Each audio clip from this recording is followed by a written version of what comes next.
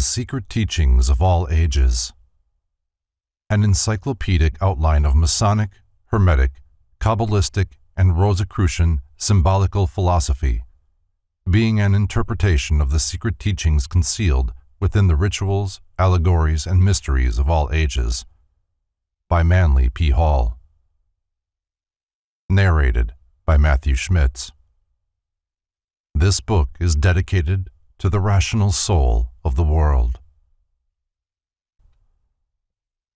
An analysis of tarot cards. Opinions of authorities differ widely concerning the origin of playing cards, the purpose for which they were intended, and the time of their introduction into Europe. In his researches into the history of playing cards, Samuel Weller Singer advances the opinion that cards reached southern Europe from India by way of Arabia. It is probable that the tarot cards were part of the magical and philosophical lore secured by the Knights Templar from the Saracens, or one of the mystical sects then flourishing in Syria. Returning to Europe, the Templars, to avoid persecution, concealed the arcane meaning of the symbols by introducing the leaves of their magical book, ostensibly as a device for amusement and gambling. In support of this contention, Mrs. John King van Rensselaer states that cards were brought by the home-returning warriors, who imported many of the newly acquired customs and habits of the Orient to their own countries, seems to be a well-established fact, and it does not contradict the statement made by some writers who declared that the gypsies, who about that time began to wander over Europe, brought with them and introduced cards which they used, as they do at the present day, for divining the future. See the Devil's Picture books. Through the gypsies, the tarot cards may be tracked back to the religious symbolism of the ancient Egyptians. In his remarkable work, The Gypsies, Samuel Roberts presents ample proof of their Egyptian origin. In one place he writes, "When gypsies originally arrived in England is very uncertain. They are first noticed in our laws by several statutes against them in the reign of Henry VIII, in which they are described as an outlandish people, calling themselves Egyptians, who do not profess any craft or trade, but go about in great numbers." A curious legend relates that after the destruction of the Serapeum in Alexandria, the large body of attendant priests banded themselves together to preserve the secrets of the rites of Serapis. Their descendants, gypsies, carrying with them the most precious of the volumes saved from the burning library, the Book of Enoch, or Thoth, the Tarot, became wanderers upon the face of the earth, remaining a people apart with an ancient language and a birthright of magic and mystery. Court de Gebelin believed the word tarot itself to be derived from two Egyptian words, tar meaning road and ro meaning royal. Thus the tarot constitutes the royal road to wisdom. See Le Monde Primitif. In his History of Magic, P. Christian, the mouthpiece of a certain French secret society, presents a fantastic account of a purported initiation into the Egyptian mysteries, wherein the 22 major tarots assume the proportions of trestle boards of immense size and line a great gallery. Stopping before each card in turn, the initiator described its symbolism to the candidate. Edward Shure, whose source of information was similar to that of Christians, hints at the same ceremony in his chapter on initiation into the Hermetic mysteries. See The Great Initiates. While the Egyptians may well have employed the tarot cards in their rituals, these French mystics present no evidence other than their own assertions to support this theory.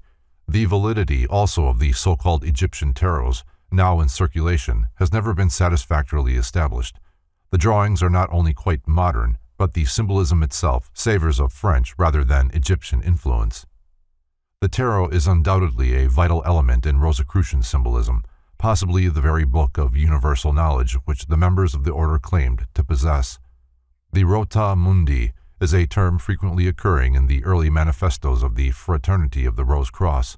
The word rota, by a rearrangement of its letters, becomes tarot, the ancient name of these mysterious cards.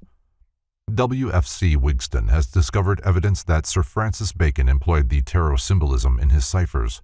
The numbers 21, 56, and 78, which are all directly related to the divisions of the tarot deck, are frequently involved in Bacon's cryptograms. In the great Shakespearean folio of 1623, the Christian name of Lord Bacon appears 21 times on page 56 of the Histories. See the Columbus of literature. Many symbols appearing upon the tarot cards have definite Masonic interest. The Pythagorean numerologist will also find an important relationship to exist between the numbers on the cards and the designs accompanying the numbers. The Kabbalist will be immediately impressed by the significant sequence of the cards, and the alchemist will discover certain emblems meaningless save to one versed in the divine chemistry of transmutation and regeneration. As the Greeks placed the letters of their alphabet, with their corresponding numbers, upon the various parts of the body of their humanly represented logos, so the tarot cards have an analogy not only in the parts and members of the universe, but also in the divisions of the human body. They are, in fact, the key to the magical constitution of man. The tarot cards must be considered, 1. As separate and complete hieroglyphs, each representing a distinct principle, law, power, or element in nature. 2. In relation to each other as the effect of one agent operating upon another. And 3. As vowels and consonants of a philosophic alphabet. The laws governing all phenomena are represented by the symbols upon the tarot cards, whose numerical values are equal to the numerical equivalents of the phenomena. As every structure consists of certain elemental parts, so the tarot cards represent the components of the structure of philosophy. Irrespective of the science or philosophy with which the student is working, the tarot cards can be identified with the essential constituents of his subject, each card thus being related to a specific part according to mathematical and philosophical laws. An imprisoned person, writes Eliphas Levi, with no other book than the tarot, if he knew how to use it, could in a few years acquire universal knowledge, and would be able to speak on all subjects with unequaled learning and inexhaustible eloquence. See Transcendental Magic. The diverse opinions of eminent authorities on the tarot symbolism are quite irreconcilable. The conclusions of the scholarly Court de Gebelen and the bizarre Grand Itala, the first authorities on the subject, not only are at radical variance, but are both equally discredited by Levi, whose arrangement of the tarot trumps was rejected in turn by Arthur Edward Waite and Paul Case as being an effort to mislead students. The followers of Levi, especially Pappas, Christian, Westcott, and Schure, are regarded by the Reformed Tarotists as honest but benighted individuals who wandered the darkness for lack of Pamela Coleman Smith's new deck of tarot cards with revisions by Mr. Waite.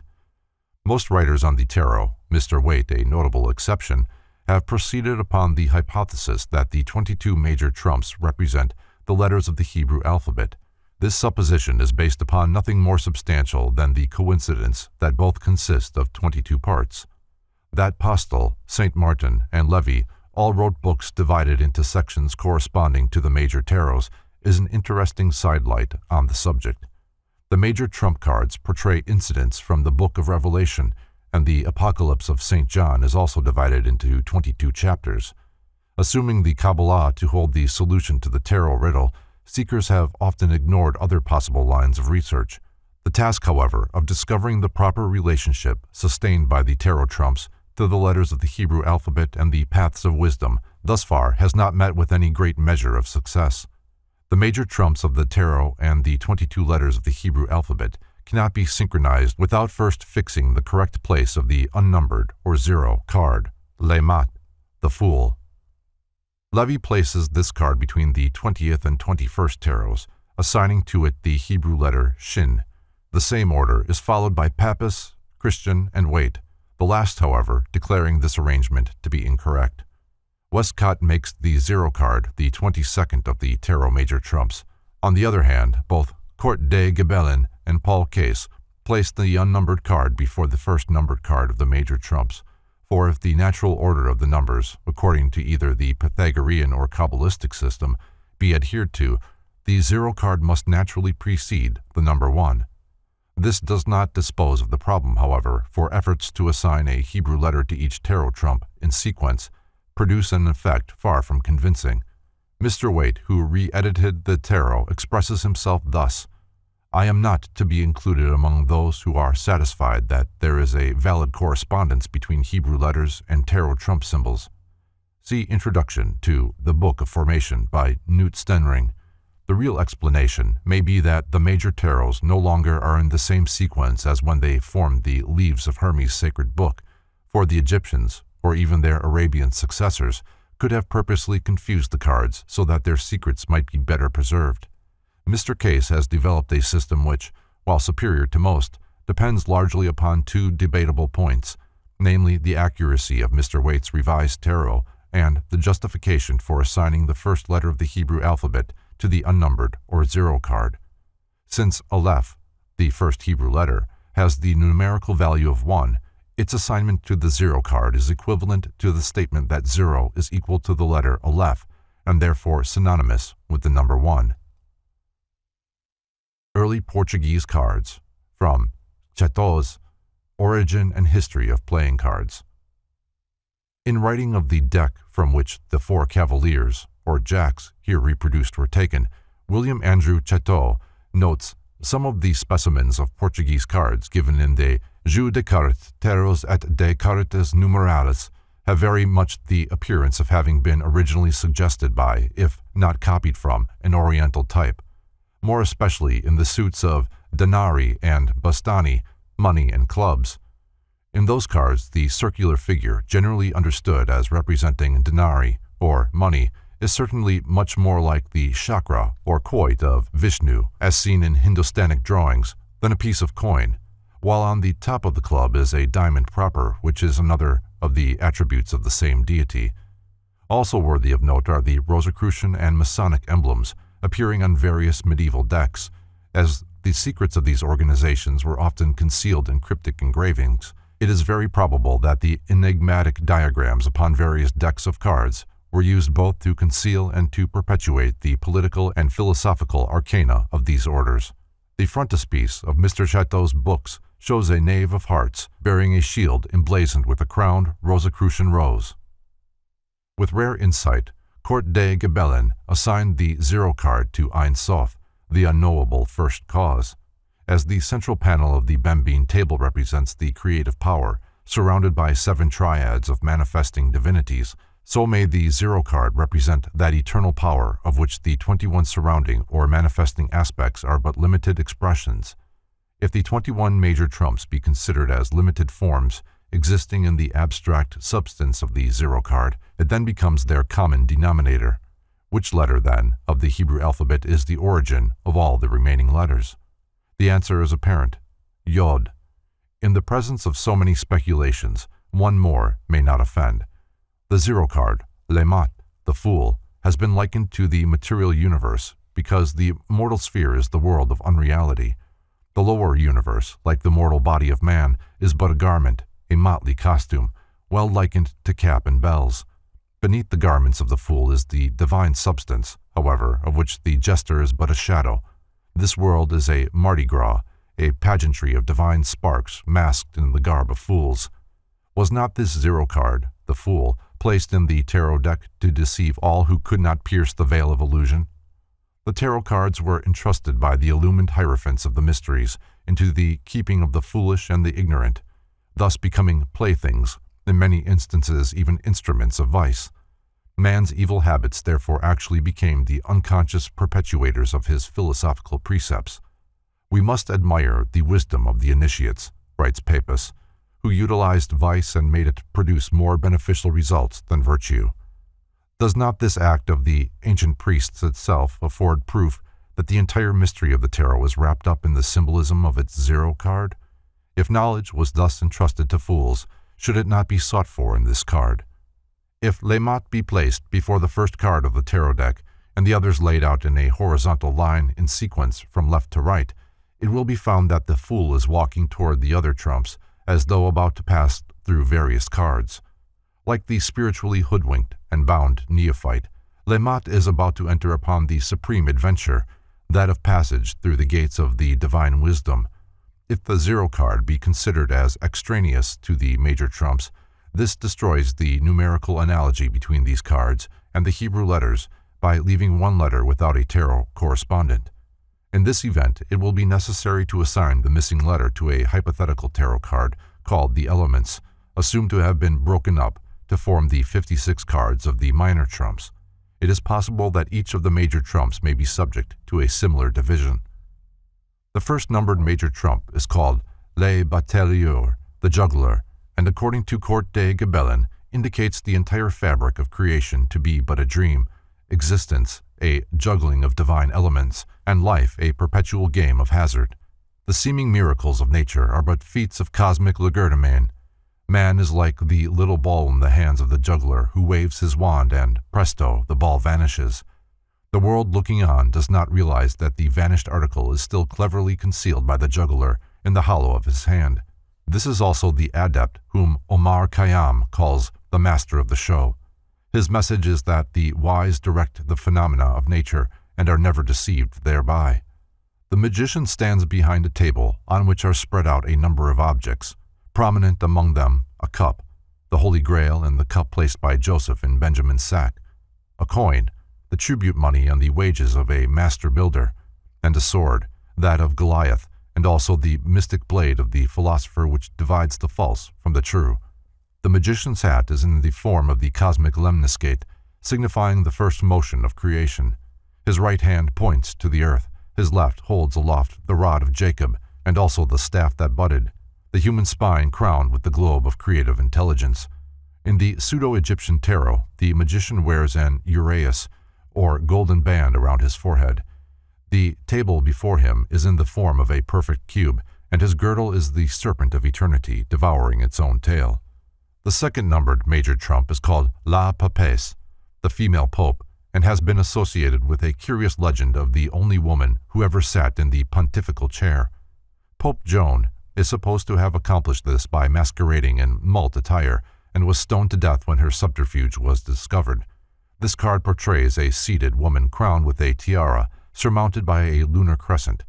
In her lap is the Torah, or Book of the Law, usually partly closed, and in her left hand are the keys to the secret doctrine, one gold and the other silver. Behind her rise two pillars, Jachin and Boaz, with a multicolored veil stretched between.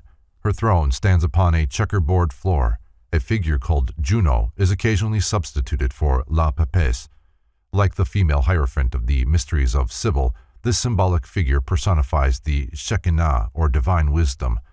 In the pseudo-Egyptian tarot, the priestess is veiled, a reminder that the full countenance of truth is not revealed to uninitiated man. A veil also covers one half of her book, thus intimating that but one half of the mystery of being can be comprehended. The third numbered major trump is called L'Impératrice, the Empress, and has been likened to the woman clothed with the sun, described in the Apocalypse. On this card appears the winged figure of a woman seated upon a throne, supporting with her right hand a shield emblazoned with a phoenix, and holding in her left a scepter surmounted by an orb or trifoliate flower. Beneath her left foot is sometimes shown the crescent. Either the Empress is crowned or her head is surrounded by a diadem of stars, sometimes both. She is called Generation and represents the threefold spiritual world out of which proceeds the fourfold material world. To the graduate of the College of the Mysteries, she is the alma mater, out of whose body the initiate has born again. In the pseudo-Egyptian tarot, the Empress is shown seated upon a cube filled with eyes, and a bird is balanced upon the forefinger of the left hand. The upper part of her body is surrounded by a radiant golden nimbus. Being emblematic of the power from which emanates the entire tangible universe, L'Impératrice is frequently symbolized as pregnant. The fourth numbered major trump is called L'Empereur, the Emperor, and by its numerical value is directly associated with the great deity revered by the Pythagoreans under the form of the tetrad. His symbols declare the emperor to be the demiurgus, the great king of the inferior world. The emperor is dressed in armor, and his throne is a cube stone upon which a phoenix is also clearly visible. The king has his legs crossed in a most significant manner and carries either a scepter surmounted by an orb or a scepter in his right hand and an orb in his left. The orb itself is evidence that he is supreme ruler of the world. Upon his right and left breasts, respectively, appear the symbols of the sun and moon, which in symbolism are referred to as the eyes of the great king. The position of the body and legs form the symbol of sulfur, the sign of the ancient alchemical monarch. In the pseudo-Egyptian tarot, the figure is in profile. He wears a Masonic apron, and the skirt forms a right-angled triangle. Upon his head is the crown of the north, and his forehead is adorned with the coiled uraeus. The fifth numbered major trump is called Le Pape, the Pope, and represents the high priest of a pagan or Christian mystery school. In this card, the Hierophant wears the tiara and carries in his left hand the triple cross surmounting the globe of the world. His right hand, bearing upon its back the stigmata, makes the ecclesiastic sign of esotericism, and before him kneel two suppliants or acolytes. The back of the papal throne is in the form of a celestial and terrestrial column. This card signifies the initiate or master of the mystery of life, and according to the Pythagoreans, the spiritual physician. The illusionary universe, in the form of the two figures, polarity, kneels before the throne upon which sits the initiate, who has elevated his consciousness to the plane of spiritual understanding and reality. In the pseudo-Egyptian tarot, the master wears the uraeus, a white and black figure. Life and death, light and darkness, good and evil, kneel before him. The initiate's mastery over unreality is indicated by the tiara and the triple cross emblems of rulership over the three worlds which have issued from the unknowable first cause. The sixth numbered major trump is called Les Amoureux, the lovers. There are two distinct forms of this tarot. One shows a marriage ceremony in which a priest is uniting a youth and a maiden, Adam and Eve, in holy wedlock. Sometimes a winged figure above transfixes the lovers with his dart. The second form of the card portrays a youth with a female figure on either side. One of these figures wears a golden crown and is winged, while the other is attired in the flowing robes of the bacchante, and on her head is a wreath of vine leaves. The maidens represent the twofold soul of man, spiritual and animal, the first his guardian angel and the second his ever-present demon. The youth stands at the beginning of mature life, the parting of the ways, where he must choose between virtue and vice, the eternal and the temporal. Above, in a halo of light, is the genius of fate, his star, mistaken for Cupid by the uninformed. If youth chooses unwisely, the arrow of blindfolded fate will transfix him. In the pseudo-Egyptian tarot, the arrow of the genius points directly to the figure of vice, thereby signifying that the end of her path is destruction. This card reminds man that the price of free will, or more correctly, the power of choice, is responsibility. The seventh numbered major trump is called Le Chariot, the chariot, and portrays a victorious warrior crowned and riding in a chariot drawn by black and white sphinxes or horses. The starry canopy of the chariot is upheld by 4 columns. This card signifies the exalted one who rides in the chariot of creation. The vehicle of the solar energy, being numbered 7, reveals the arcane truth that the 7 planars are the chariots of the solar power which rides victorious in their midst. The 4 columns supporting the canopy represent the 4 mighty ones who uphold the worlds, represented by the star-strewn drapery. The figure carries the scepter of the solar energy, and its shoulders are ornamented with lunar crescents, the Urim and Thummim. The sphinxes drawing the chariot represent the secret and unknown power by which the victorious ruler is moved continuously through the various parts of his universe. In certain tarot decks, the victor signifies the regenerated man, for the body of the chariot is a cubic stone. The man in armor is not standing in the chariot, but is rising out of the cube, thus typifying the ascension of the 3 out of the 4, the turning upward of the flap of the master mason's apron. In the pseudo-Egyptian tarot, the warrior carries the curved sword of Luna, is bearded to signify maturity, and wears the collar of the planetary orbits. His scepter, emblematic of the threefold universe, is crowned with a square upon which is a circle surmounted by a triangle. The 8th numbered major trump is called La Justice, justice, and portrays a seated figure upon a throne, the back of which rises in the form of 2 columns. Justice is crowned and carries in her right hand a sword and in her left a pair of scales. This card is a reminder of the judgment of the soul in the Hall of Osiris. It teaches that only balanced forces can endure, and that eternal justice destroys with the sword that which is unbalanced. Sometimes justice is depicted with a braid of her own hair twisted around her neck in a manner resembling a hangman's knot. This may subtly imply that man is the cause of his own undoing, his actions, symbolized by his hair, being the instrument of his annihilation. In the pseudo-Egyptian tarot, the figure of justice is raised upon a dais of 3 steps, for justice can be fully administered only by such as have been elevated to the 3rd degree. Justice is blindfolded, that the visible shall in no way influence its decision. For reasons he considers beyond his reader's intelligence, Mr. Waite reversed the 8th and 11th major trumps.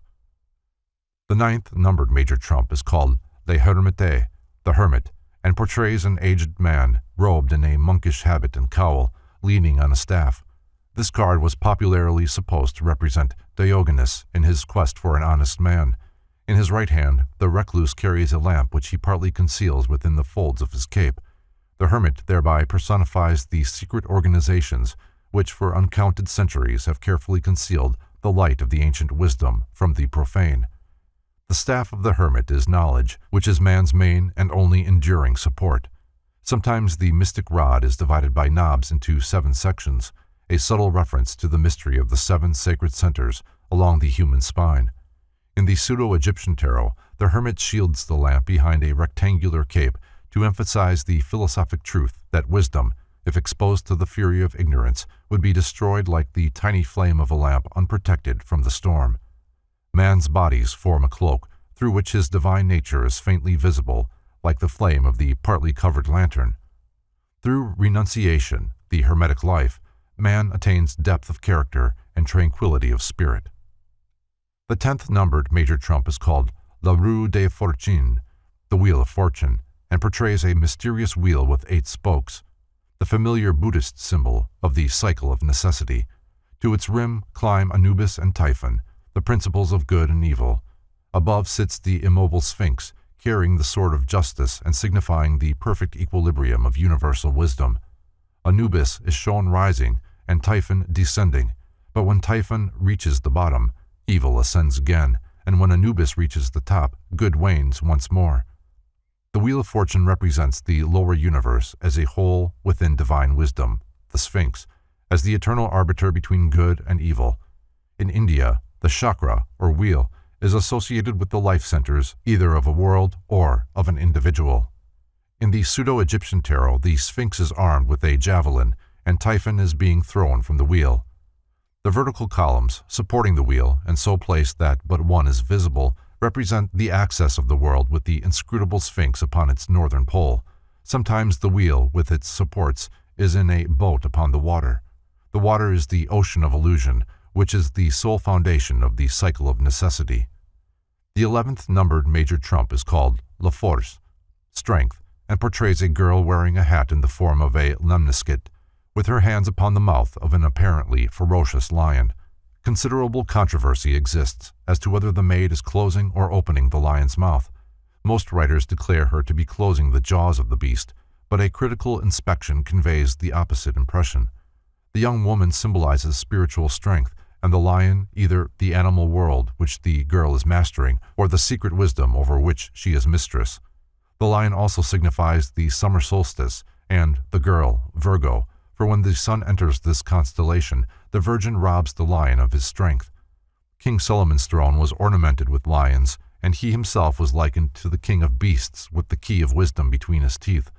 In this sense, the girl may be opening the lion's mouth to find the key contained therein, for courage is a prerequisite for the attainment of knowledge. In the pseudo-Egyptian tarot, the symbolism is the same except that the maiden is represented as a priestess wearing an elaborate crown in the form of a bird surmounted by serpents and an ibis. The 12th numbered major trump is called Le Pendu, the Hanged Man, and portrays a young man hanging by his left leg from a horizontal beam, the latter supported by 2 tree trunks, from each of which 6 branches have been removed. The right leg of the youth is crossed in back of the left, and his arms are folded behind his back in such a way as to form a cross surmounting a downward pointing triangle. The figure thus forms an inverted symbol of sulfur and, according to Levy, signifies the accomplishment of the magnum opus. In some decks, the figure carries under each arm a money bag from which coins are escaping. Popular tradition associates this card with Judas Iscariot, who is said to have gone forth and hanged himself, the money bags representing the payment he received for his crime. Levy likens the hanged man to Prometheus, the eternal sufferer, further declaring that the upturned feet signify the spiritualization of the lower nature. It is also possible that the inverted figure denotes the loss of the spiritual faculties, for the head is below the level of the body. The stumps of the 12 branches are the signs of the zodiac divided into 2 groups, positive and negative, The picture, therefore, depicts polarity temporarily triumphant over the spiritual principle of equilibrium. To attain the heights of philosophy, therefore, man must reverse or invert the order of his life. He then loses his sense of personal possession because he renounces the rule of gold in favor of the golden rule. In the pseudo-Egyptian tarot, the hanging man is suspended between two palm trees and signifies the sun god who dies perennial for his world. The 13th numbered major trump is called La Mort, death, and portrays a reaping skeleton with a great scythe cutting off the heads, hands, and feet rising out of the earth about it. In the course of its labors, the skeleton has apparently cut off one of its own feet. Not all decks show this peculiarity, but this point well emphasizes the philosophic truth that unbalance and destructiveness are synonymous. The skeleton is the proper emblem of the first and supreme deity because it is the foundation of the body, as the absolute is the foundation of creation. The reaping skeleton physically signifies death, but philosophically, that irresistible impulse in nature which causes every being to be ultimately absorbed into the divine condition in which it existed before the illusionary universe had been manifested. The blade of the scythe is the moon with its crystallizing power. The field in which death reaps is the universe, and the card discloses that all things growing out of the earth shall be cut down and return to earth again. Kings, queens, courtesans, and knaves are alike to death, the master of the visible and parent parts of all creatures. In some tarot decks, death is symbolized as a figure in armor mounted on a white horse which tramples underfoot old and young alike. In the pseudo-Egyptian tarot, a rainbow is seen behind the figure of death, thus signifying that the mortality of the body of itself achieves the immortality of the spirit. Death, though it destroys form, can never destroy life, which continually renews itself. This card is the symbol of the constant renovation of the universe, disintegration, that reintegration may follow upon a higher level of expression. The 14th numbered major trump is called La Temperance, temperance, and portrays an angelic figure with the sun upon her forehead. She carries two urns, one empty and the other full, and continually pours the contents of the upper into the lower. In some tarot decks, the flowing water takes the form of the symbol of Aquarius. Not one drop, however, of the living water is lost in this endless transference between the superior vessel and the inferior. When the lower urn is filled, the vases are reversed, thus signifying that life pours first from the invisible into the visible, then from the visible back into the invisible. The spirit controlling this flow is an emissary of the great Jehovah, demiurgus of the world. The sun, or light cluster upon the woman's forehead, controls the flow of water, which, being drawn upward into the air by the solar rays, descends upon the earth as rain, to draw up and fall again ad infinitum. Herein is also shown the passage of the human life forces back and forth between positive and negative poles of the creative system. In the pseudo-Egyptian tarot, the symbolism is the same, except that the winged figure is male instead of female. It is surrounded by a solar nimbus and pours water from a golden urn into a silver one, typifying the descent of celestial forces into the sublunary spheres. The 15th numbered major trump is called Le Diable, the devil, and portrays a creature resembling Pan with horns of a ram or deer, the arms and body of a man, and the legs and feet of a goat or dragon. The figure stands upon a cubic stone, to a ring in front of which are chained two satyrs. From a scepter, this so-called demon carries a lighted torch or candle. The entire figure is symbolic of the magic powers of the astral light, or universal mirror, in which the divine forces are reflected in an inverted or infernal state. The demon is winged like a bat, showing that it pertains to the nocturnal or shadow inferior sphere. The animal natures of man, in the form of a male and female elemental, are chained to its footstool. The torch is the false light which guides unillumined souls to their own undoing. In the pseudo-Egyptian tarot appears Typhon, a winged creature composed of a hog, a man, a bat, a crocodile, and a hippopotamus, standing in the midst of its own destructiveness and holding aloft the firebrand of the incendiary. Typhon is created by man's own misdeeds, which, turning upon their maker, destroy him. The 16th numbered major trump is called Le Feu du Ciel, the fire of heaven, and portrays a tower, the battlements of which, in the form of a crown, are being destroyed by a bolt of lightning issuing from the sun. The crown, being considerably smaller than the tower which it surmounts, possibly indicates that its destruction resulted from its insufficiency. The lightning bolt sometimes takes the form of the zodiacal sign of Scorpio, and the tower may be considered a phallic emblem. Two figures are falling from the tower, one in front and the other behind. This tarot card is popularly associated with the traditional fall of man. The divine nature of humanity is depicted as a tower. When his crown is destroyed, man falls into the lower world and takes upon himself the illusion of materiality. Here also is a key to the mystery of sex.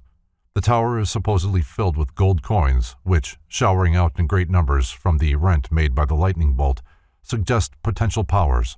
In the pseudo-Egyptian tarot, the tower is a pyramid, its apex shattered by a lightning bolt.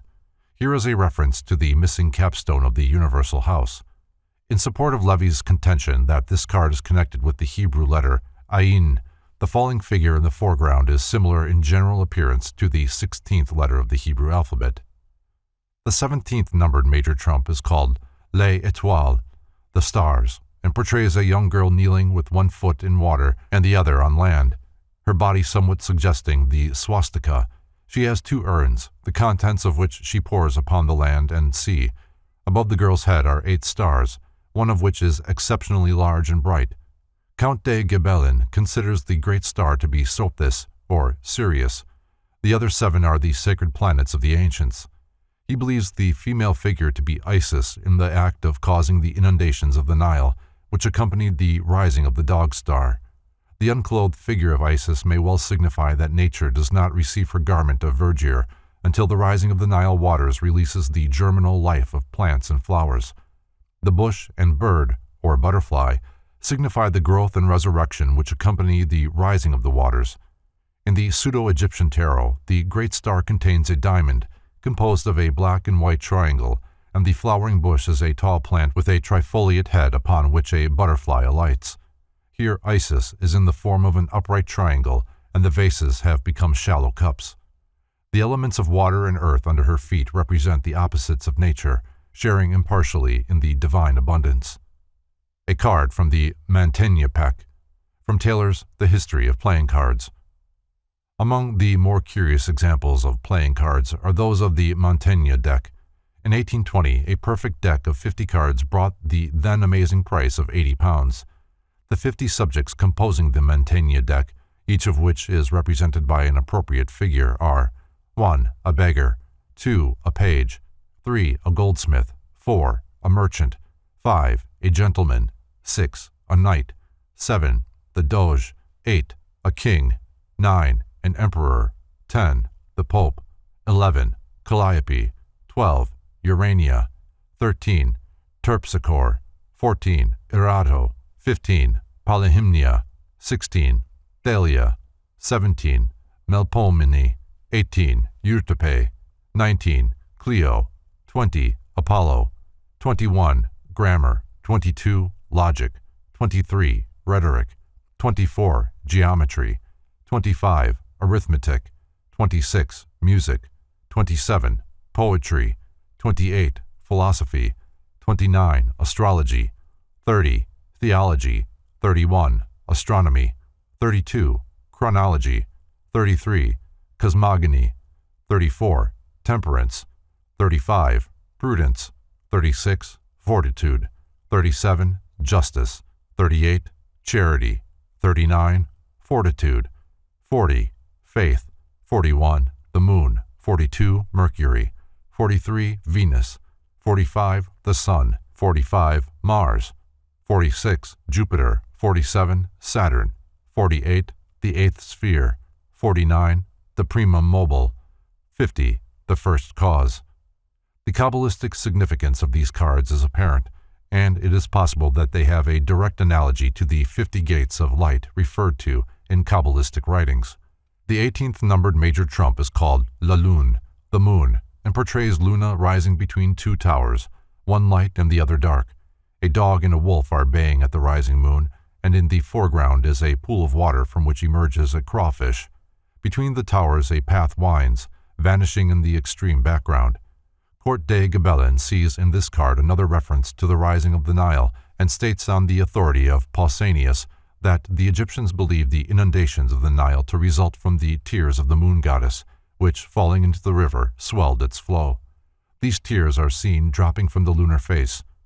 Court de Gabelin also relates the towers to the pillars of Hercules, beyond which, according to the Egyptians, the luminaries never passed. He notes also that the Egyptians represented the tropics as dogs who, as faithful doorkeepers, prevented the sun and moon from penetrating too near the poles. The crab or crawfish signifies the retrograde motion of the moon. This card also refers to the path of wisdom. Man, in his quest of reality, emerges from the pool of illusion. After mastering the guardians of the gates of wisdom, he passes between the fortresses of science and theology and follows the winding path leading to spiritual liberation. His way is faintly lighted by human reason, the moon, which is but a reflection of divine wisdom. In the pseudo-Egyptian tarot, the towers are pyramids, the dogs are black and white respectively, and the moon is partly obscured by clouds. The entire scene suggests the dreary and desolate place in which the mystery dramas of the lesser rites were enacted. The 19th numbered major trump is called Le Soleil, the sun, and portrays two children, probably Gemini, the twins, standing together in a garden surrounded by a magic ring of flowers. One of these children should be shown as male and the other female. Behind them is a brick wall apparently enclosing the garden. Above the wall, the sun is rising, its rays alternately straight and curved. 13 teardrops are falling from the solar face. Levi, seeing in the two children faith and reason, which must coexist as long as the temporal universe endures, writes, "Human equilibrium requires 2 feet. The worlds gravitate by means of 2 forces. Generation needs 2 sexes. Such is the meaning of the Arcanum of Solomon, represented by the 2 pillars of the temple, Yakin and Boaz. See Transcendental Magic." The Sun of Truth is shining into the garden of the world, over which these 2 children, as personifications of eternal powers, reside. The harmony of the world depends upon the coordination of 2 qualities, symbolized throughout the ages as the mind and the heart. In the pseudo-Egyptian tarot, the children give place to a youth and a maiden. Above them in a solar nimbus is the phallic emblem of generation, a line piercing a circle. Gemini is ruled by Mercury, and the 2 children personify the serpents entwined around the caduceus. The 20th numbered major trump is called Le Jugement, the judgment, and portrays 3 figures rising apparently from their tombs, though but one coffin is visible. Above them in a blaze of glory is a winged figure, presumably the angel Gabriel, blowing a trumpet.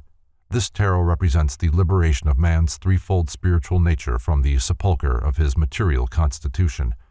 Since but 1/3 of the spirit actually enters the physical body, the other 2/3 constituting the Hermetic anthropos or overman, only one of the 3 figures is actually rising from the tomb. Court de Gabelin believes that the coffin may have been an afterthought of the card makers and that the scene actually represents creation rather than resurrection. In philosophy, these 2 words are practically synonymous. The blast of the trumpet represents the creative world, by the intoning of which man is liberated from his terrestrial limitations. In the pseudo-Egyptian tarot, it is evident that the 3 figures signify the parts of a single being, for 3 mummies are shown emerging from one mummy case. The 21st numbered major trump is called Le Monde, the world, and portrays a female figure draped with a scarf which the wind blows into the form of the Hebrew letter Kaf. Her extended hands, each of which holds a wand, and her left leg, which crosses behind the right, cause the figure to assume the form of the alchemical symbol of sulfur. The central figure is surrounded by a wreath in the form of a Vesica Pisces, which Levi likens to the Kabbalistic crown, Kether. The cherubim of Ezekiel's vision occupy the corners of the card. This tarot is called the microcosm and the macrocosm, because in it are summed up every agency contributing to the structure of creation. The figure, in the form of the emblem of sulfur, represents the divine fire and the heart of the great mystery. The wreath is nature, which surrounds the fiery center. The cherubim represent the elements, worlds, forces, and planes issuing out of the divine fiery center of life. The wreath signifies the crown of the initiate, which is given to those who master the 4 guardians and enter into the presence of unveiled truth. In the pseudo-Egyptian tarot, the cherubim surround a wreath composed of 12 trifoliate flowers, the decanates of the zodiac. A human figure kneels below this wreath, playing upon a harp of 3 strings, for the spirit must create harmony in the triple constitution of its inferior nature, before it can gain for itself the solar crown of immortality. The 4 suits of the minor trumps are considered as analogous to the 4 elements, the 4 corners of creation, and the 4 worlds of Kabbalism.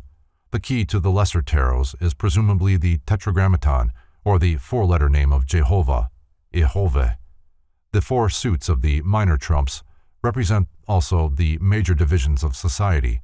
Cups are the priesthood, swords the military, coins the tradesmen, and rods the farming class. From the standpoint of what Court de Gabellin calls political geography, cups represent the northern countries, swords the Orient, coins the Occident, and rods the southern countries. The 10 pip cards of each suit represent the nations composing each of these grand divisions.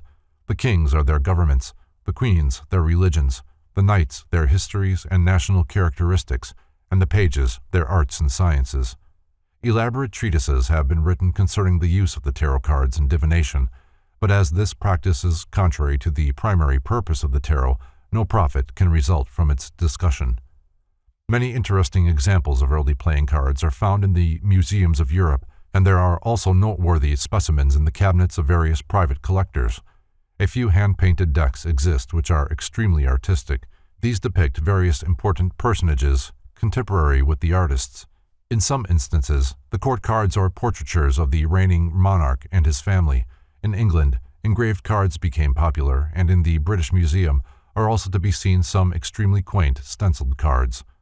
Heraldic devices were employed, and Chatto, in his Origin and History of Playing Cards, reproduces 4 heraldic cards in which the arms of Pope Clement XI adorn the King of Clubs.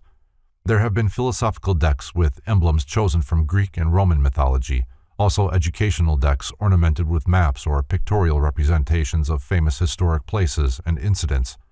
Many rare examples of playing cards have been bound into the covers of early books. In Japan, there are card games, the successful playing of which requires familiarity with nearly all the literary masterpieces of that nation. In India, there are circular decks depicting episodes from the Oriental myths. There are also cards which, in one sense of the word, are not cards, for the designs are on wood, ivory, and even metal. There are comic cards caricaturing disliked persons and places, and there are cards commemorating various human achievements. During the American Civil War, a patriotic deck was circulated in which stars, eagles, anchors, and American flags were substituted for the suits, and the court cards were famous generals. Modern playing cards are the minor trumps of the tarot, from each suit of which the page or valet has been eliminated, leaving 13 cards. Even in its abridged form, however, the modern deck is of profound symbolic importance, for its arrangement is apparently in accord with the divisions of the year. The 2 colors, red and black, represent the 2 grand divisions of the year, and that during which it is south of the equator.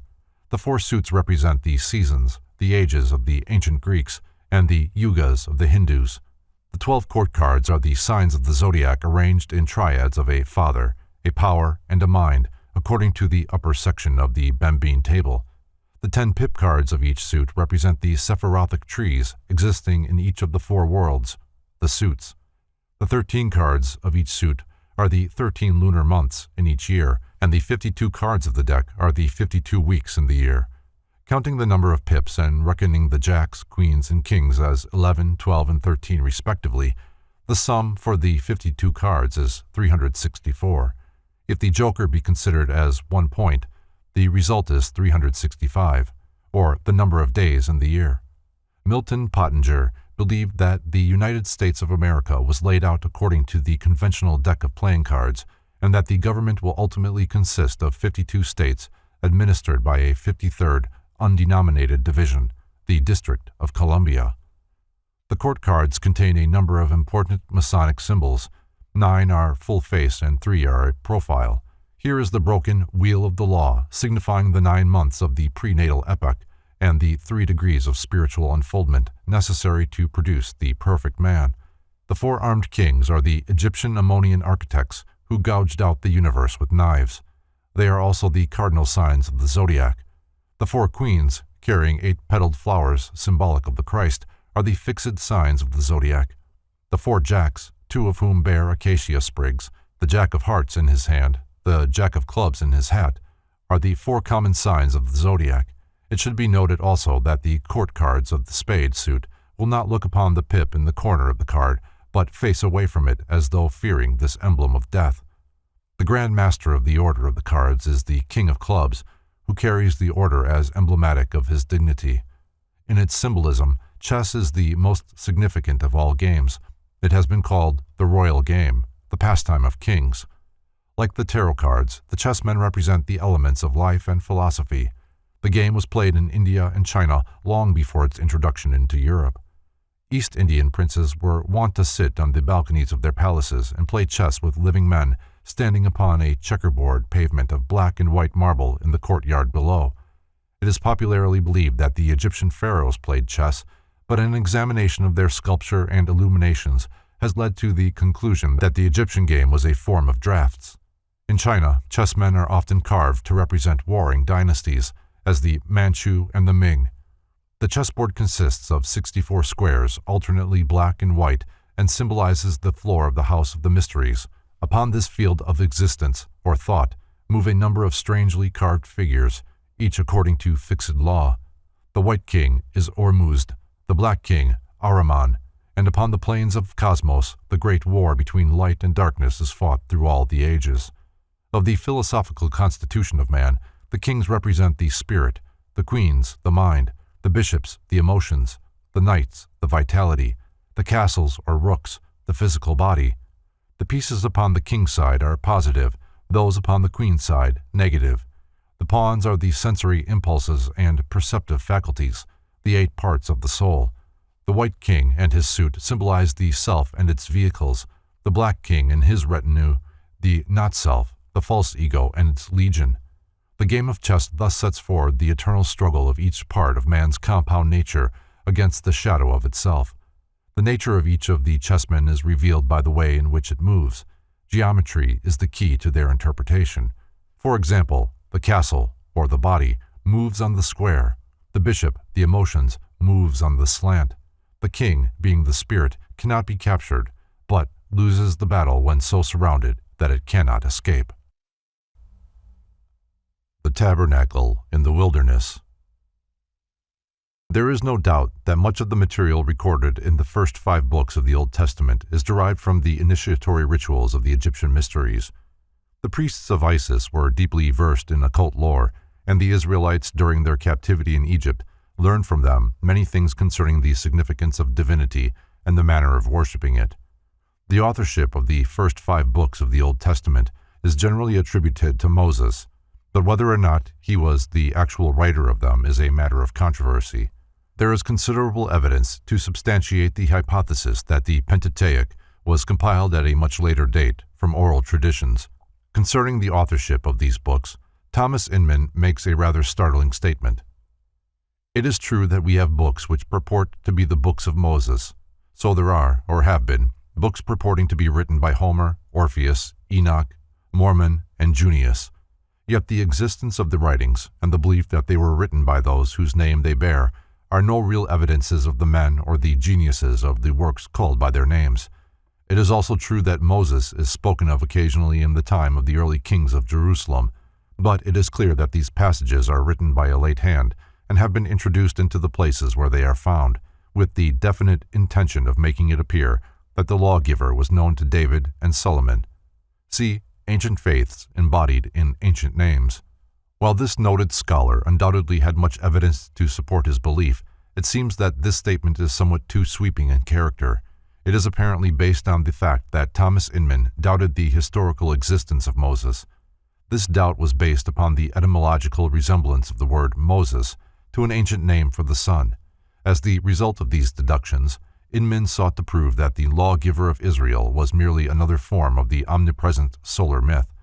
While Inman demonstrated that by transposing 2 of the ancient letters, the word Moses became Shema, an appellation of the celestial globe, he seems to have overlooked the fact that in the ancient mysteries, the initiates were often given names synonymous with the sun to symbolize the fact that the redemption and regeneration of the solar power had been achieved within their own natures. It is far more probable that the man whom we know as Moses was an accredited representative of the secret schools, laboring, as many other emissaries have labored, to instruct primitive races in the mysteries of their immortal souls.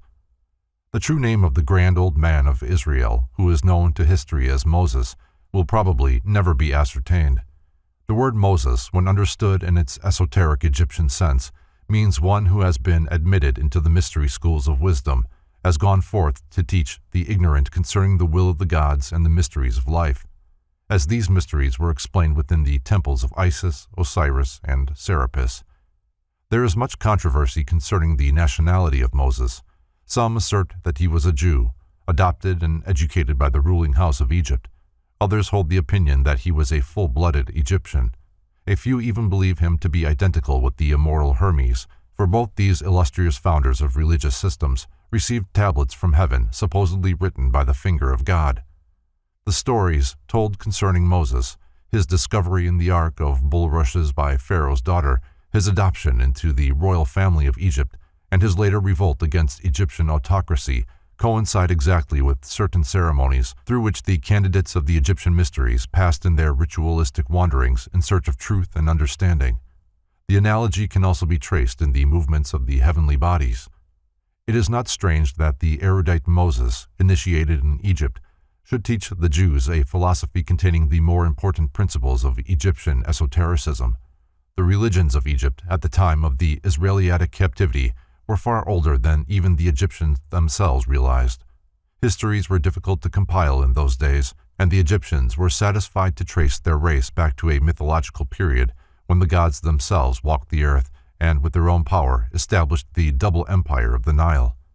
The Egyptians did not dream that these divine progenitors were the Atlanteans, who, forced to abandon their 7 islands because of volcanic cataclysms, had immigrated into Egypt, then an Atlantean colony, where they established a great philosophic and literary center of civilization, which was later to influence profoundly the religions and science of unnumbered races and peoples.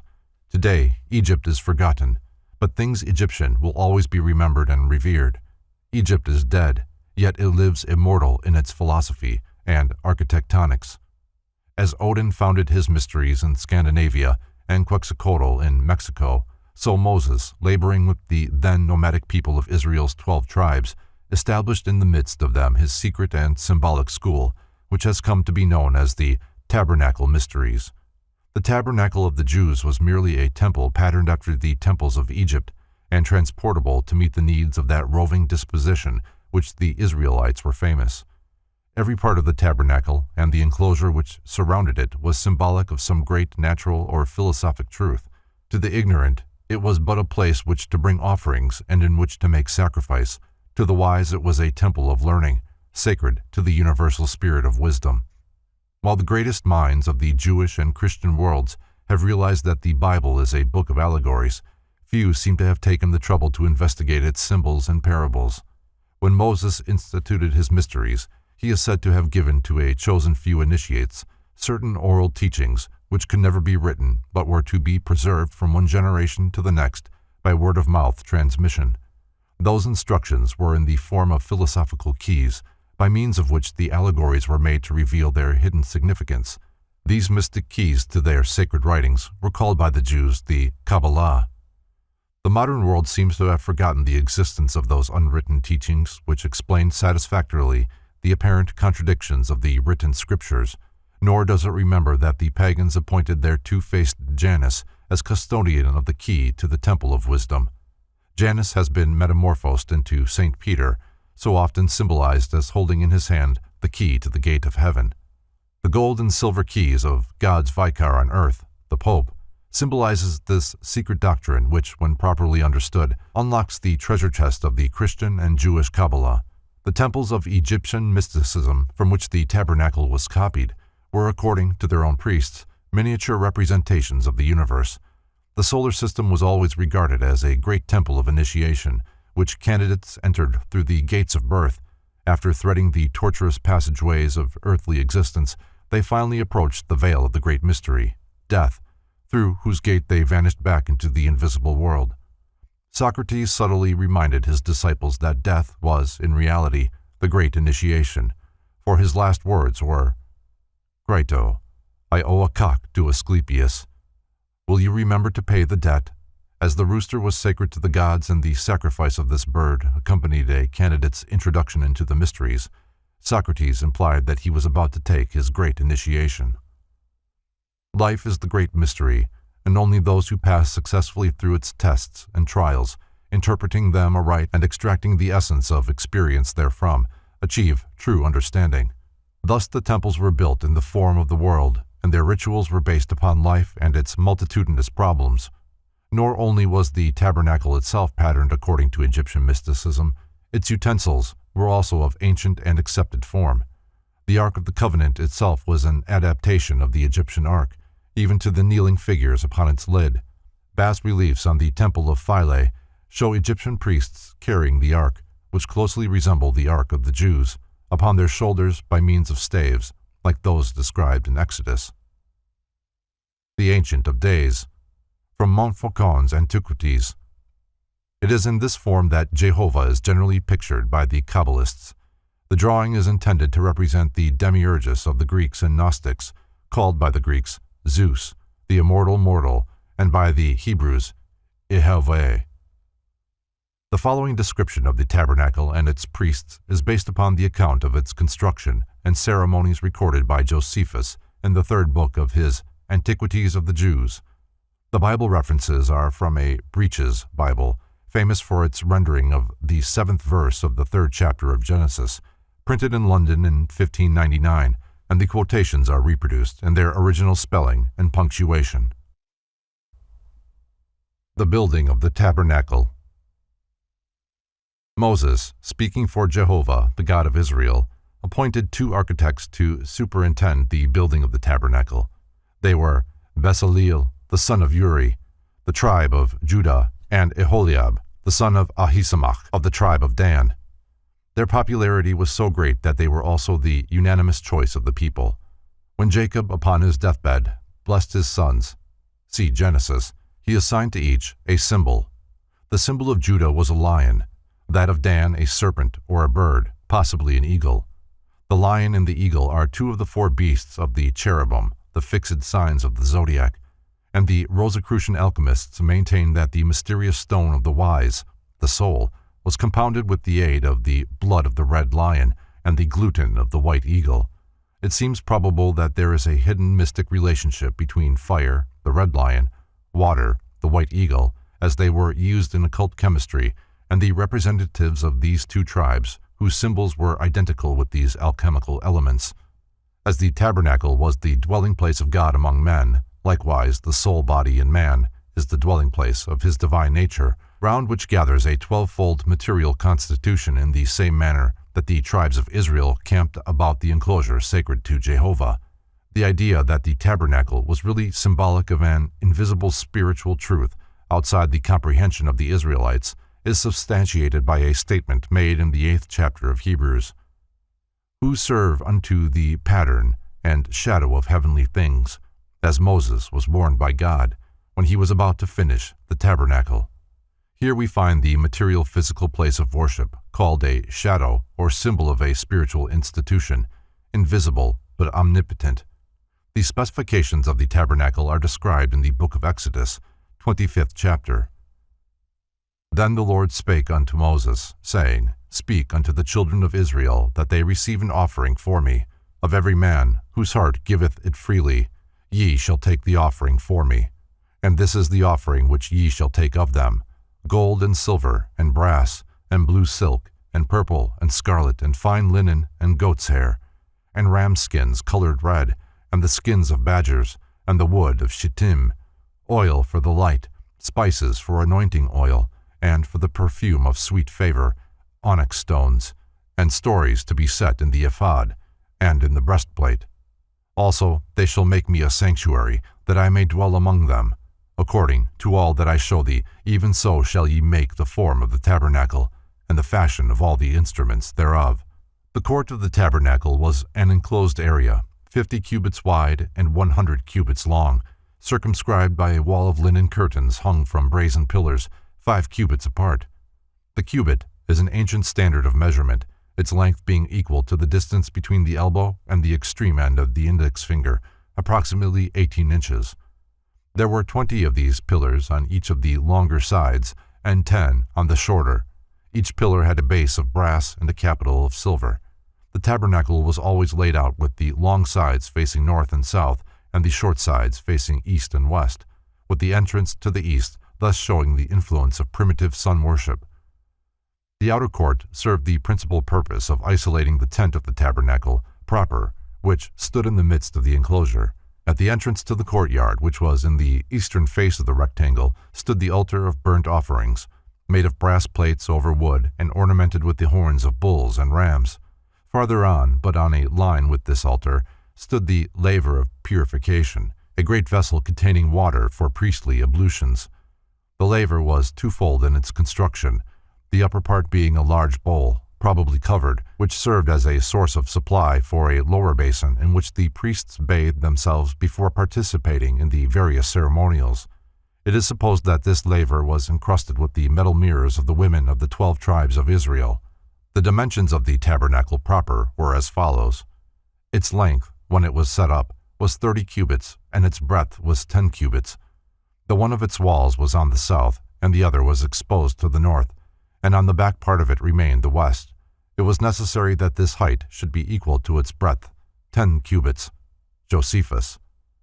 It is the custom of bibliologists to divide the interior of the tabernacle into 2 rooms, one room 10 cubits wide, 10 cubits high, and 20 cubits long, which was called the Holy Place, and contained 3 special articles of furniture, namely the 7-branched candlestick, the table of the showbread, and the altar of burnt incense.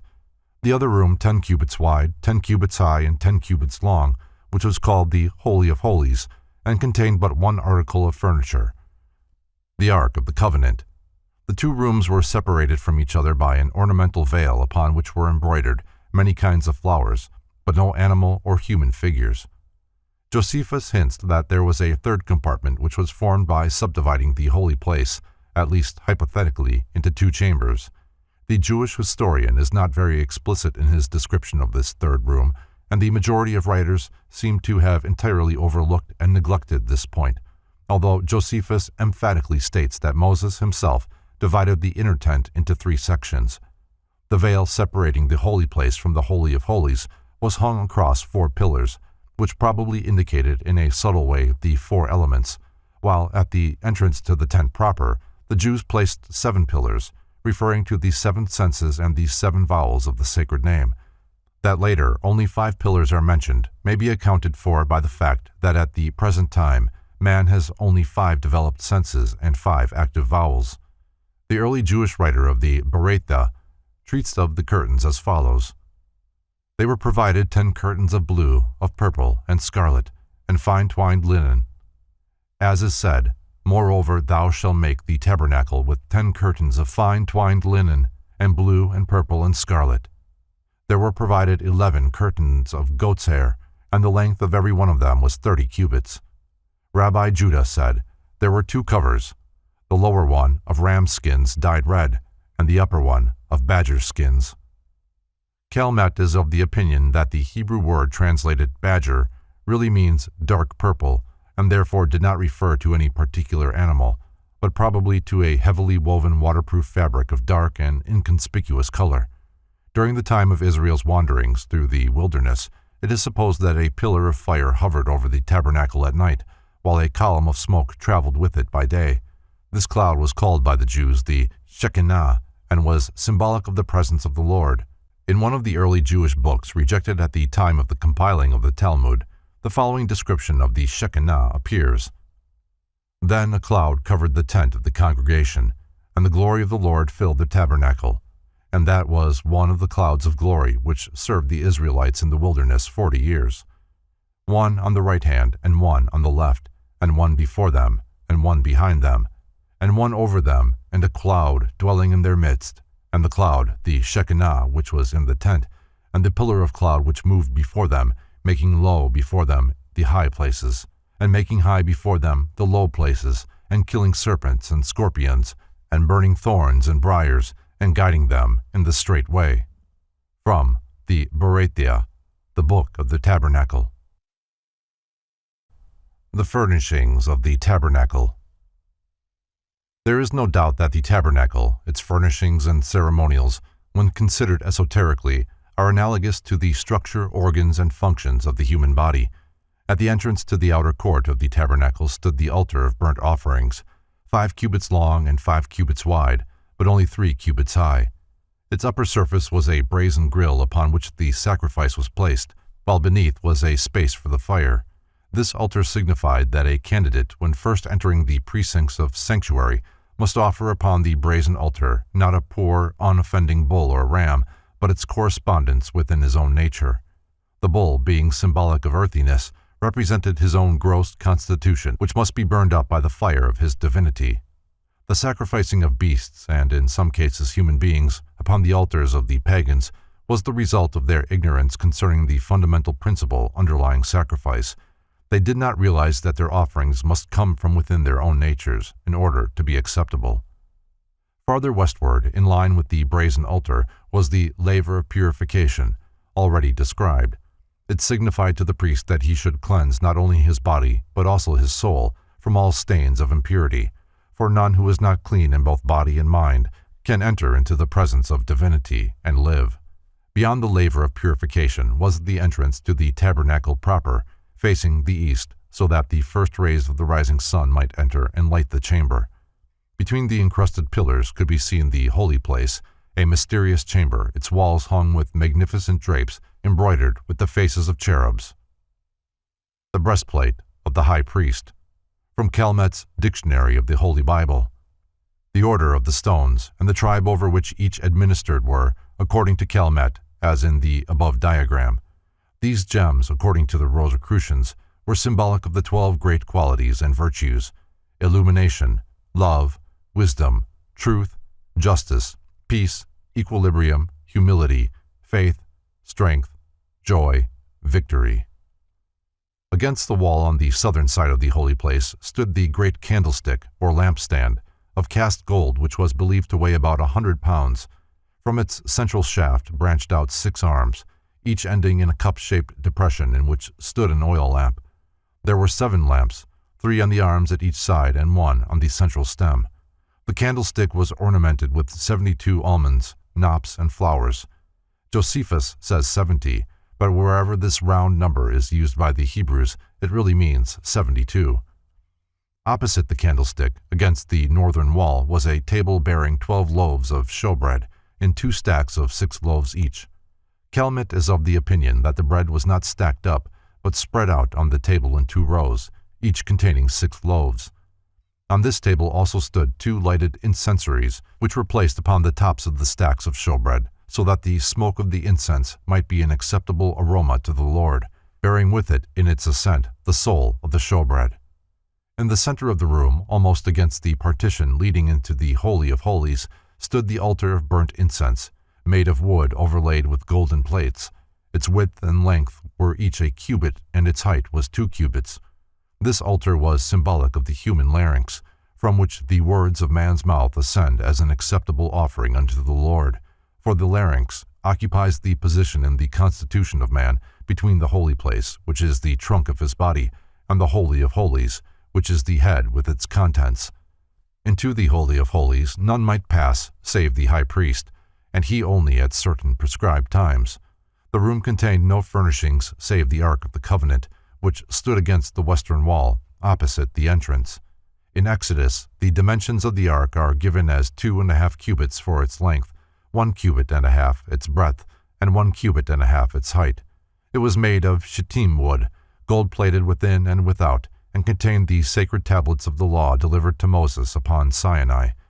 The lid of the ark was in the form of a golden plate upon which knelt 2 mysterious creatures called cherubim, facing each other, with wings arched overhead. It was upon this mercy seat between the wings of these celestials that the Lord of Israel descended when he desired to communicate with his high priest. The furnishings of the tabernacle were made conveniently portable. Each altar and implement of any size was supplied with staves, which could be put through rings. By this means it could be picked up and carried by 4 or more bearers. The staves were never removed from the Ark of the Covenant until it was finally placed in the Holy of Holies of the everlasting house, King Solomon's temple. There is no doubt that the Jews in early times realized, at least in part, that their tabernacle was a symbolic edifice. Josephus realized this, and while he has been severely criticized because he interpreted the tabernacle symbolism according to Egyptian and Grecian paganism, his description of the secret meanings of its drapes and furnishings is well worthy of consideration. He says, "When Moses distinguished the tabernacle into 3 parts, and allowed 2 of them to the priests, as a place accessible and common, he denoted the land and the sea, these being of general access to all. But he set apart the 3rd division for God, because heaven is inaccessible to men. And when he ordered 12 loaves to be set on a table, he denoted the year as distinguished into so many months. By branching out the candlestick into 70 parts, he secretly intimated the decani, or 70 divisions of the planets. And as to the 7 lamps upon the candlesticks, they refer to the course of the planets, of which that is the number. The veils, too, which were composed of 4 things, they declared the 4 elements, for the plain linen was proper to signify the earth, because the flax grows out of the earth, and the purple signified the sea, because that color is dyed by the blood of a seashell fish. The blue is fit to signify the air, and the scarlet will naturally be an indication of fire. Now the vestment of the high priest, being made of linen, signified the earth. The blue denoted the sky, being like lightning in its pomegranates, and in the noise of the bells resembling thunder. And for the ephod, it showed that God had made the universe of 4 elements, and as for the gold interwoven, it related to the splendor by which all things are enlightened. He also appointed the breastplate to be placed in the middle of the ephod, to resemble the earth, for that has the very middle place of the world, and the girdle, which encompassed the high priest round, signified the ocean, for that goes round about and includes the universe. Each of these sardonyxes declared to us the sun and the moon, those, I mean, that were in the nature of buttons on the high priest's shoulders. And for the 12 stones, whether we understand them by the months, or whether we understand them like the number of the signs that encircle, which the Greeks called the zodiac, we shall not be mistaken in their meaning. And for the mitre, which was of a blue color, it seems to me to mean heaven, for how otherwise could the name of God be inscribed upon it? That it was also illustrated with a crown, and that of gold also, is because of that splendor with which God is pleased. It is also symbolically significant that the tabernacle was built in 7 months and dedicated to God at the time of the new moon. The metals used in the building of the tabernacle were all emblematic. Gold represents spirituality, and the golden plates laid over the shittim wood were emblems of the spiritual nature which glorifies the human nature symbolized by the wood. Mystics have taught that man's physical body is surrounded by a series of invisible bodies of diverse colors and great splendor. In the majority of people, the spiritual nature is concealed and imprisoned in the material nature, but in a few, this internal constitution has been objectified and the spiritual nature is outside, so that it surrounds man's personality with a great radiance. Silver, used as the capitals for the pillars, has its reference to the moon, which was sacred to the Jews and the Egyptians alike. The priests held secret ritualistic ceremonies at the time of the new and the full moon, both of which periods were sacred to Jehovah. Silver, so the ancients taught, was gold with its sun ray turned inward instead of objectified. While gold symbolized the spiritual soul, silver represented the purified and regenerated human nature of man. The brass used in the outer altars was a composite substance consisting of an alloy of precious and base metals. Thus it represented the constitution of the average individual, who is a combination of both the higher and the lower elements. The 3 divisions of the tabernacle should have a special interest to Freemasons, for they represent the 3 degrees of the Blue Lodge, while the 3 orders of priests who serve the tabernacle are preserved to modern Masonry as the entered apprentice, the fellow craftsman, and the master mason. The Hawaiian Islanders built a tabernacle not unlike that of the Jews, except that their rooms were one above another and not one behind another, as in the case of the tabernacle of the Israelites. The 3 rooms are also the 3 important chambers of the Great Pyramid of Giza. The robes of glory. As explained in the quotation from Josephus, the robes and adornments of the Jewish priests had a secret significance, and even to this day there is a religious cipher language concealed in the colors, forms, and uses of sacred garments, not only among the Christian and Jewish priests, but also among pagan religions.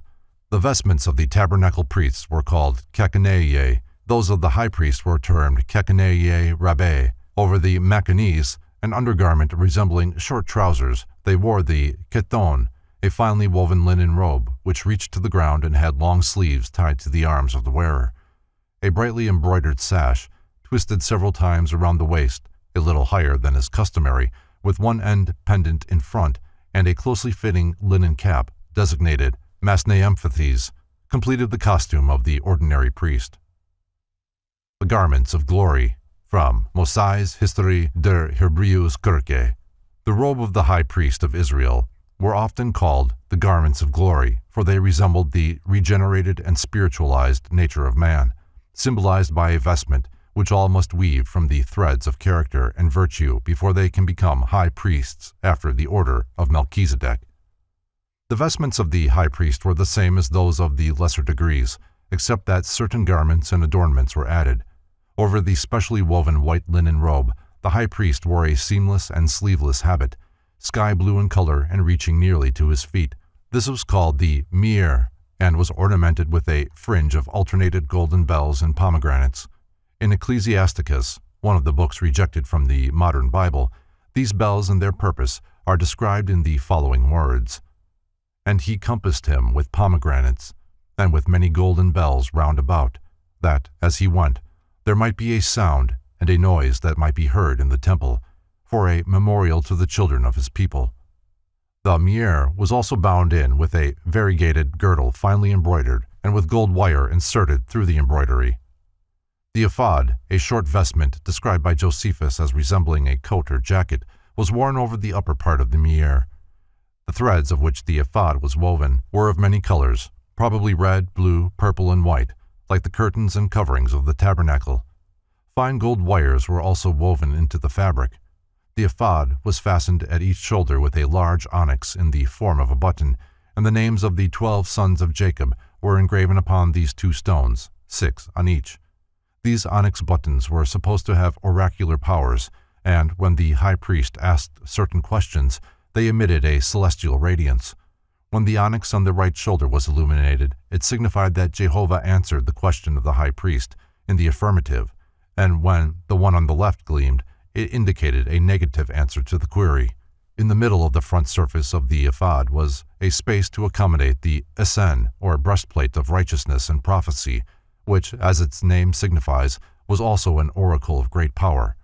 This pectoral was roughly square in shape and consisted of a frame of embroidery, into which were set 12 stones, each held in a socket of gold. Because of the great weight of its stones, each of which was of considerable size and immense value, the breastplate was held in position by special golden chains and ribbons. The 12 stones of the breastplate, like the onyx stones at the shoulders of the ephod, had the mysterious power of lighting up with divine glory, and so serving as oracles. Concerning the strange power of these flashing symbols of Israel's 12 tribes, Josephus writes, "Yet will I mention what is still more wonderful than this, for God declared beforehand, by those 12 stones which the high priest bare upon his breast and which were inserted into his breastplate, when they should be victorious in battle, for so great a splendor shone forth from them before the army began to march, that all the people were sensible of God's being present for their assistance. Whence it came to pass that those Greeks, who had a veneration for our laws, because they could not possibly contradict this, called the breastplate the oracle." The writer then adds that these stones ceased to light up and gleam some 200 years before he wrote his history, because the Jews had broken the laws of Jehovah, and the God of Israel was no longer pleased with his chosen people.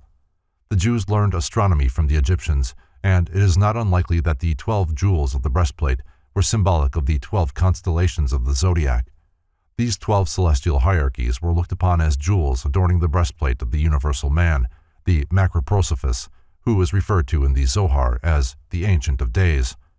The number 12 frequently occurs among ancient peoples, who in nearly every case had a pantheon consisting of 12 demigods and goddesses, presided over by the Invincible One, who was himself subject to the incomprehensible Allfather. This use of the number 12 is especially noted in the Jewish and Christian writings. The 12 prophets, the 12 patriarchs, the 12 tribes, and the 12 apostles. Each group has a certain occult significance, for each refers to the divine duodecimo, or 12-fold deity, whose emanations are manifested in the tangible created universe through 12 individualized channels. The secret doctrine also taught the priests that the jewels represented centers of life within their own constitutions, which, when unfolded, according to the esoteric instructions of the temple, were capable of absorbing into themselves and radiating forth again the divine light of the deity. The East Indian lotus blossoms have a similar meaning. The rabbis have taught that each twisted linen thread used in weaving the tabernacle curtains and ornamentations consisted of 24 separate strands, reminding the discerning that the experience, gained during the 24 hours of the day, symbolized in Masonry by the 24-inch rule, becomes the threads from which are woven the garments of glory. The Urim and Thummim. In the reverse side of the essen, or breastplate, was a pocket containing mysterious objects, the Urim and Thummim. Aside from the fact that they were used in divination, little is known about these objects. Some writers contend that they were small stones, resembling the fetishes still revered by certain aboriginal peoples, which the Israelites had brought with them out of Egypt because of their belief that they possessed divine power. Others believe that the Urim and Thummim were in the form of dice, used for deciding events by being cast upon the ground. A few have maintained that they were merely sacred names, written on plates of gold and carried as talismans. According to some, the Urim and Thummim signify lights and perfections, or light and truth, which last present a striking analogy to the two figures of Re, or Ra, and Themi in the breastplate worn by the Egyptians. Gardeners, the faiths of the world. Not the least remarkable of the vestments of the high priest was his bonnet, or headdress. Over the plain white cap of the ordinary priest, this dignitary wore an outer cloth of blue and a crown of gold, the crown consisting of 3 bands, one above the other like the triple mitre of the Persian magi. The crown symbolized that the high priest was ruler not only over the 3 worlds which the ancients had differentiated, heaven, earth, and hell, but also over the threefold divisions of man and the universe, the spiritual, intellectual, and material worlds. These divisions were also symbolized by the 3 apartments of the tabernacle itself. The headdress of the priests, from Mosse's Histoire der Hebreeus Kirche. Over the plain white cap of the ordinary priests, the high priest wore an overcloth of blue and a band of gold. On the front of the golden band were inscribed the Hebrew words, "Holiness unto the Lord." This illustration shows the arrangement of the bonnet both with and without the golden crown. At the peak of the headdress was a tiny cup of gold, made in the form of a flower. This signified that the nature of the priest was receptive, and that he had a vessel in his own soul which, cup-like, was capable of catching the eternal waters of life pouring upon him from the heavens above. This flower over the crown of his head is similar in its esoteric meaning to the rose growing out of a skull, so famous in Templar symbology. The ancients believed that the spiritual nature escaping from the body passed upward through the crown of the head. Therefore, the flower-like calyx, or cup, symbolized also the spiritual consciousness. On the front of the golden crown were inscribed in Hebrew, "Holiness unto the Lord." Though robes and ornaments augmented the respect and veneration of the Israelites for their high priest, such trappings meant nothing to Jehovah. Therefore, before entering the Holy of Holies, the high priest removed his earthly finery and entered into the presence of the Lord God of Israel unclothed. There he could be robed only in his own virtues, and his spirituality must adorn him as a garment.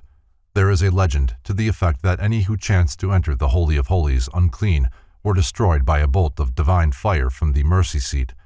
If the high priest had but one selfish thought, he would be struck dead. As no man knows when an unworthy thought may flash through his mind, precautions had to be taken in case the high priest should be struck dead while in the presence of Jehovah. The other priests could not enter the sanctuary. Therefore, when their leader was about to go in and receive the commands of the Lord, they tied a chain around one of his feet so that if he were struck down while behind the veil, they could drag the body out. The Ark with its cherubim. From Calmet's Dictionary of the Holy Bible. Josephus tells us that the cherubim were flying creatures, but different in appearance from anything to be seen on earth, therefore impossible to describe. Moses is supposed to have seen these beings kneeling at the footstool of God when he was picked up and brought into the presence of Jehovah. It is probable that they resembled, at least in general appearance, the famous cherubim of Ezekiel. The Fraternity of the Rose Cross. Who were the Rosicrucians? Were they an organization of profound thinkers rebelling against the inquisitional religious and philosophical limitations of their time? Or were they isolated transcendentalists, united only by the similarity of their viewpoints and deductions? Where was the House of the Holy Spirit, in which, according to their manifestos, they met once a year to plan the future activities of their order? Who was the mysterious person referred to as our illustrious father and brother, CRC? Did those three letters actually stand for the words Christian Rosy Cross? Was Christian Rosenkreutz, the supposed author of the Chemical Nuptials, the same person who with the three others founded the Society of the Rose Cross? What relationship existed between Rosicrucianism and medieval Freemasonry? Why were the destinies of these two organizations so closely interwoven? Is the Brotherhood of the Rose Cross the much sought-after link connecting the Freemasonry of the Middle Ages with the symbolism and mysticism of antiquity, and are its secrets being perpetuated by modern Masonry? Did the original Rosicrucian order disintegrate in the latter part of the 18th century, or does the society still exist as an organization, maintaining the same secrecy for which it was originally famous? What was the true purpose for which the Brotherhood of the Rose Cross was formed? Were the Rosicrucians a religious and philosophical brotherhood, as they claimed to be, or were their avowed tenets a blind to conceal the true object of the fraternity, which possibly was the political control of Europe? These are some of the problems involved in the study of Rosicrucianism. There are four distinct theories regarding the Rosicrucian enigma. Each is the result of a careful consideration of the evidence by scholars who have spent their lives ransacking the archives of Hermetic lore.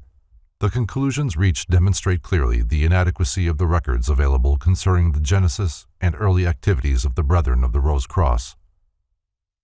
The first postulate. It is assumed that the Rosicrucian order existed historically in accordance with the description of its foundation and subsequent activities published in its manifesto, the Fama Fraternitatis, which is believed to have been written in the year 1610, but apparently did not appear in print until 1614, although an earlier edition is suspected by some authorities. Intelligent consideration of the origin of Rosicrucianism requires a familiarity with the contents of the first and most important of its documents. The Fama Fraternitatis begins with a reminder to all the world of God's goodness and mercy, and it warns the intelligentsia that their egotism and covetousness cause them to follow after false prophets and ignore the true knowledge which God, in His goodness, has revealed to them.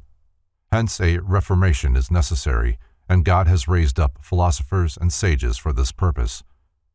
In order to assist in bringing about the Reformation, a mysterious person called the Highly Illuminated Father CRC, a German by birth, descended of a noble family, but himself a poor man, instituted the secret society of the Rose Cross.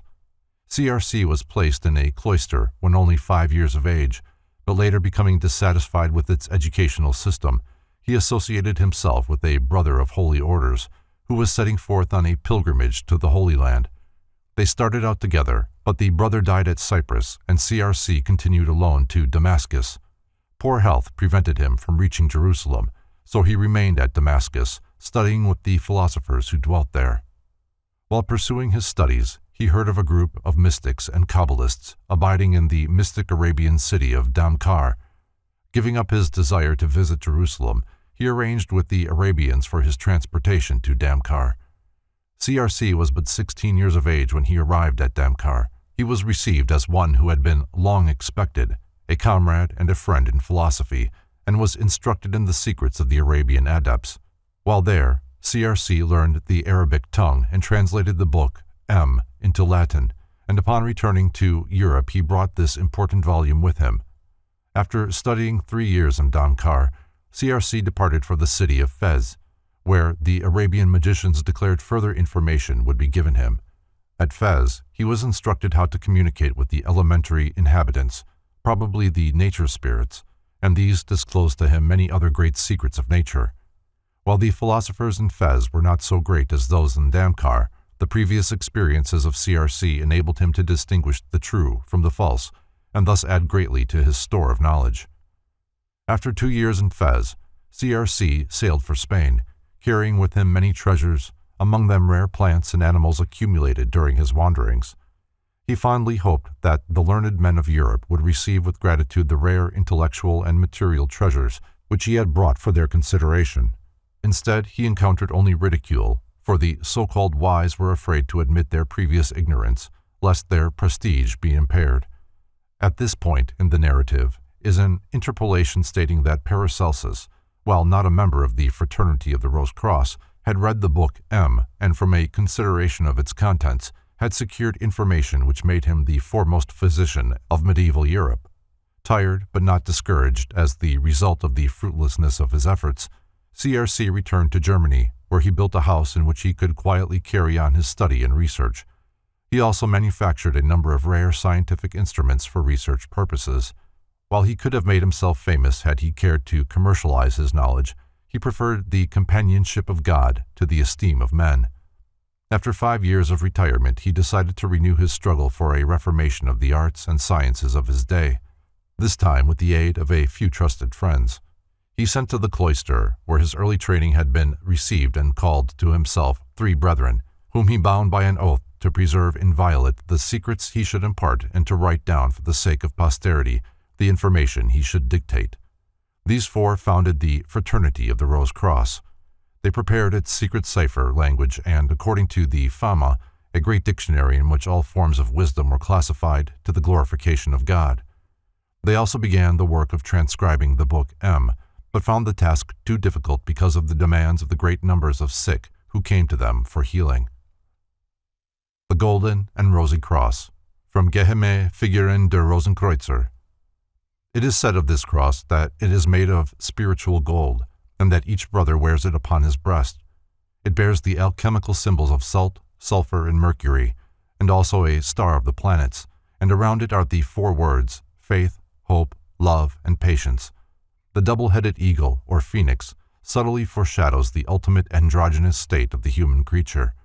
Rosicrucian alchemy was not concerned with metals alone. Man's own body was the alchemical laboratory, and none could reach Rosicrucian adeptship until he had performed the supreme experiment of transmutation by changing the base metals of ignorance into the pure gold of wisdom and understanding. Having completed a newer and larger building, which they called the House of the Holy Spirit, they decided to include 4 new members in the fraternity, thus increasing the number to 8, 7 of whom were German. All were unmarried. Working industriously together, they speedily completed the arduous labor of preparing the documents, instructions, and arcana of the order. They also put the house called Sancti Spiritus in order. They then decided to separate and visit the other countries of the earth, not only that their wisdom might be given to others who deserved it, but also that they might check and correct any mistakes existing in their own system. Before separating, the brethren prepared 6 rules, or bylaws, and each bound himself to obey them. The first rule was that they should take to themselves no other dignity or credit than that they were willing to heal the sick without charge. The second was that from that time on forever they should wear no special robe or garment, but should dress according to the custom of the country wherein they dwelt. The third stated that every year upon a certain day they should meet in the House of the Holy Spirit, or, if unable to do so, should be represented by an epistle. The fourth decreed that each member should search for a worthy person to succeed him at his own demise. The fifth stated that the letters R.C. should be their seal, mark, and character from that time onward. The sixth specified that the fraternity should remain unknown to the world for a period of 100 years. After they had sworn to this code, 5 of the brothers departed to distant lands, and a year later 2 of the others also went their way, leaving Father CRC alone in the House of the Holy Spirit. Year after year they met with great joy, for they had quietly and sincerely promulgated their doctrines among the wise of the earth. When the first of the order died in England, it was decided that the burial places of the members should be secret. Soon afterward, Father CRC called the remaining 6 together, and it is supposed that then he prepared his own symbolic tomb. The Fama records that none of the brothers alive at the time of its writing knew when Father CRC died or where he was buried. His body was accidentally discovered 120 years after his death when one of the brothers, who possessed considerable architectural skill, decided to make some alterations in the House of the Holy Spirit. It is only suspected that the tomb was in this building. While making his alterations, the brother discovered a memorial tablet upon which were inscribed the names of the early members of the order. This he decided to transfer to a more imposing chapel, for at that time no one knew in what country Father CRC had died, this information having been concealed by the original members. In attempting to remove the memorial tablet, which was held in place by a large nail, some stones and plastering were broken from the wall, disclosing a door concealed in the masonry. The members of the order immediately cleared away the rest of the debris and uncovered the entrance to a vault. Upon the door in large letters were the words, "Post 120 annos patebo." This, according to the mystic interpretation of the brethren, meant, "In 120 years I shall come forth." The following morning the door was opened and the members entered a vault with 7 sides and 7 corners, each side 5 feet broad and 8 feet high. Although the sun never penetrated this tomb, it was brilliantly illuminated by a mysterious light in the ceiling. In the center was a circular altar, upon which were brass plates engraved with strange characters. In each of these 7 sides was a small door which, upon being opened, revealed a number of boxes filled with books, secret instructions, and the supposedly lost arcanum of the fraternity. Upon moving the altar to one side, a brass cover was disclosed. Lifting this revealed a body, presumably that of CRC, which, although it had lain there 120 years, was as well preserved as though it had just been interred. It was ornamented and attired in the robes of the order, and in one hand was clasped a mysterious parchment which, next to the Bible, was the most valued possession of the society. After thoroughly investigating the contents of the secret chamber, the brass plate and altar were put back in place, the door of the vault was again sealed, and the brothers went their respective ways, their spirits raised and their faith increased by the miraculous spectacle which they had beheld. The document ends by saying, in effect, "In accordance with the will of Father CRC, the Fama has been prepared and sent forth to the wise and learned of all Europe in 5 languages, that all may know and understand the secrets of the august fraternity. All of sincere soul who labor for the glory of God are invited to communicate with the brethren and are promised that their appeal shall be heard, regardless of where they are or how the messages are sent. At the same time, those of selfish and ulterior motives are warned that only sorrow and misery will attend any who attempt to discover the fraternity without a clean heart and a pure mind." Such, in brief, is the story of the Fama Fraternitatis. Those who accept it literally regard Father CRC as the actual founder of the brotherhood, which he is believed to have organized about 1400. The fact that historical corroboration of the important points of the Fama has never been discovered is held against this theory. There is no proof that Father CRC ever approached the learned men of Spain. The mysterious city of Damkar cannot be found, and there is no record that anywhere in Germany there existed a place where great numbers of the sick came and were mysteriously healed.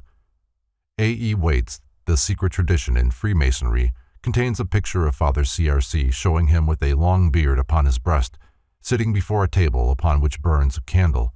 One hand is supporting his head and the other is resting, the tip of its index finger, on the temple of a human skull.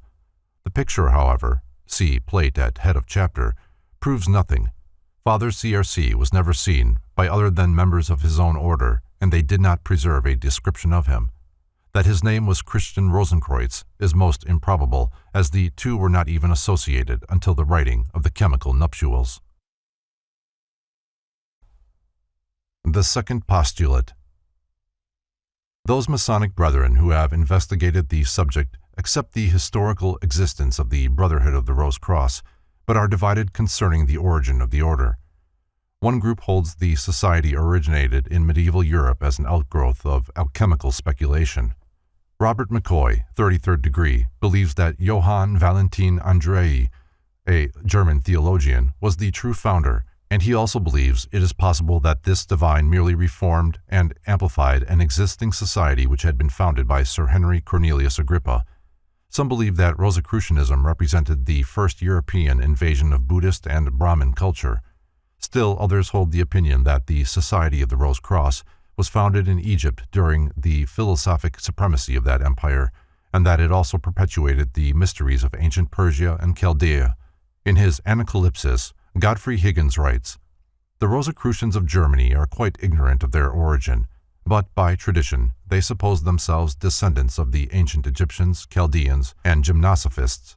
The last was a name given by the followers of Alexander the Great to a caste of naked wise men whom they found meditating along the riverbanks in India. The consensus among these factions is that the story of Father CRC, like the Masonic legend of Hiram Abiff, is an allegory and should not be considered literally. A similar problem has confronted students of the Bible, who have found not only difficult, but in the majority of cases impossible, their efforts to substantiate the historical interpretation of the scriptures. Admitting the existence of the Rosicrucians as a secret society with both philosophic and political ends, it is remarkable that an organization with members in all parts of Europe could maintain absolute secrecy throughout the centuries. Nevertheless, the Brothers of the Rose Cross were apparently able to accomplish this. A great number of scholars and philosophers, among them Sir Francis Bacon and Wolfgang von Goethe, have been suspected of affiliation with the order, but their connection has not been established to the satisfaction of prosaic historians. Pseudo-Rosicrucians abounded, but the true members of the ancient and secret order of the unknown philosophers have successfully lived up to their name. To this day, they remain unknown. During the Middle Ages, a number of tracts appeared, purporting to be from the pens of Rosicrucians. Many of them, however, were spurious, being issued for their self-aggrandizement by unscrupulous persons who used the revered and magic name Rosicrucian in the hope of gaining religious or political power. This has greatly complicated the work of investigating the society. One group of pseudo-Rosicrucians went so far as to supply its members with a black cord by which they were to know each other, and warned them that if they broke their vow of secrecy, the cord would be used to strangle them.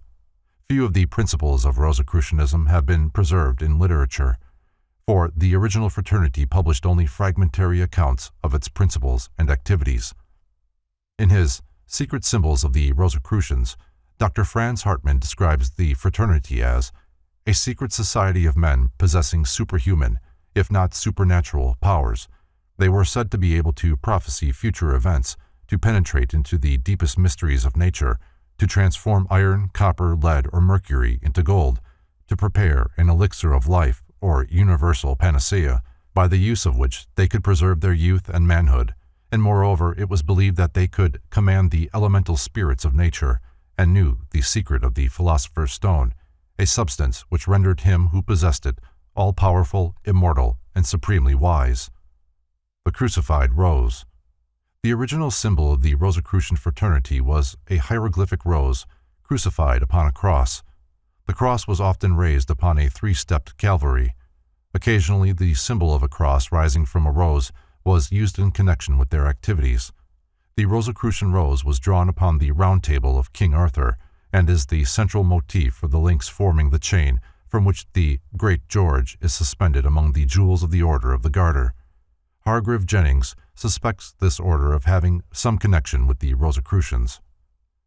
The same author further defines a Rosicrucian as a person who by the process of spiritual awakening has attained a practical knowledge of the secret significance of the rose and the cross.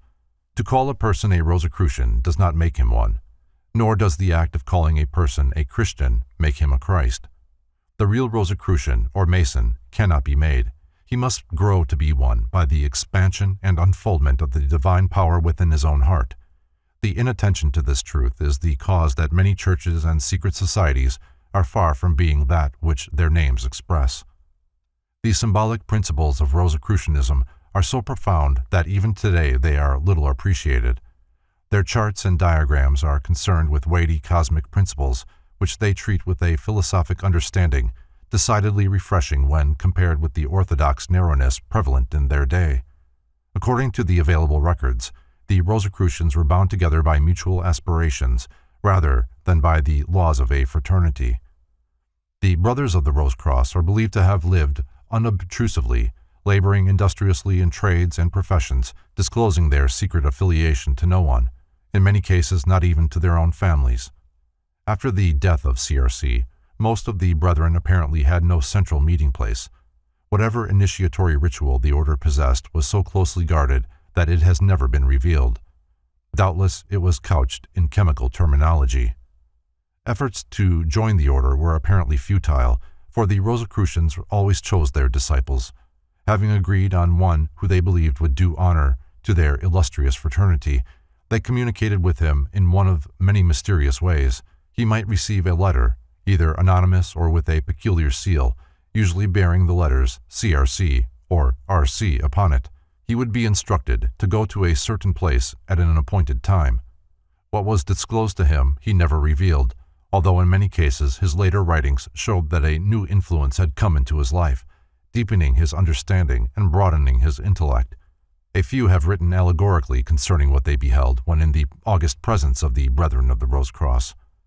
Alchemists were sometimes visited in their laboratories by mysterious strangers, who delivered learned discourses concerning the secret processes of the Hermetic arts, and, after disclosing certain processes, departed, leaving no trace. Others declared that the Brothers of the Rose Cross communicated with them through dreams and visions, revealing the secrets of Hermetic wisdom to them while they were asleep. Having been instructed, the candidate was bound to secrecy, not only concerning the chemical formulae which had been disclosed to him, but also concerning the method by which he had secured them. While these nameless adepts were suspected of being Brothers of the Rose Cross, it could never be proved who they were, and those visited could only conjecture. Many suspect the Rosicrucian rose to be a conventionalization of the Egyptian and Hindu lotus blossom, with the same symbolic meaning as this more ancient symbol. The Divine Comedy stamps Dante Alighieri as being familiar with the theory of Rosicrucianism. Concerning this point, Albert Pike, in his Morals and Dogma, makes this significant statement. His hell is but a negative purgatory. His heaven is composed of a series of Kabbalistic circles, divided by a cross like the pentacle of Ezekiel. In the center of this cross blooms a rose, and we see the symbol of the adepts of the Rose Croix for the first time publicly expounded and almost categorically explained. Doubt has always existed as to whether the name Rosicrucian came from the symbol of the rose and cross, or whether this was merely a blind to deceive the uninformed and further conceal the true meaning of the order. Godfrey Higgins believes that the word Rosicrucian is not derived from the flower, but from the word ros, which means dew. It is also interesting to note that the word ras means wisdom, while rus is translated concealment. Doubtless all of these meanings have contributed to Rosicrucian symbolism. A.E. Waite holds with Godfrey Higgins that the process of forming the Philosopher's Stone with the aid of dew is the secret concealed within the name Rosicrucian. It is possible that the dew referred to is a mysterious substance within the human brain, closely resembling the description given by alchemists of the dew which, falling from heaven, redeemed the earth. The cross is symbolic of the human body, and the two symbols together, the rose on the cross, signify that the soul of man is crucified upon the body, where it is held by 3 nails. It is probable that Rosicrucian symbolism is a perpetuation of the secret tenets of the Egyptian Hermes, and that the Society of Unknown Philosophers is the true link connecting modern Masonry, with its massive symbols, to ancient Egyptian Hermeticism, the source of that symbolism. In his Doctrine and Literature of the Kabbalah, A.E. Waite makes this important observation. There are certain indications which point to a possible connection between Masonry and Rosicrucianism, and this, if admitted, would constitute the first link in its connection with the past. The evidence is, however, inconclusive, or at least unextricated.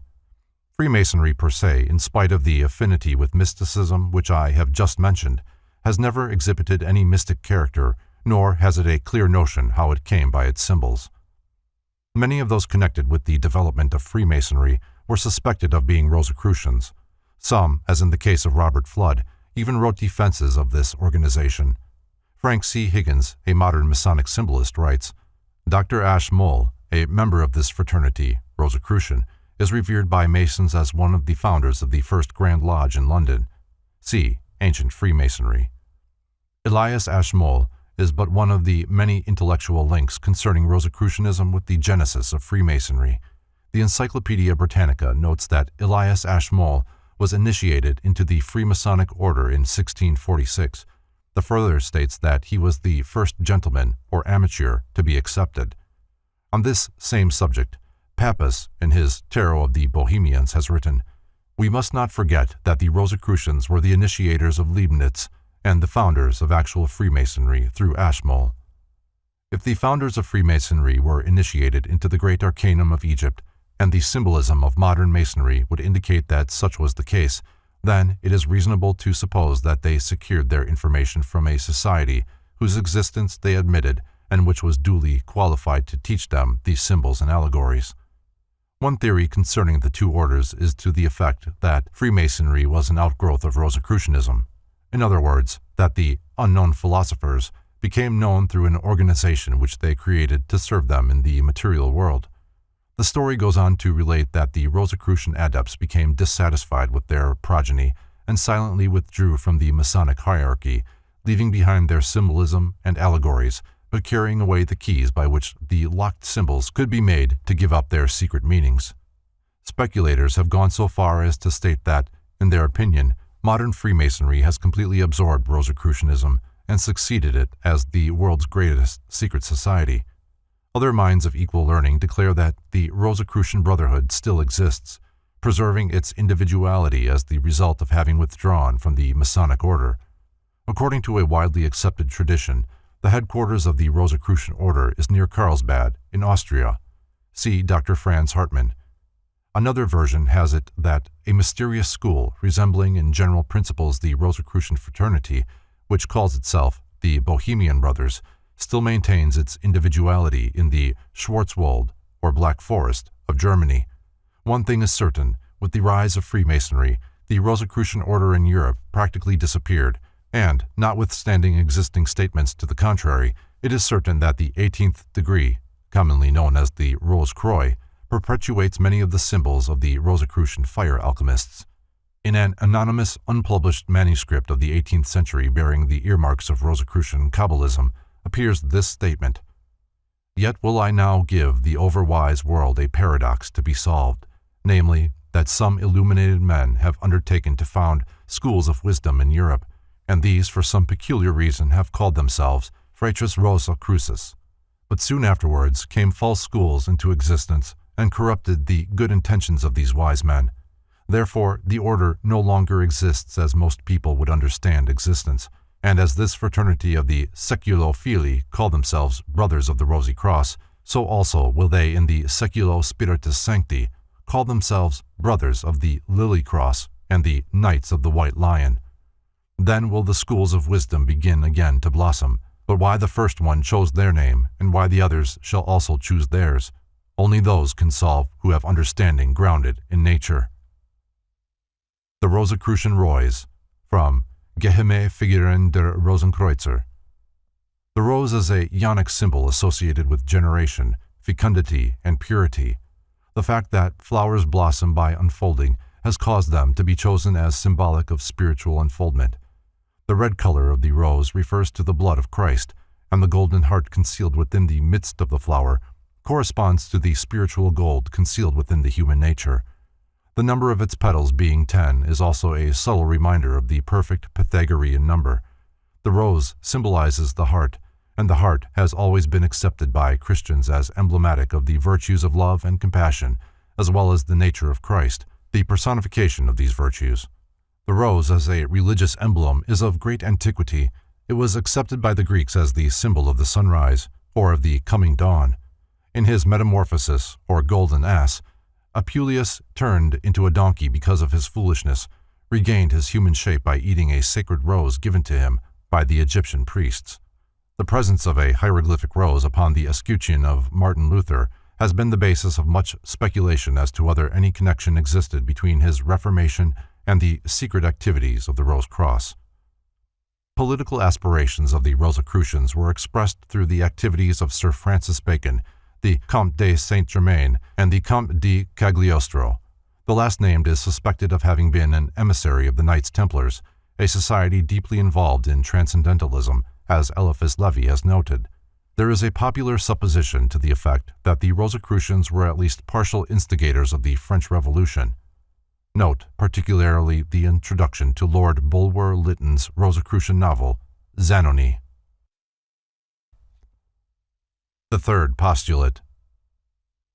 The third theory takes the form of a sweeping denial of Rosicrucianism, asserting that the so-called original order never had any foundation in fact, but was entirely a product of imagination.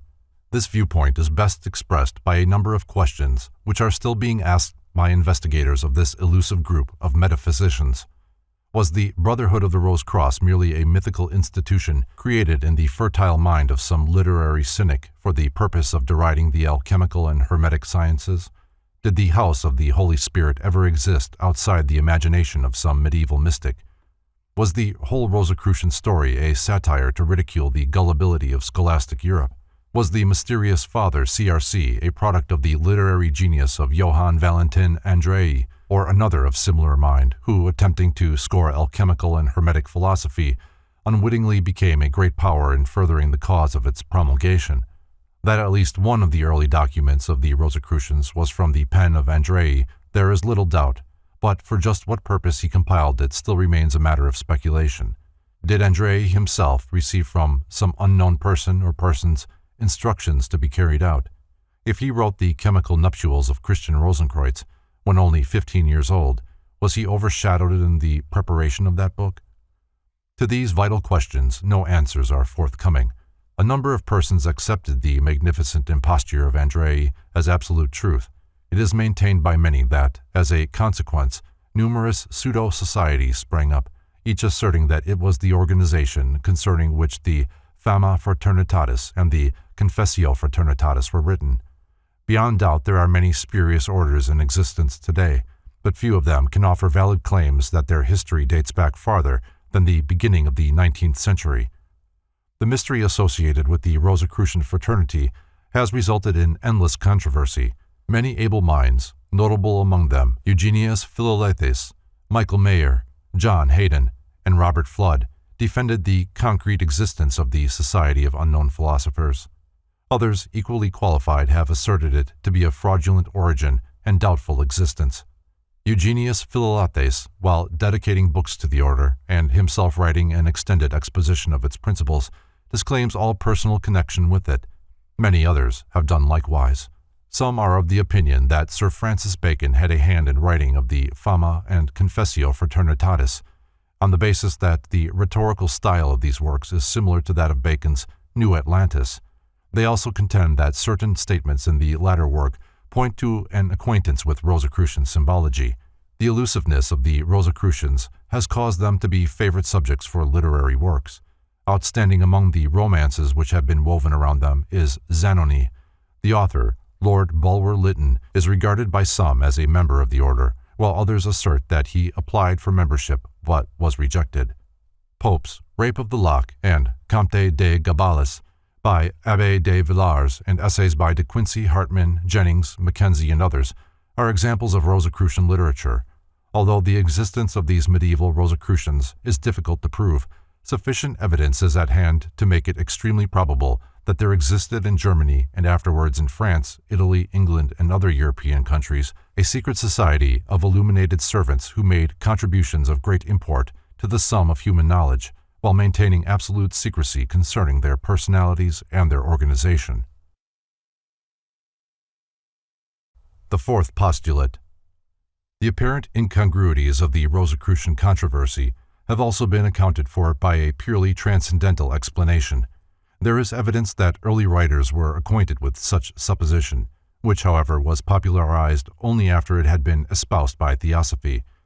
This theory asserts that the Rosicrucians actually possessed all these supernatural powers with which they were credited, that they were, in reality, citizens of two worlds, that, while they had physical bodies for expression on the material plane, they were also capable, through the instructions they received from the Brotherhood, of functioning in a mysterious ethereal body, not subject to the limitations of time or distance. By means of this astral form, they were able to function in the invisible realm of nature, and in this realm, beyond reach of the profane, their temple was located. According to this viewpoint, the true Rosicrucian Brotherhood consisted of a limited number of highly developed adepts, or initiates, those of the higher degrees being no longer subject to the laws of mortality. Candidates were accepted into the order only after long periods of probation. Adepts possessed the secret of the Philosopher's Stone and knew the process of transmuting the base metals into gold, but taught that these were only allegorical terms concealing the true mystery of human regeneration through the transmutation of the base metals of man's lower nature into the gold of intellectual and spiritual realization. According to this theory, Those who have sought to record the events of importance in connection with the Rosicrucian controversy have invariably failed because they approached their subject from a purely physical or materialistic angle. These adepts were believed to have been able to teach man how to function away from his physical body at will by assisting him to remove the rose from the cross. They taught that the spiritual nature was attached to the material form at certain points, symbolized by the nails of the crucifixion, but by 3 alchemical initiations which took place in the spiritual world, in the true temple of the Rose Cross, they were able to draw these nails and permit the divine nature of man to come down from its cross. They concealed the processes by which this was accomplished under 3 alchemical metaphoric expressions: the casting of the molten sea, the making of the rose diamond, and the achieving of the philosopher's stone. While the intellectualist flounders among contradictory theories, the mystic treats the problem in an entirely different manner.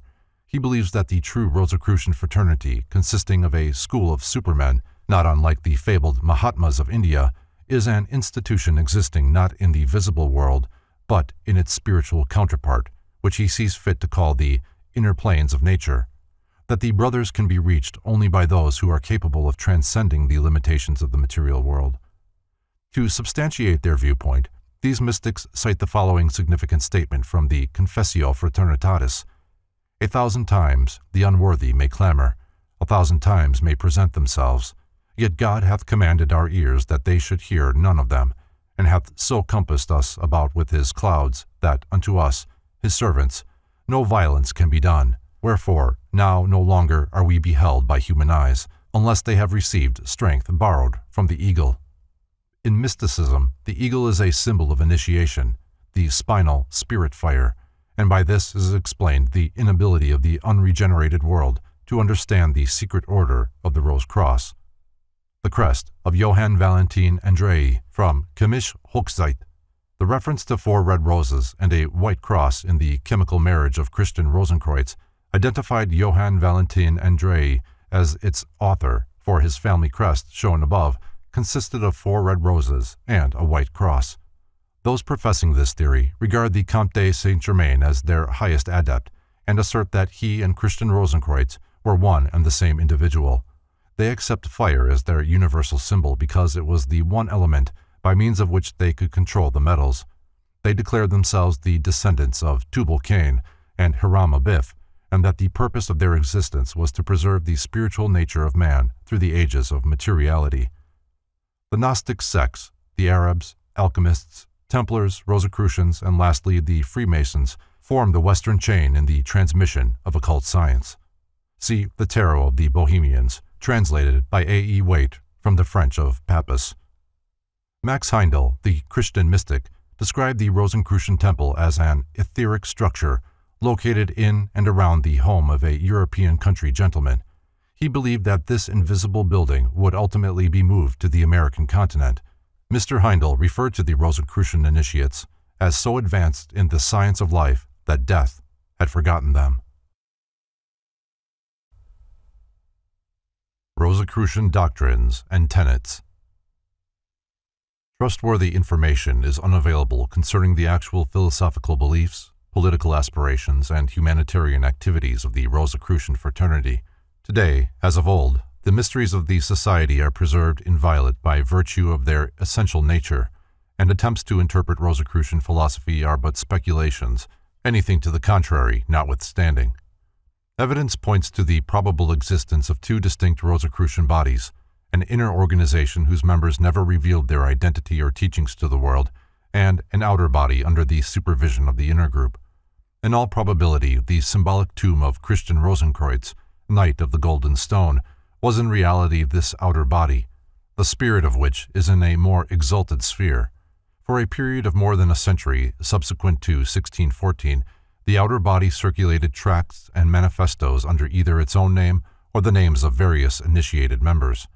The purpose of these writings was apparently to confuse and mislead investigators, and thus effectively to conceal the actual designs of the fraternity. When Rosicrucianism became the philosophical fad of the 17th century, numerous documents on the subject were also circulated for purely commercial purposes by impostors desirous of capitalizing its popularity. The cunningly contrived artifices of the fraternity itself and the blundering literary impostures of charlatans formed a double veil behind which the inner organization carried on its activities in a manner totally dissimilar to its purposes and principles as publicly disseminated. The fratres Rosicrucis naively refer to the misunderstandings which they have, for obvious reasons, permitted to exist concerning themselves as being clouds within which they labor and behind which they are concealed. An inkling of the substance of Rosicrucianism, its esoteric doctrines, can be gleaned from an analysis of its shadow, its exoteric writings. In one of the most important of their clouds, the Fama Fraternitatis, the Brethren of the Fraternity of R.C., seek to justify their existence and explain the purposes and activities of their order. In its original form, the Confessio is divided into 14 chapters, which are here epitomized. Confessio Fraternitatis, R.C., ad Eruditos Europae. Chapter 1. Do not through hasty judgment or prejudice misinterpret the statements concerning our fraternity published in our previous manifesto, the Fama Fraternitatis.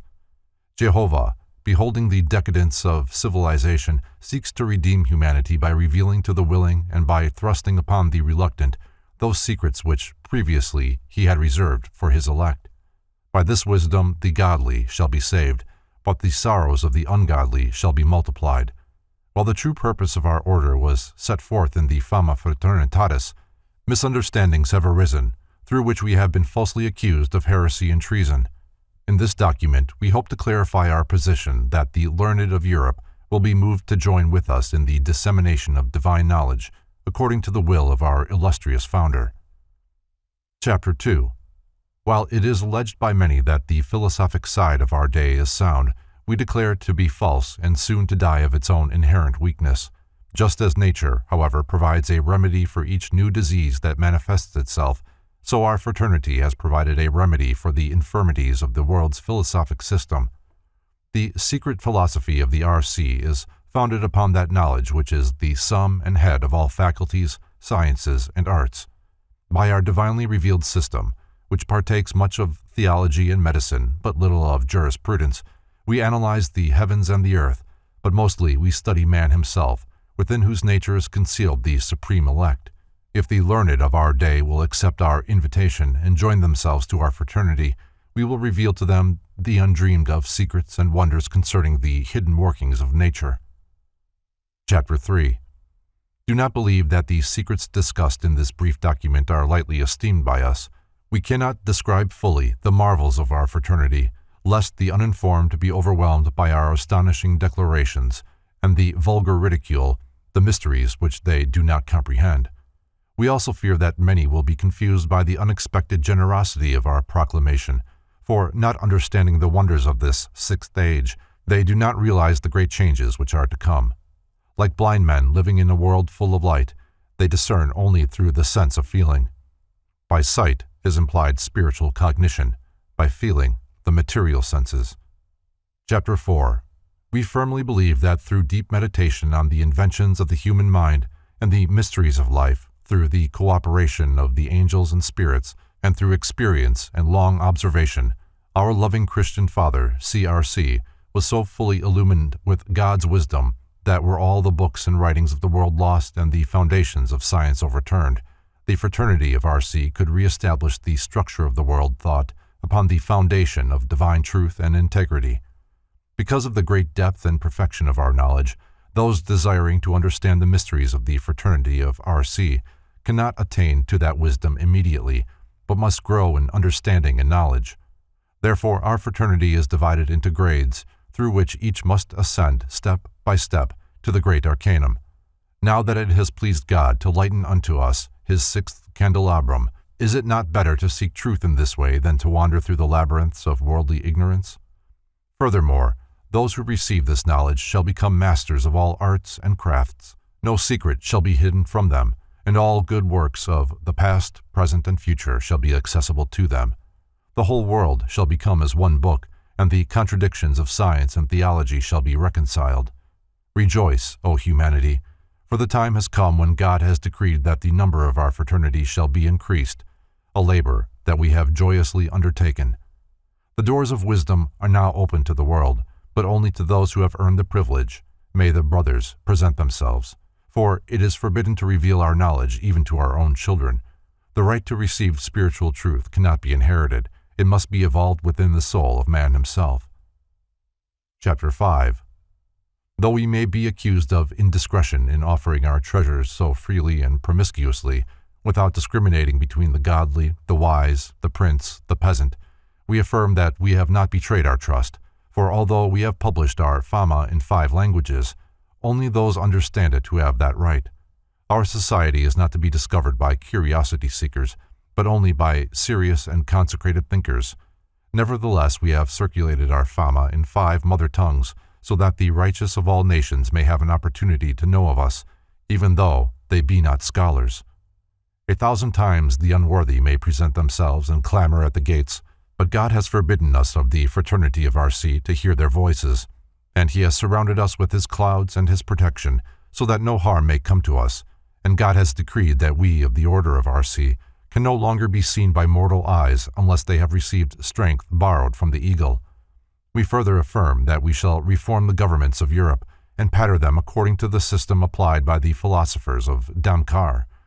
All men, desirous of securing knowledge, shall receive as much as they are capable of understanding. The rule of false theology shall be overthrown, and God shall make His will known through His chosen philosophers. Chapter 6. Because of the need of brevity, it is enough to say that our father, CRC, was born in the year 1378, and departed at the age of 106, leaving to us the labor of spreading the doctrine of philosophic religion to the entire world.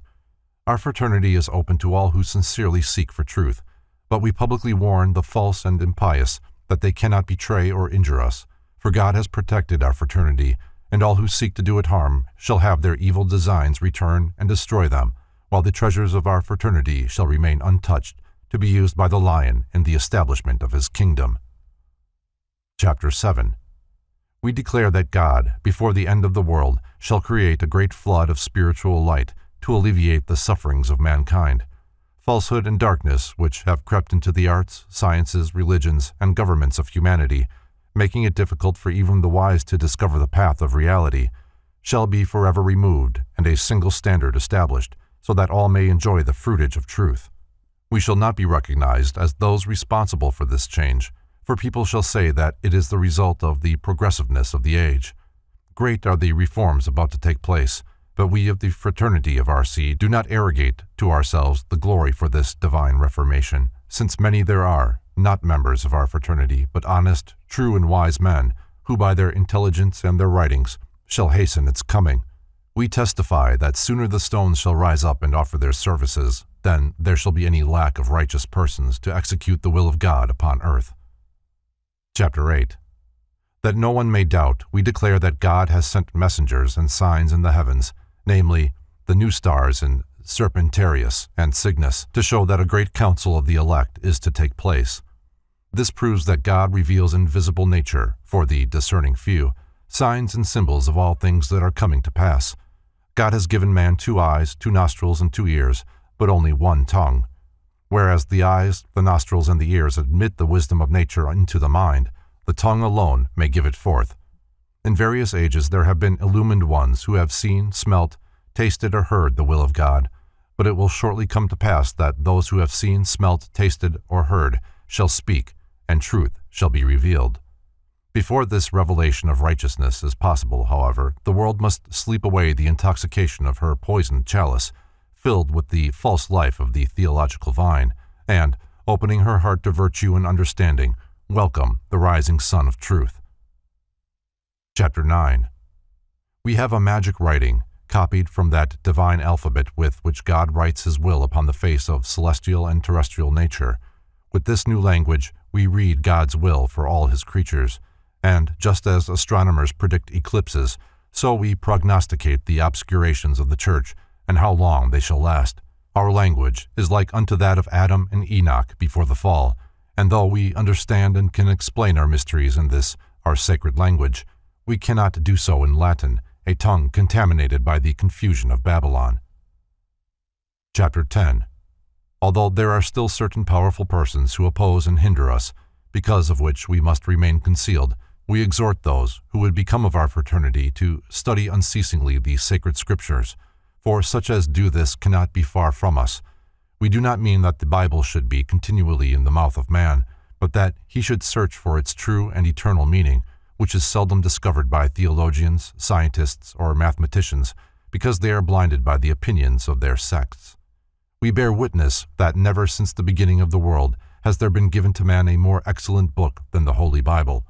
Blessed is he who possesses it, more blessed he who reads it, most blessed he who understands it, and most godlike he who obeys it. Chapter 11. We wish the statements we made in the Fama Fraternitatis concerning the transmutation of metals and the universal medicine to be lightly understood. While we realize that both these works are attainable by man, we fear that many really great minds may be led away from the true quest of knowledge and understanding if they permit themselves to limit their investigation to the transmutation of metals. When to a man is given power to heal disease, to overcome poverty, and to reach a position of worldly dignity, that man is beset by numerous temptations, and unless he possess true knowledge and full understanding, he will become a terrible menace to mankind. The alchemist who attains to the art of transmuting base metals can do all manner of evil unless his understanding be as great as his self-created wealth. We therefore affirm that man must first gain knowledge, virtue, and understanding. Then all other things may be added unto him. We accuse the Christian Church of the great sin of possessing power and using it unwisely. Therefore we prophesy that it shall fall by the weight of its own iniquities, and its crown shall be brought to naught. Chapter 12. In concluding our Confessio, we earnestly admonish you to cast aside the worthless books of pseudo-alchemists and philosophers, of whom there are many in our age, who make light of the Holy Trinity and deceive the credulous with meaningless enigmas. One of the greatest of these is a stage player, a man with sufficient ingenuity for imposition. Such men are mingled by the enemy of human welfare among those who seek to do good, thus making truth more difficult of discovery. Believe us, truth is simple and unconcealed, while falsehood is complex, deeply hidden, proud, and its fictitious worldly knowledge, seemingly a glitter with godly luster, is often mistaken for divine wisdom. You, that are wise, will turn from these false teachings and come to us, who seek not your money, but freely offer you our greatest treasure. We desire not your goods, but that you should become partakers of our goods. We do not deride parables, but invite you to understand all parables and secrets. We do not ask you to receive us, but invite you to come unto our kingly houses and palaces, not because of ourselves, but because we are so ordered by the Spirit of God, the desire of our most excellent Father, CRC, and the need of the present moment, which is very great. Chapter 13.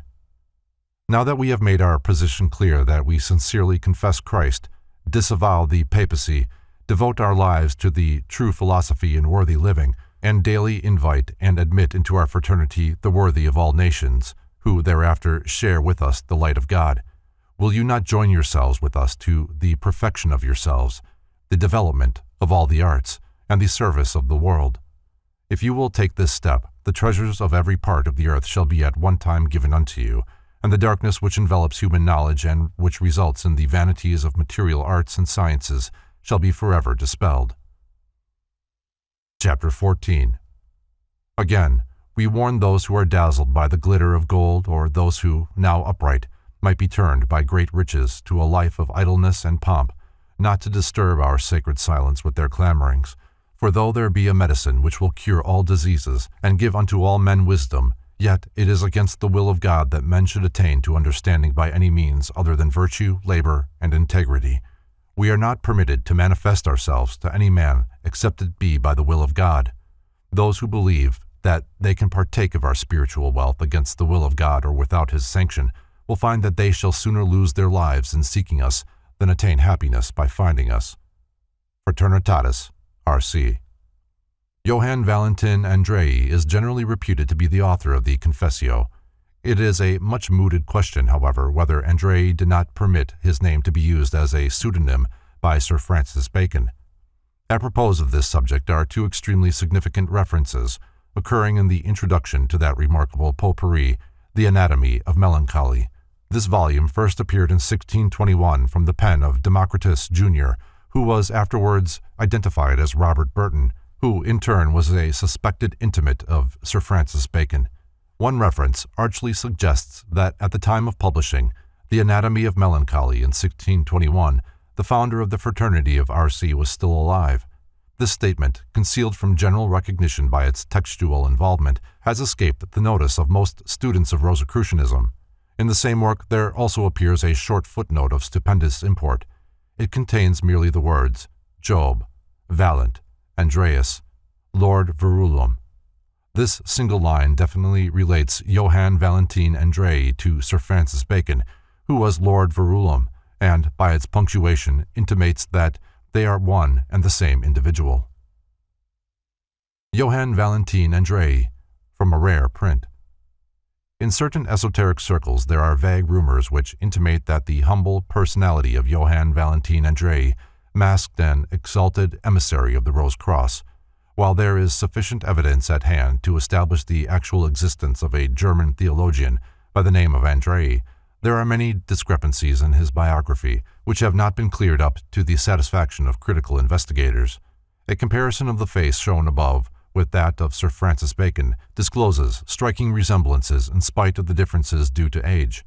If Lord Bacon borrowed the name and identity of William Shakespeare, he could also assume, after his mock funeral in England, the personality of Johann Valentin Andrei. The crescent below the bust is significant, as it also appears upon the crest of Lord Bacon, to denote that he was the second son of Sir Nicholas Bacon. Further, the four letters, OMDC, in the frame at the lower right corner of the plate, by a very simple Baconian cipher, can be changed into a number whose sum gives 33, the numerical equivalent of the name Bacon.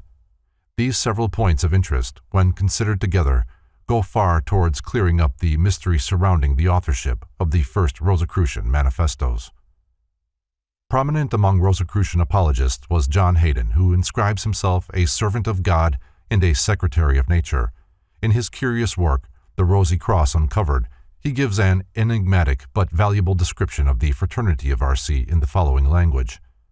Now there are a kind of men, as they themselves report, named Rosicrucians, a divine fraternity that inhabit the suburbs of heaven, and these are the officers of the Generalissimo of the world, that are as the eyes and ears of the great king, seeing and hearing all things. They say these Rosicrucians are seraphically illuminated, as Moses was, according to this order of the elements, earth refined to water, water to air, air to fire. A symbolic diagram of the operations of nature, from Flood's Collectio Operum. This plate, engraved by de Bry, is the most famous of the diagrams illustrating the philosophic principles of Robert Flood, Robertus de Fluctibus. Three figures are outstanding links between Rosicrucianism and Freemasonry: Michael Mayer, Elias Ashmole, and Robert Flood. De Quincey considers Robert Flood to be the immediate father of Freemasonry. See the Rosicrucians and Freemasons. Edward Waite considers Robert Flood as second to none of the disciples of Paracelsus, even going as far as to declare that Flood far surpassed his master.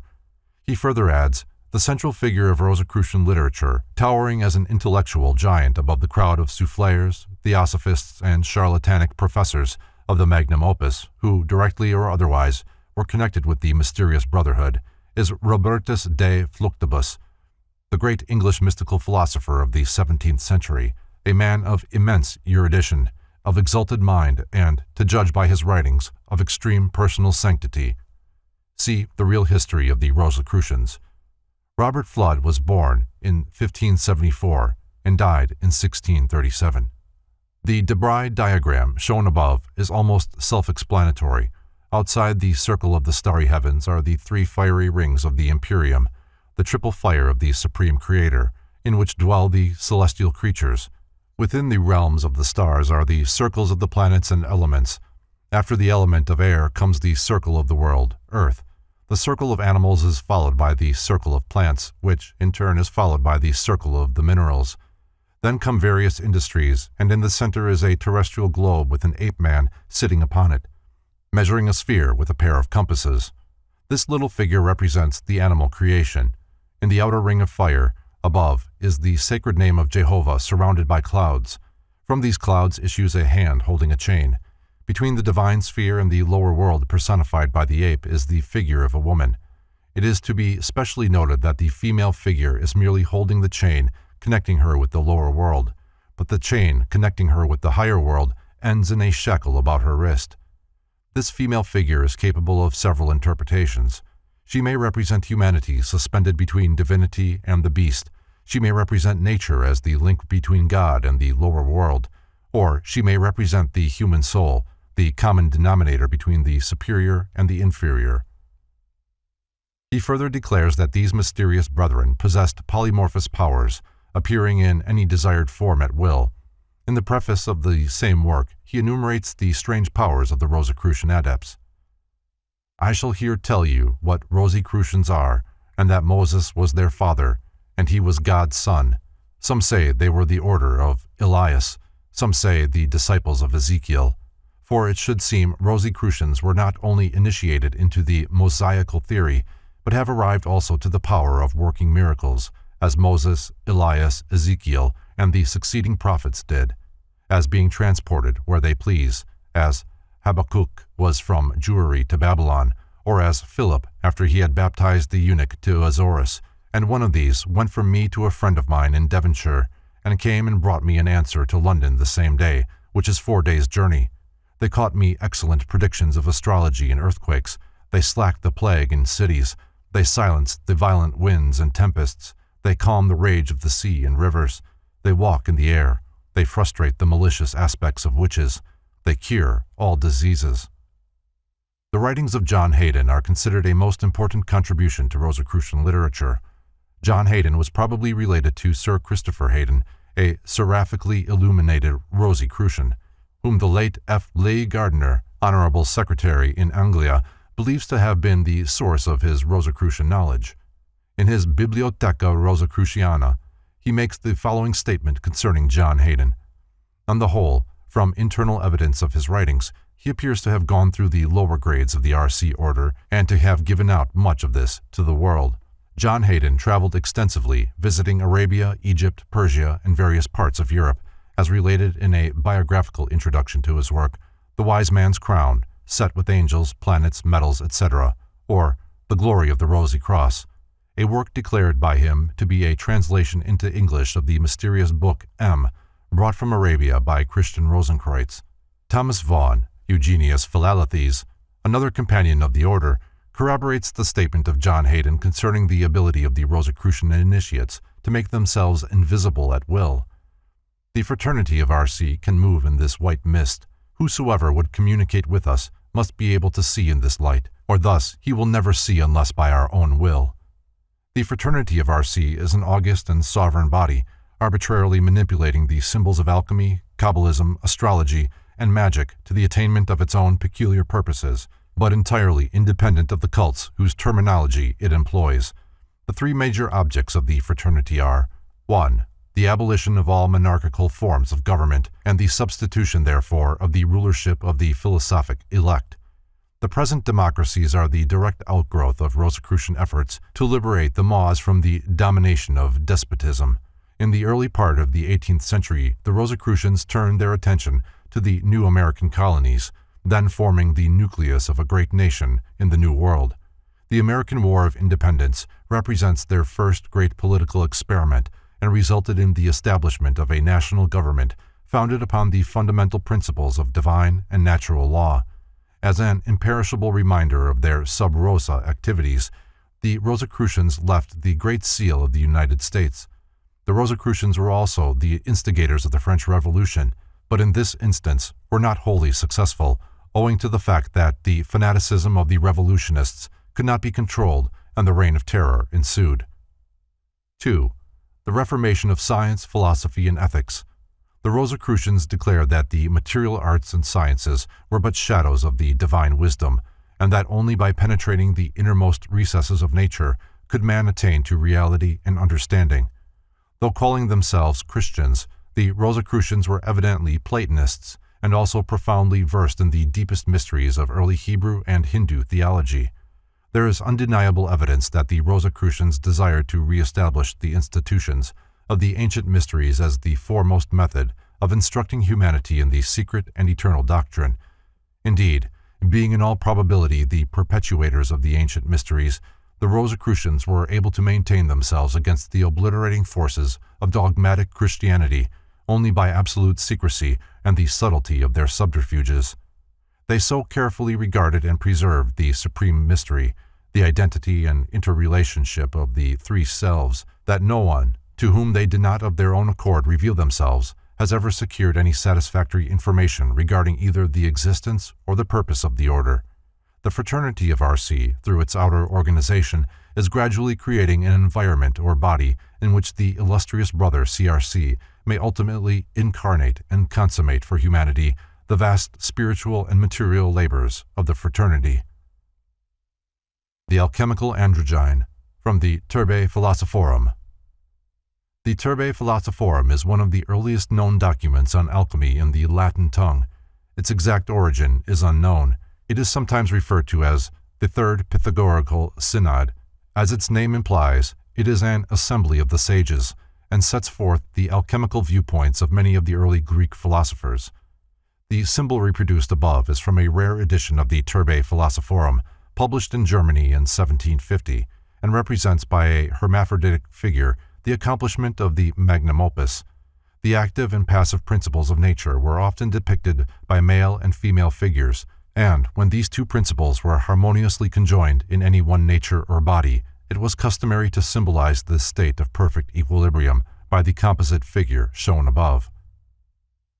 3. The discovery of the universal medicine, or panacea, for all forms of disease. There is ample evidence that the Rosicrucians were successful in their quest for the elixir of life. In this Theatrum Chemicum Britannicum, Elias Ashmole states that the Rosicrucians were not appreciated in England, but were welcomed on the continent. He also states that Queen Elizabeth was twice cured of the smallpox by the Brethren of the Rosy Cross, and that the Earl of Norfolk was healed of leprosy by a Rosicrucian physician. In the quotations that follow, it is hinted by John Hayden that the brothers of the fraternity possessed the secret of prolonging human existence indefinitely, but not beyond the time appointed by the will of God. And at last they could restore by the same course every brother that died to life again, and so continue many ages. The rules you find in the 4th book. After this manner began the fraternity of the Rosy Cross, first by 4 persons, who died and rose again until Christ, and then they came to worship as the star guided them to Bethlehem of Judea, where lay our Savior in his mother's arms, and then they opened their treasure and presented unto him gifts, gold, frankincense, and myrrh, and by the commandment of God went home to their habitation. These 4, waxing young again successively, many hundreds of years, made a magical language and writing, with a large dictionary, which we yet daily use to God's praise and glory, and do find great wisdom therein. Now, whilst Brother C.R. was in a proper womb quickening, they concluded to draw and receive yet others more into their fraternity. A Rosicrucian title page, from Myers, Viatorium. Count Michael Mayer, physician to Rudolph II, was an outstanding figure in the Rosicrucian controversy. There is little doubt that he was an initiated member of the Rosicrucian fraternity, empowered by the order to promulgate its secrets among the philosophic elect of Europe. The above title page shows the 7 planets represented by appropriate figures. Behind the central figure in each case is a smaller emblem, signifying the zodiacal sign in which the planet is enthroned. In the arch over the title itself is a portrait of the learned Mayer. The volume of which this is the title page is devoted to an analysis of the nature and effect of the 7 planets, and is couched in alchemical terminology throughout. Michael Mayer concealed his knowledge so cunningly that it is exceedingly difficult to track from his writings the secrets which he possessed.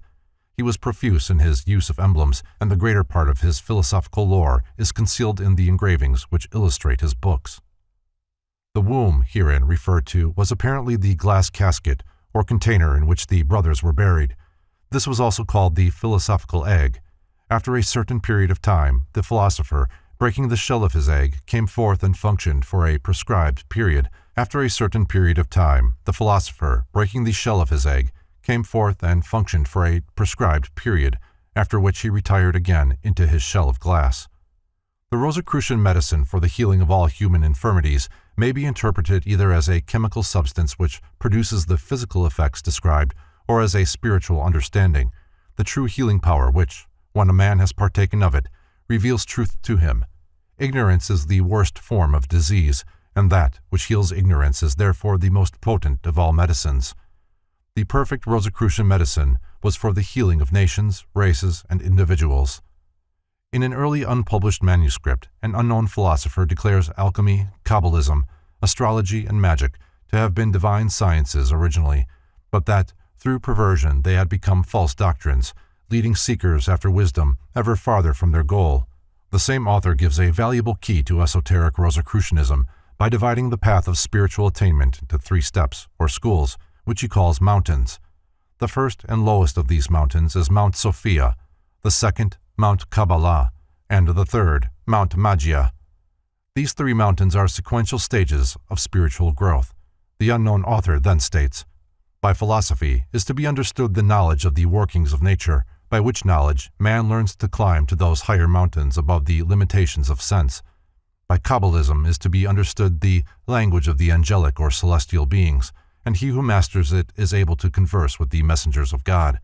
On the highest of the mountains is the school of Magia, divine magic, which is the language of God, wherein man is taught the true nature of all things by God himself. There is a growing conviction that if the true nature of Rosicrucianism were divulged, it would cause consternation, to say the least. Rosicrucian symbols have many meanings, but the Rosicrucian meaning has not yet been revealed. The mount upon which stands the house of the Rosy Cross is still concealed by clouds, in which the brethren hide both themselves and their secrets. Michael Mayer writes, "What is contained in the Fama and Confessio is true. It is a very childish objection that the brotherhood have promised so much and performed so little.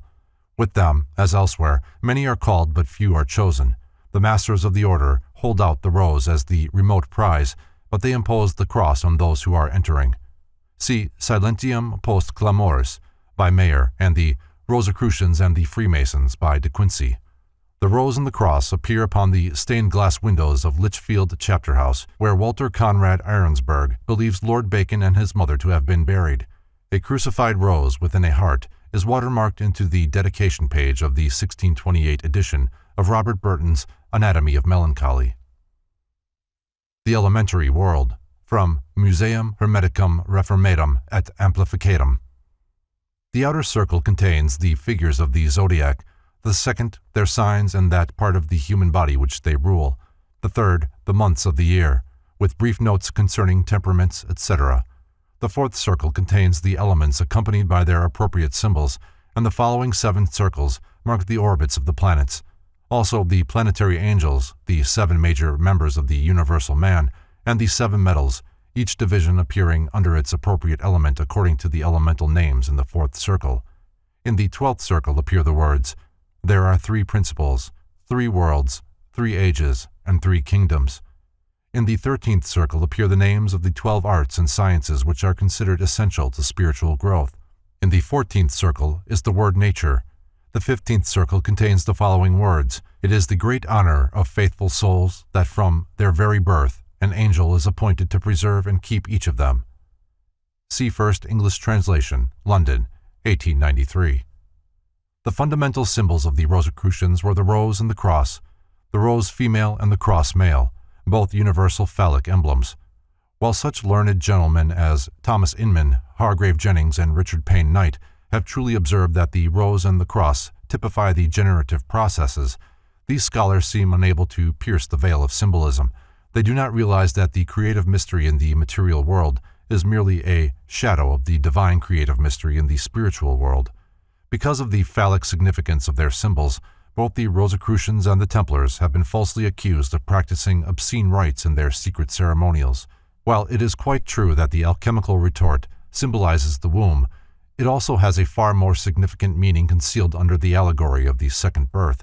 As generation is the key to material existence, it is natural that the fraternity of RC should adopt as its characteristic symbols those exemplifying the reproductive processes.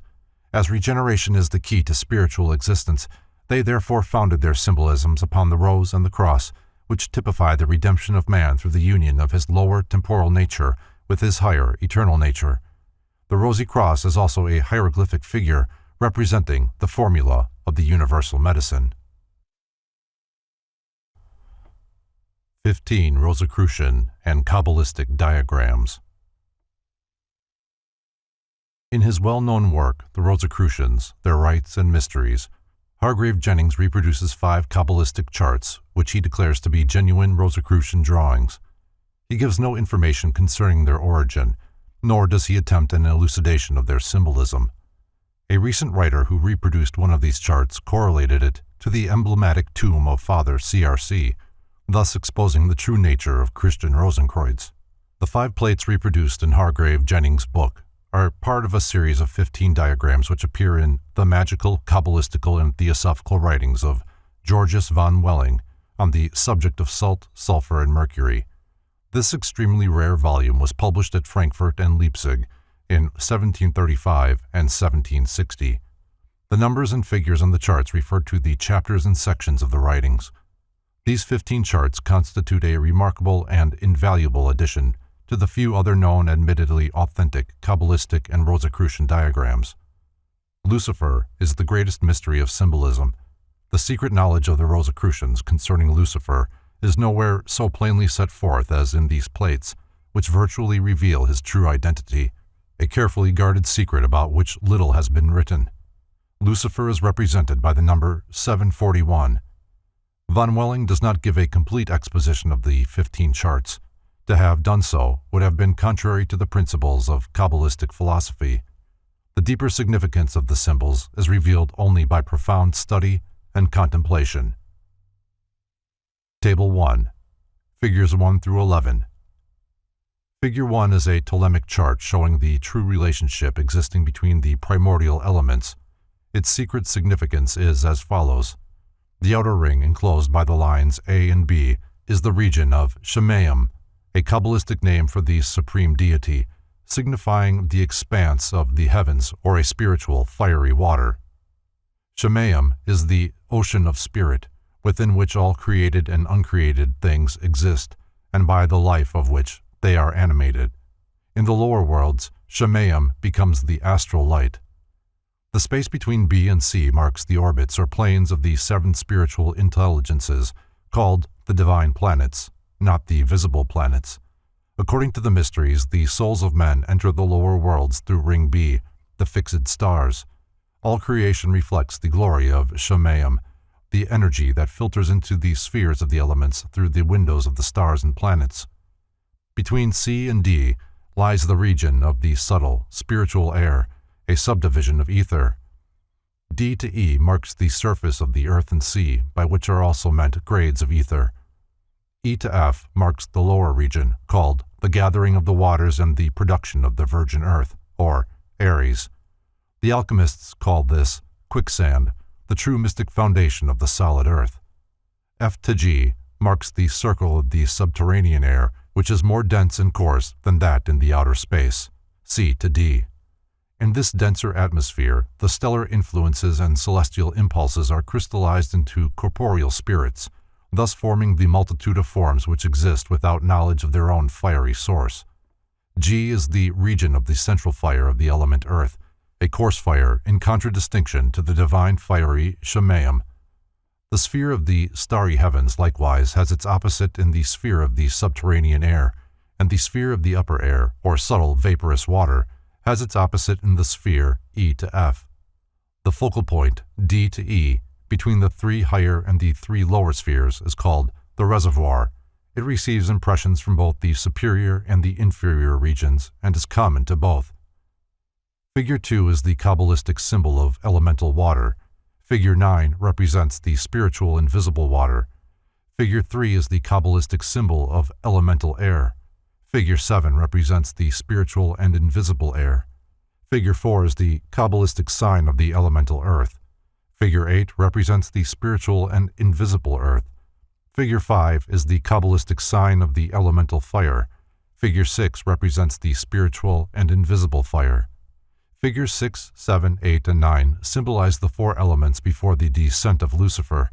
They are the 4 rivers spoken of in Genesis, having their source in the one river, figure W, which represents the elements superimposed on one another. The golden ball in the center is Shemayim, the fiery source of all elements. Figure 11 is the emblem of the beginning and the end of all creatures. From it, all things proceed, and to it all must return again to become one with the fiery water of divine understanding. Table 2, Figures 12 through 51. Figures 12, 13, 14 demonstrate the sphere as a symbol of motion to be emblematic of fire, water, and air, and the cube as a symbol of weight to the emblematic of earth. The sphere rests upon a point, the cube upon a surface. The sphere is therefore used to symbolize spirit, and the cube matter. Figure 14 demonstrates that atmosphere rushing in behind a falling object increases its velocity and apparently adds to its weight. The essential nature of each element is occultly signified by the peculiar symbol and character assigned to it. Of Figure 15, the symbol of salt, von Welling writes, in substance, the cube has 6 sides, corresponding to the 6 days of creation, with the point of rest, the 7th day, in the center of the cube. On each surface of the cube appear the signs of the 4 elements, triangles. The alchemists declared that salt was the first created substance produced by the fire, Shemayim, which flowed out of God. In salt, all creation is concentrated. In salt are the beginning and end of all things. The cube, furthermore, is composed of 12 bodies, each of which has 6 sides. These bodies are the 12 fundamental pillars of the true invisible church, and when these 12 bodies are multiplied by their 6 sides, the magical number 72 results. The wise have said that nothing is perfect until it has been dissolved, separated, and again united, so that it becomes a body composed of 12 bodies, like the cube. The cube also consists of 6 pyramids with the 6 surfaces of the cube as their bases. The points of these 6 pyramids meet at the center of the cube. These 6 pyramids, which consisting of 4 triangles, signify the elements and produce the magical number 24, which refers to the elders before the throne. The 6 surfaces and the point constitute the magical number 7. If 7 be multiplied by 7 again, and so on 7 times, the answer will reveal the method used by the ancients for measuring the periods of eternity. Thus, 1. 7 times 7 equals 49. 2. 49 times 7 equals 343. 3. 343 times 7 equals 2,401. 4. 2,401 times 7 equals 16,807. 5. 16,807 times 7 equals 117,649. 6. 117,649 times 7 equals 823,543. 7. 823,543 times 7 equals 5,764,801. This is not to be taken as earth years or times. The 5 million represents the great hall year, the 700,000, the great Sabbath year, wherein all human beings gradually gain true understanding and become heirs to their original and eternal inheritance, which was lost when they were enmeshed in the lower elements. The 64,800 is the number of the fallen angels, and the last 1 year signifies the liberation of Lucifer and return to his original state. Figure 16 is another symbol of salt, while Figure 17, the dot, is the sign of spirit, gold, the sun, or the germ of life. If the dot be moved before itself, it becomes a line, Figure 18. This motion of the dot is the first motion. The beginning and end of every line is a dot. Figure 19 is the circle. It is the second motion and the most perfect of all lines. Out of it are formed all figures and bodies imaginable. Figure 20 represents the outpouring of the upper and spiritual life into manifestation. Figure 21 represents darkness, for it is the loosening of the subterrene destructive principle. Figure 20 is also the symbol of day and Figure 21 of night. Figure 22 is a symbol of water. Figure 23 is the complete universal character of light and darkness. The upright triangle represents Shemayim, the inverted triangle, the dark earth, which imprisons the infernal subterranean fire. It is the first day of creation, or the time of the separation of Shemayim and Aries.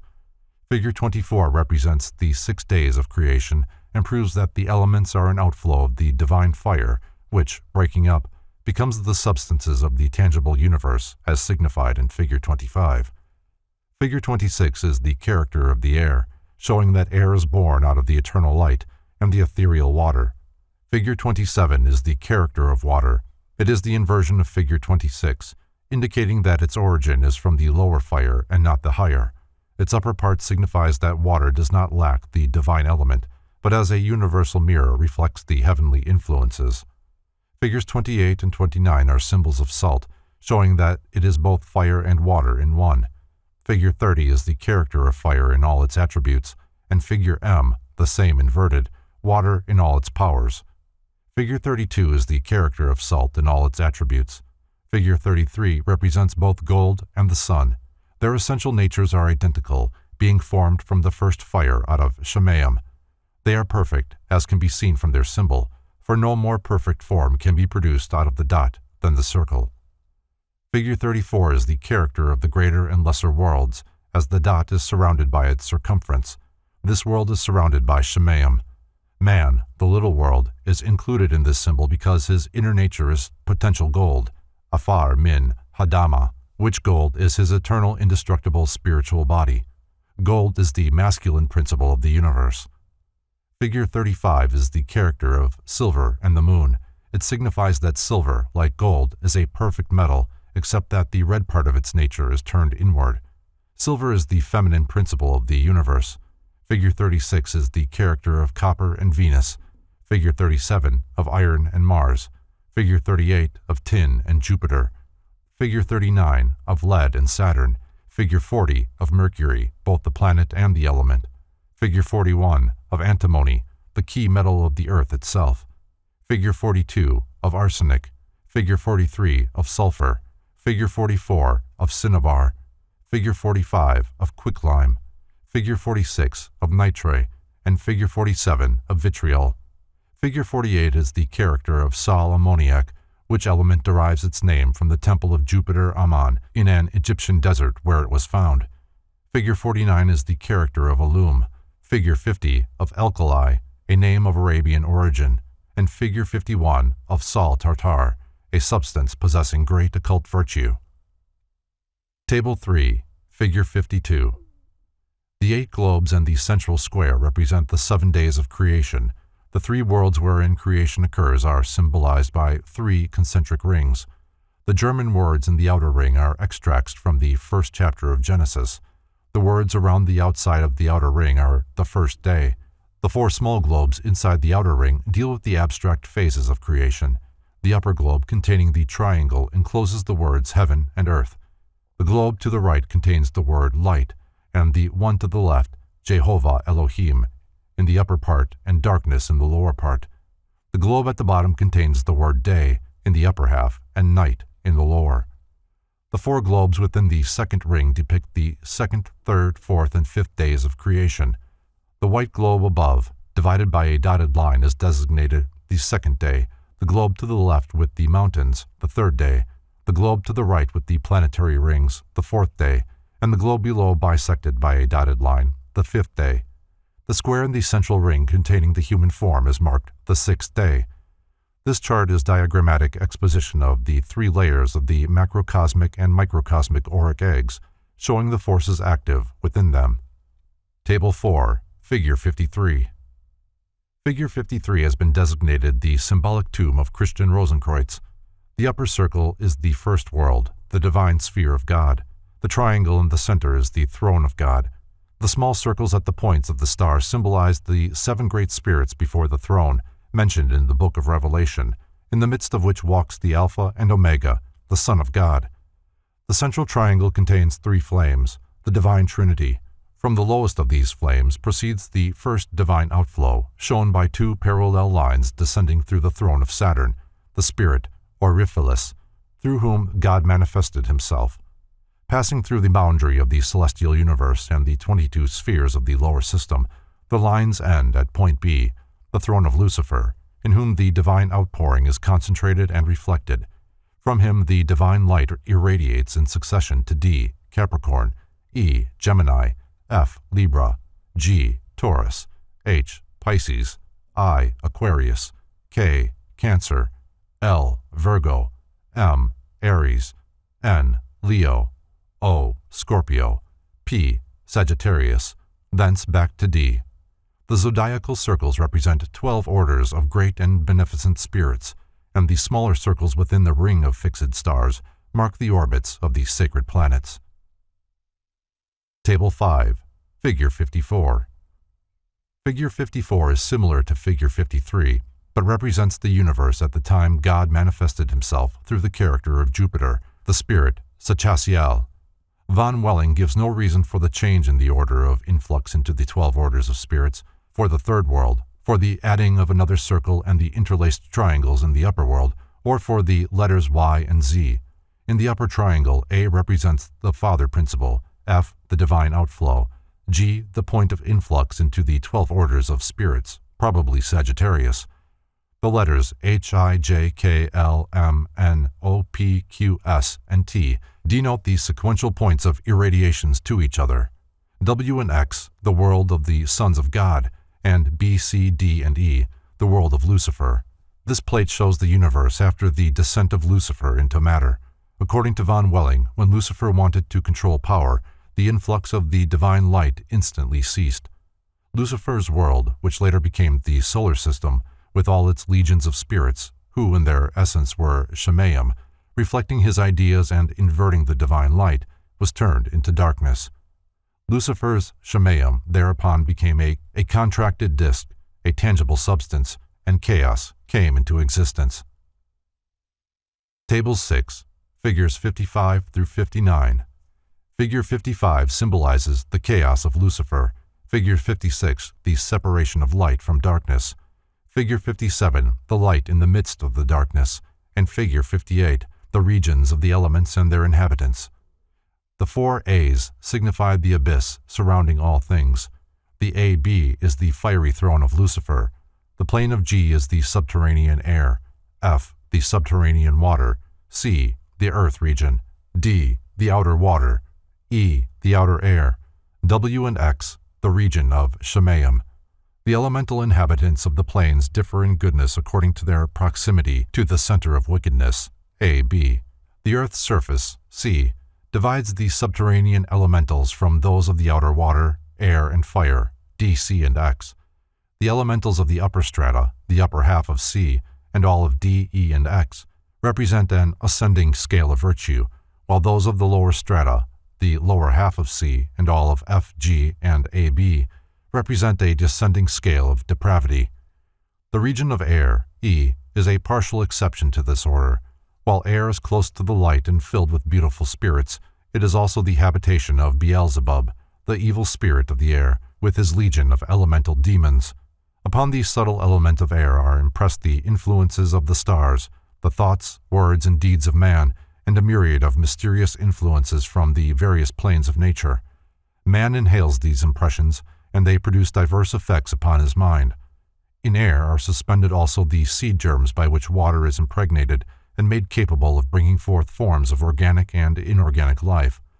The grotesque figures seen in crystal caves and frost pictures upon windows are caused by these aerial impressions. While the air elementals are great and wise, they are treacherous and confused because amenable to both good and evil impressions. The mighty elemental beings who inhabit the watery light fire of the region X cannot be deceived by the spirits of darkness. They love the creatures of the waters, for the watery element, D, proceeded from the fiery water, X. Mortal man cannot endure the society of these fiery spirits, but gains wisdom from them through the creatures of the waters in which they continually mirror themselves. Figure 59 represents this solar system, with W and X as the locality of the Garden of Eden. Table 7. Figures 1 through 5, 7, 8. Table 8 has Figure 6. Figure 1 is the triune divine sulfur, the all-perfect out of the all-perfect, the soul of creatures. The threefold divine one is symbolized by 3 interlaced circles designated alchemically, salt, sulfur, and mercury. In the central triangle is the divine name, Ehyeh. Geist means spirit. The other words require no translation. Figure 2 is common destructive sulfur. A bar placed in the triangle makes it the character of earth. Figure 3 is true oil of vitriol, composed of a circle with 2 diameters and 2 reversed half circles hanging below. In this are hidden the characters of all metals. Tin is symbolized by figure 4 and iron by figure 5. Figure 7 is the solar system according to Copernicus. Figure 8 is the Last Judgment. The sun is removed from the center of the solar system and replaced by the Earth. This changes the respective positions of all the other planets except Mars, Jupiter, and Saturn, which retain their respective circles. The letter A signifies the circle of the sun, B that of Mercury, C that of Venus, D that of the moon, and E that of the Earth. Inward from the sphere H are the great circles of damnation. Table 8, Figure 6. In Figure 6, the letter A marks the center of eternity. The motion of the rays toward B, D, and C was the first divine manifestation and is symbolized by the equilateral triangle B, D, C. The eternal world within the inner circle became manifest in the water, salt, the light, mercury, and the fire, sulfur, of the archetypal world, represented by the 3 circles F, E, G, within the triangle of complete equality, HIK, which is in turn surrounded by the circle of the high throne. The circle F is named understanding, E, wisdom, G, reason. In circle I is the word Father, in circle H, Son, in circle K, Spirit. The 7 outer circles are the 7 spirits before the throne. The lower part of the figure is similar to figures 53 and 54. The outer circles are the angelic world ending in the cognizable world of the sons of God. Then comes the circle of the visible constellations and fixed stars. Within this is the solar system with the sun as the center, L. Ungurud means abyss. Table 9, Figure 9. Figure 9 is a synthesis of the Old and New Testaments and represents the interblending planes of being. In the right margin, the 7 outer circles contain the names of the planetary angels. The words in the graduated circles from the top triangle downward read 1. Abyss of compassion, 2. Zion, 3. The new heaven and the new earth, 4. The new Jerusalem, 5. Paradise, 6. The bosom of Abraham, 7. The outer courts of the Lord. From below, the circles of darkness reach upward, each divine principle being opposed by an infernal opposite. The small circle on the left containing a triangle and cross is named the Tree of Life, and that on the right, the Tree of Knowledge of Good and Evil. In the center of the diagram is the Trinity, joined with the superior and inferior planes by lines of activity. Table 10, Figures 10 through 15. Figure 10 shows the New Jerusalem in form of a cube, with the names of the 12 tribes of Israel written on the 12 lines of the cube. In the center is the Eye of God. The words round the outer circle are from the Book of Revelation.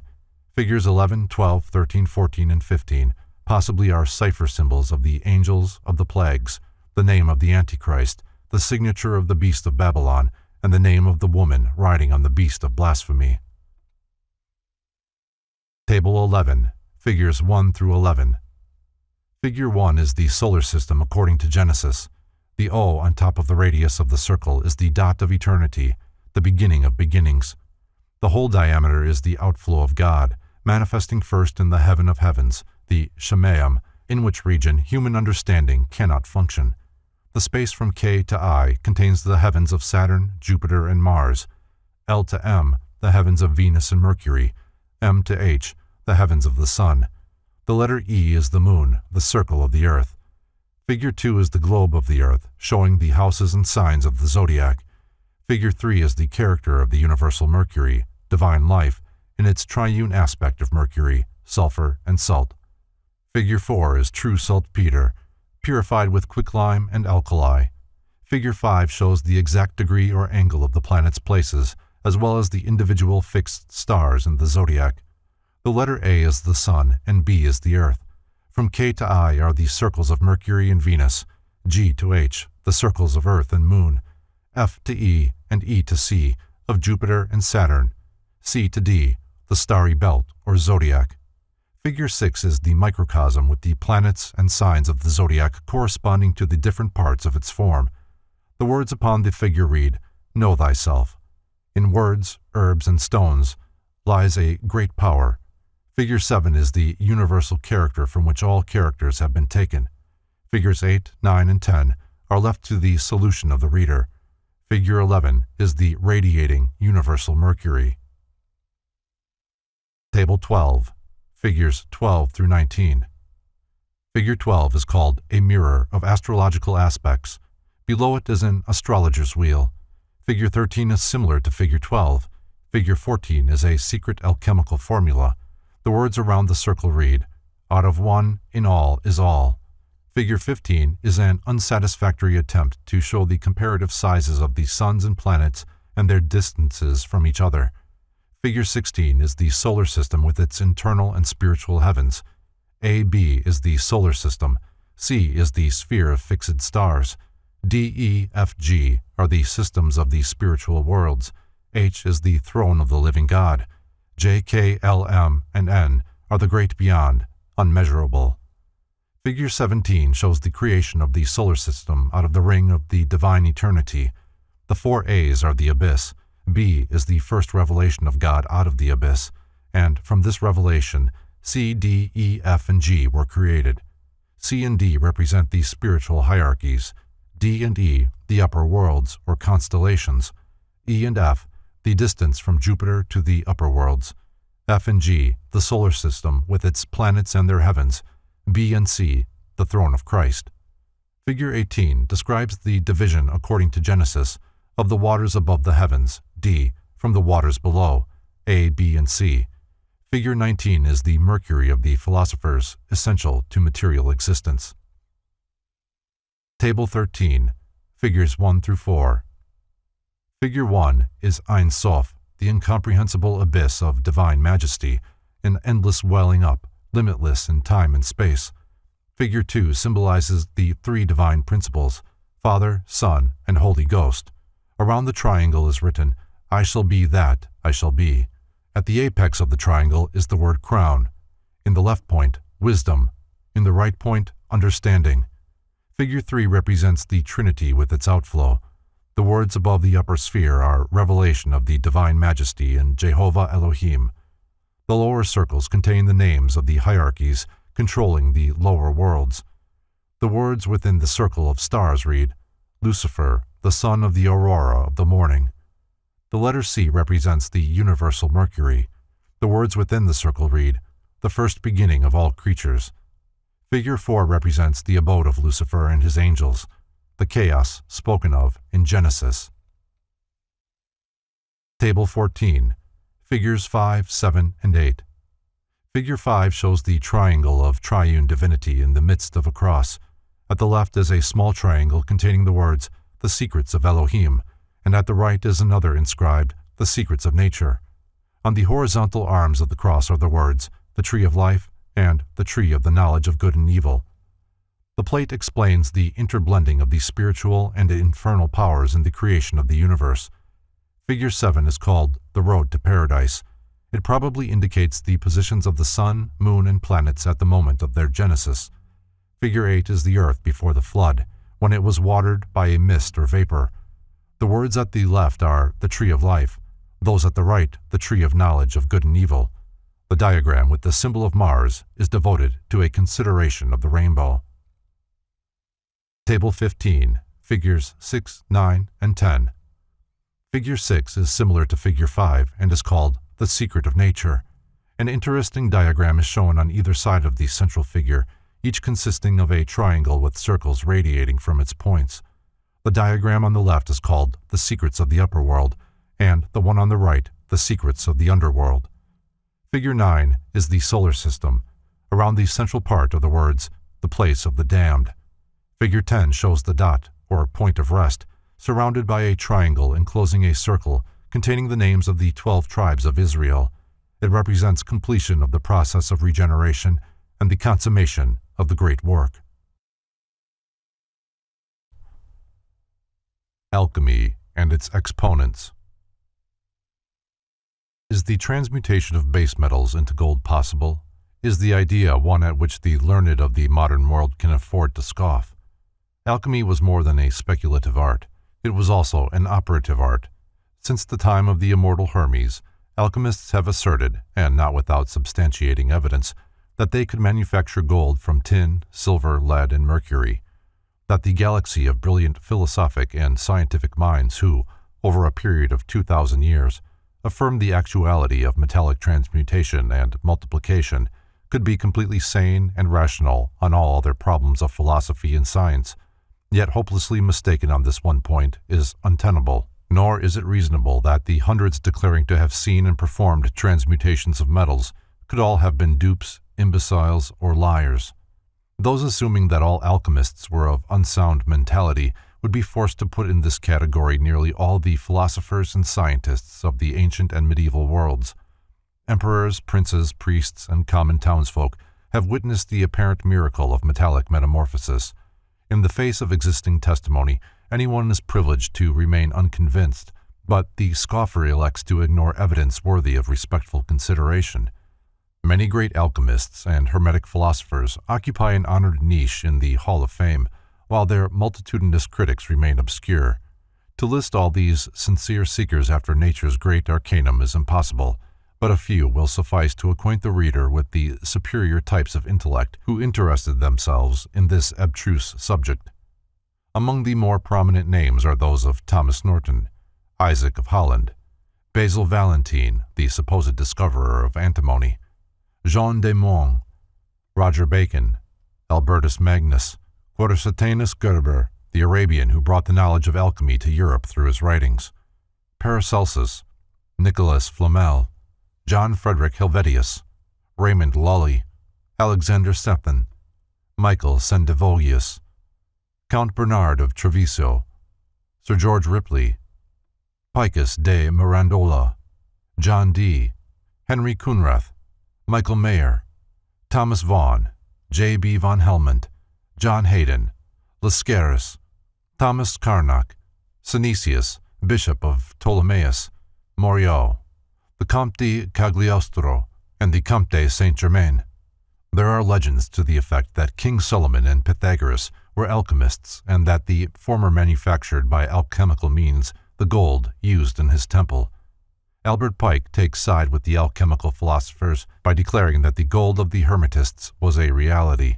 He says, "The Hermetic science, like all the real sciences, is mathematically demonstrable. Its results, even material, are as rigorous as that of a correct equation. The Hermetic gold is not only a true dogma, a light without shadow, a truth without alloy of falsehood. It is also a material gold, real, pure, the most precious that can be found in the mines of the earth." So much for the Masonic angle. Albertus Magnus, from Jovius's Vitae Illustrum Virorum. Albert de Groot was born about 1206 and died at the age of 74. It has been said of him that he was Magnus in Magia, Major in Philosophia, Maximus in Theologia. He was a member of the Dominican order and the mentor of St. Thomas Aquinas in alchemy and philosophy.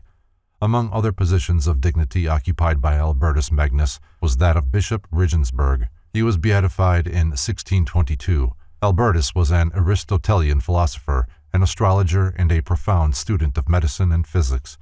During his youth he was considered of deficient mentality, but his since service and devotion were rewarded by a vision in which the Virgin Mary appeared to him and bestowed upon him great philosophical and intellectual powers. Having become master of the magical sciences, Albertus began the construction of a curious automaton, which he invested with the powers of speech and thought.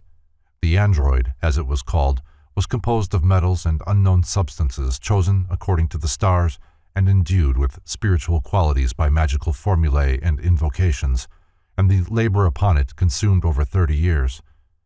St. Thomas Aquinas, thinking the device to be a diabolical mechanism, destroyed it, thus frustrating the labor of a lifetime. In spite of this act, Albertus Magnus left to St. Thomas Aquinas his alchemical formulae, including, according to legend, the secret of the Philosopher's Stone. On one occasion, Albertus Magnus invited William II, Count of Holland and King of the Romans, to a garden party in midwinter. The ground was covered with snow, but Albertus had prepared a sumptuous banquet in the open grounds of his monastery at Cologne. The guests were amazed at the imprudence of the philosopher, but as they sat down to eat, Albertus uttered a few words, the snow disappeared, the garden was filled with flowers and singing birds, and the air was warm with the breezes of summer. As soon as the feast was over, the snow returned, much to the amazement of the assembled nobles. For details, see the lives of alchemistical philosophers. William and Mary jointly ascended the throne of England in 1689, at which time alchemists must have abounded in the kingdom. For during the first year of their reign, they repealed an act made by King Henry IV, in which that sovereign declared the multiplying of metals to be a crime against the crown. In Dr. Sigismund Backstrom's collection of alchemical manuscripts is a handwritten copy of the act passed by William and Mary, copied from Chapter 30 of Statutes at Large for the first year of their reign. The act reads as follows: An act to repeal the statute made in the 5th year of King Henry IV, late King of England, wherein it was enacted, among other things, in these words, or to this effect, namely, that none from henceforth should use to multiply gold or silver, or use the craft of multiplication, and if any of the same do, they shall incur the pain of felony. And whereas, since the making of the said statute, divers persons have, by their study, industry, and learning, arrived to great skill and perfection in the art of melting and refining of metals, and otherwise improving and multiplying them and their ores, which very much abound in this realm, and extracting gold and silver, are of the same, but dare not to exercise their said skill within this realm, for fear of falling under the penalty of the said statute, but exercise the said art in foreign parts, to the great loss and detriment of this realm. Be it therefore enacted by the kings and queens most excellent majesties, by and with the advice and consent of the lords spiritual and temporal and commons in this present parliament assembled, that from henceforth the aforesaid branch, article, or sentence contained in the said act, and every word, matter, and thing contained in the said branch or sentence, shall be repealed, annulled, revoked, and forever made void. Anything in the said act to the contrary, in any wise whatsoever, notwithstanding. Provided always, and be it enacted by the authority aforesaid, that all the gold and silver that shall be extracted by the aforesaid art of melting or refining of metals, and otherwise improving and multiplying of them and their ores, as before set forth, be from henceforth employed for no other use or uses whatsoever, but for the increase of monies, and that the place hereby appointed for the disposal thereof shall be their Majesties' Mint, within the Tower of London, at which place they are to receive the full and true value of their gold and silver, so procured from time to time, according to the assay and fineness thereof, and so for any greater or less weight, and that none of that metal of gold and silver so refined and procured be permitted to be used or disposed of in any other place or places within their Majesties' dominions. After this repealing measure had become effective, William and Mary encouraged the further study of alchemy. Dr. Franz Hartmann has collected reliable evidence concerning 4 different alchemists who transmuted base metals into gold, not once but many times. One of these accounts concerns a monk of the order of St. Augustine named Wenzel Seiler, who discovered a small amount of mysterious red powder in his convent. In the presence of Emperor Leopold I, King of Germany, Hungary, and Bohemia, he transmuted quantities of tin into gold. Among other things which he dipped into his mysterious essence was a large silver metal. That part of the metal which came in contact with the gold-producing substance was transmuted into the purest quality of the more precious metal. The rest remained silver. With regard to this metal, Dr. Hartmann writes, "The most indisputable proof, if appearances can prove anything, of the possibility of transmuting base metals into gold may be seen by everyone who visits Vienna, it being a metal preserved in the imperial treasury chamber, and it is stated that this metal, consisting originally of silver, has been partly transformed into gold by alchemical means by the same Wenzel Seiler, who was afterwards made a knight by the Emperor Leopold I and given the title Wenceslas Ritter von Reinberg in the pronaos of the Temple of Wisdom." Space limitations preclude a lengthy discussion of the alchemists. A brief sketch of the lives of 4 should serve to show the general principles on which they worked, the method by which they obtained their knowledge, and the use which they made of it. These 4 were grand masters of this secret science, and the stories of their wanderings and strivings, as recorded by their own pens and contemporaneous disciples of the Hermetic art, are as fascinating as any romance of fiction. Paracelsus of Hohenheim. The most famous of alchemical and Hermetic philosophers was Philippus Aureolus Theophrastus Bombastus von Hohenheim. This man, who called himself Paracelsus, declared that someday all the doctors of Europe would turn from the other schools and, following him, revere him above every other physician. The accepted date of the birth of Paracelsus is December 17, 1493. He was an only child. Both his father and mother were interested in medicine and chemistry. His father was a physician and his mother the superintendent of a hospital. While still a youth, Paracelsus became greatly interested in the writings of Isaac of Holland and determined to reform the medical science of his day. When 20 years old, he began a series of travels which continued for about 12 years. He visited many European countries, including Russia. It is possible that he penetrated into Asia. It was in Constantinople that the great secret of the Hermetic arts was bestowed upon him by Arabian adepts. His knowledge of the nature spirits and the inhabitants of the invisible worlds he probably secured from the Brahmins of India, with whom he came in contact either directly or through their disciples. He became an army physician, and his understanding and skill brought him great success. Upon his return to Germany, he began his long-dreamed-of reformation of the medical arts and sciences.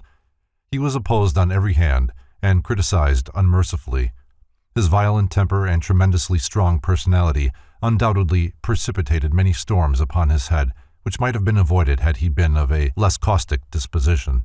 He flayed the apothecaries, asserting that they did not use the proper ingredients in their prescriptions, and did not consider the needs of their patients, desiring only to collect exorbitant fees for their concoctions. The remarkable cures which Paracelsus effected only made his enemies hate him more bitterly, for they could not duplicate the apparent miracles which he wrought. He not only treated the more common diseases of his day, but is said to have actually cured leprosy, cholera, and cancer. His friends claimed for him that he all but raised the dead. His systems of healing were so heterodox, however, that slowly but surely his enemies overwhelmed him again and again, forced him to leave the fields of his labors and seek refuge where he was not known. Paracelsus, from the complete writings of Paracelsus of Hohenheim.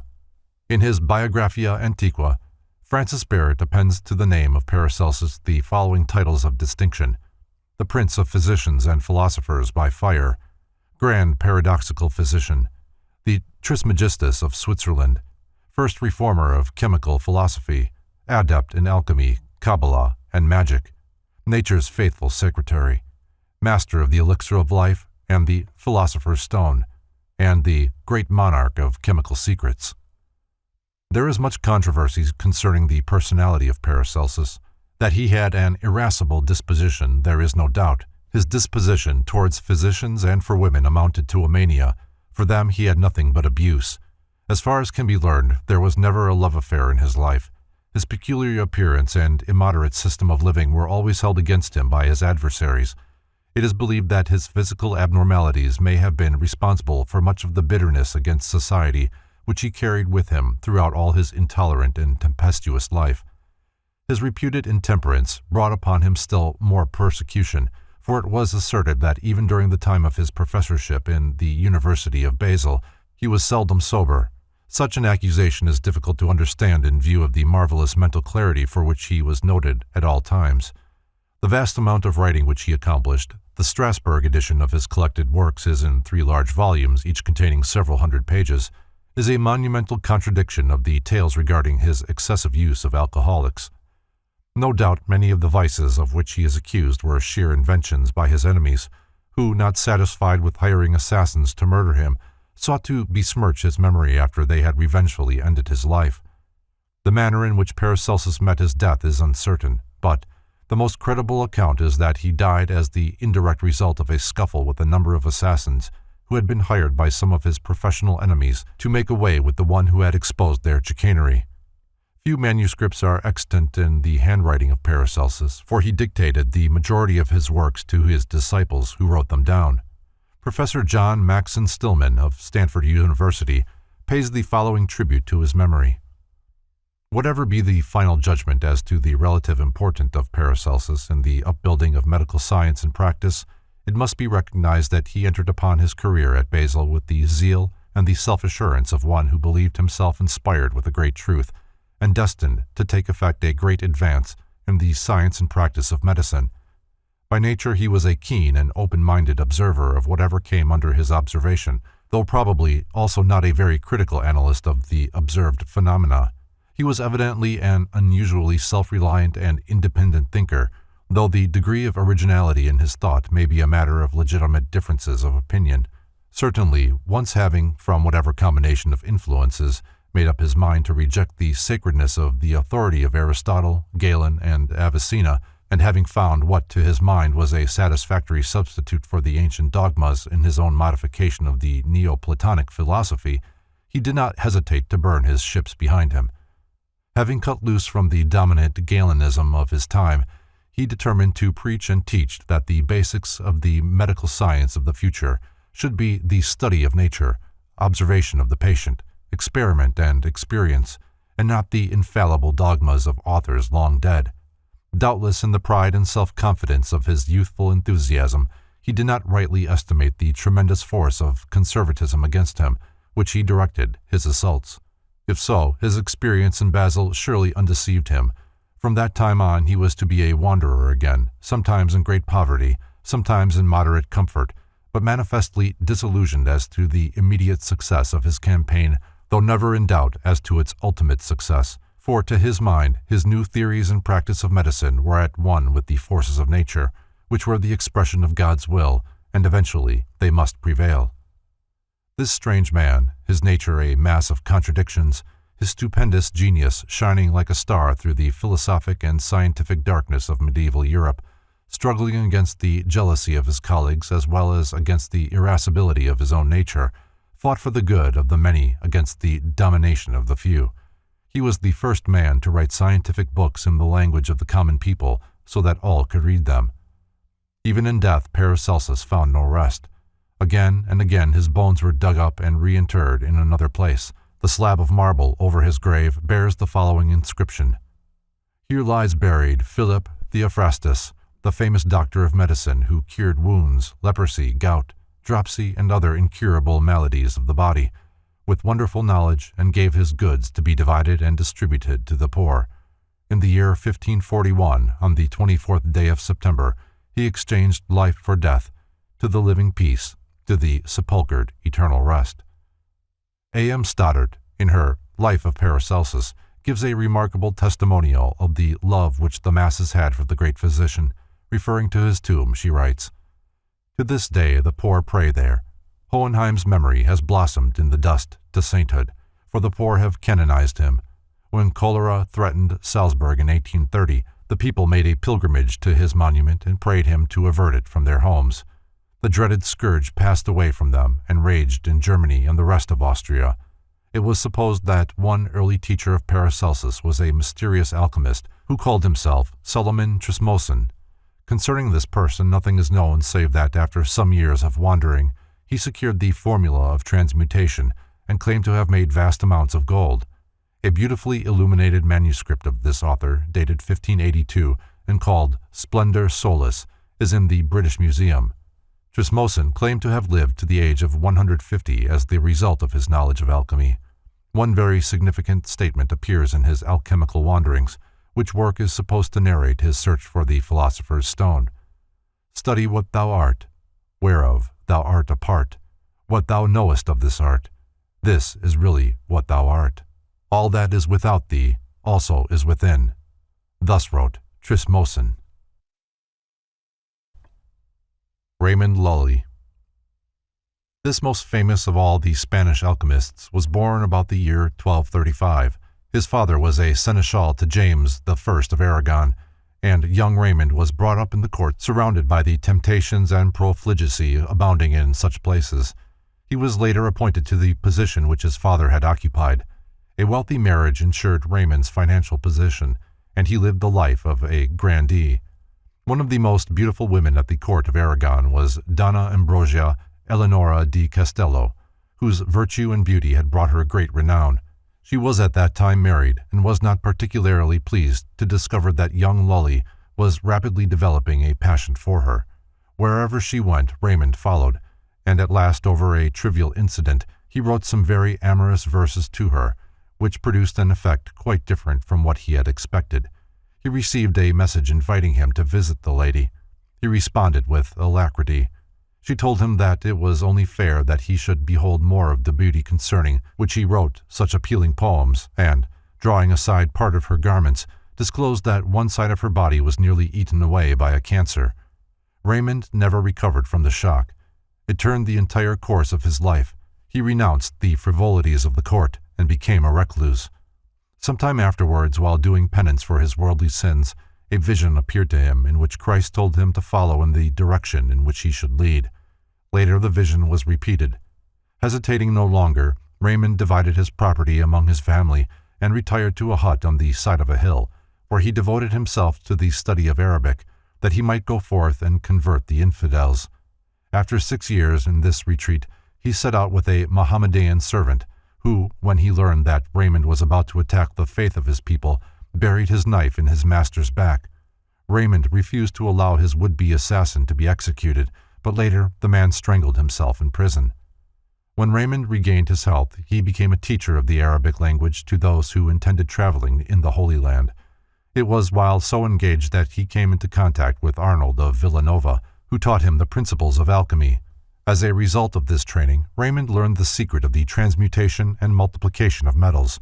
His life wandering continued, and during the course of it he arrived at Tunis, where he began to debate with the Mohammedan teachers, and nearly lost his life as the result of his fanatical attacks upon their religion. He was ordered to leave the country and never to return again upon pain of death. Notwithstanding their threats, he made a second visit to Tunis, but the inhabitants, instead of killing him, merely deported him to Italy.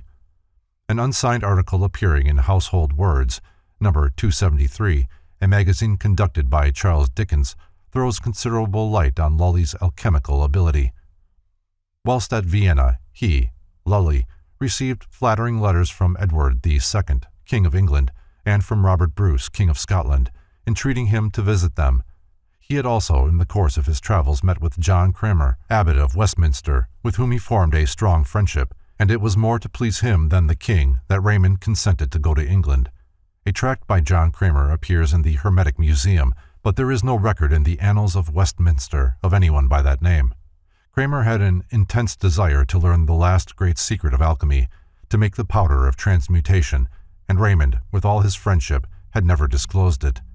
Cranmer, however, set to work very cunningly. He was not long in discovering the object that was nearest to Raymond's heart, the conversion of the infidels. He told the king wonderful stories of the gold Lolly had the art to make, and he worked upon Raymond by the hope that King Edward would be easily induced to raise a crusade against the Mohammedans, if he had the means. Title page of Alchemical Tract, attributed to John Cranmer, from Museum Hermeticum, Reformatum et Amplificatum. John Cranmer, the mythical abbot of Westminster, is an interesting personality in the alchemical imbroglio of the 14th century, as it is not reasonably certain that an abbot by such a name ever occupied the seat of Westminster. The question naturally arises, who was the person concealing his identity under the pseudonym of John Cranmer? Fictitious characters such as John Cranmer illustrate two important practices of medieval alchemists. 1. Many persons of high political or religious rank were secretly engaged in hermetical chemical research, but, fearing persecution and ridicule, published their findings under various pseudonyms. 2. For thousands of years it was the practice of those initiates who possessed the true key to the great Hermetic arcanum to perpetuate their wisdom by creating imaginary persons, involving them in episodes of contemporaneous history, and thus establishing these beings as prominent members of society, in some cases even fabricating complete genealogies to attain that end. The names by which these fictitious characters were known revealed nothing to the uninformed. To the initiated, however, they signified that the personality to which they were assigned had no existence other than a symbolic one. These initiated chroniclers carefully concealed their arcanum in the lives, thoughts, words, and acts ascribed to these imaginary persons, and thus safely transmitted through the ages the deepest secrets of occultism, as writings which, to the unconversant, were nothing more than the biographies. Raymond had appealed so often to popes and kings that he had lost all faith in them. Nevertheless, as a last hope, he accompanied his friend Cranmer to England. Cranmer lodged him in his abbey, treating him with distinction, and there Lolly at last instructed him in the powder, the secret of which Cranmer had so long desired to know.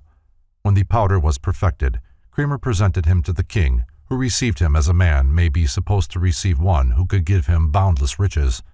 Raymond made only one condition, that the gold he made should not be expended upon the luxuries of the court or upon a war with any Christian king, and that Edward himself should go in person with an army against the infidels. Edward promised everything and anything.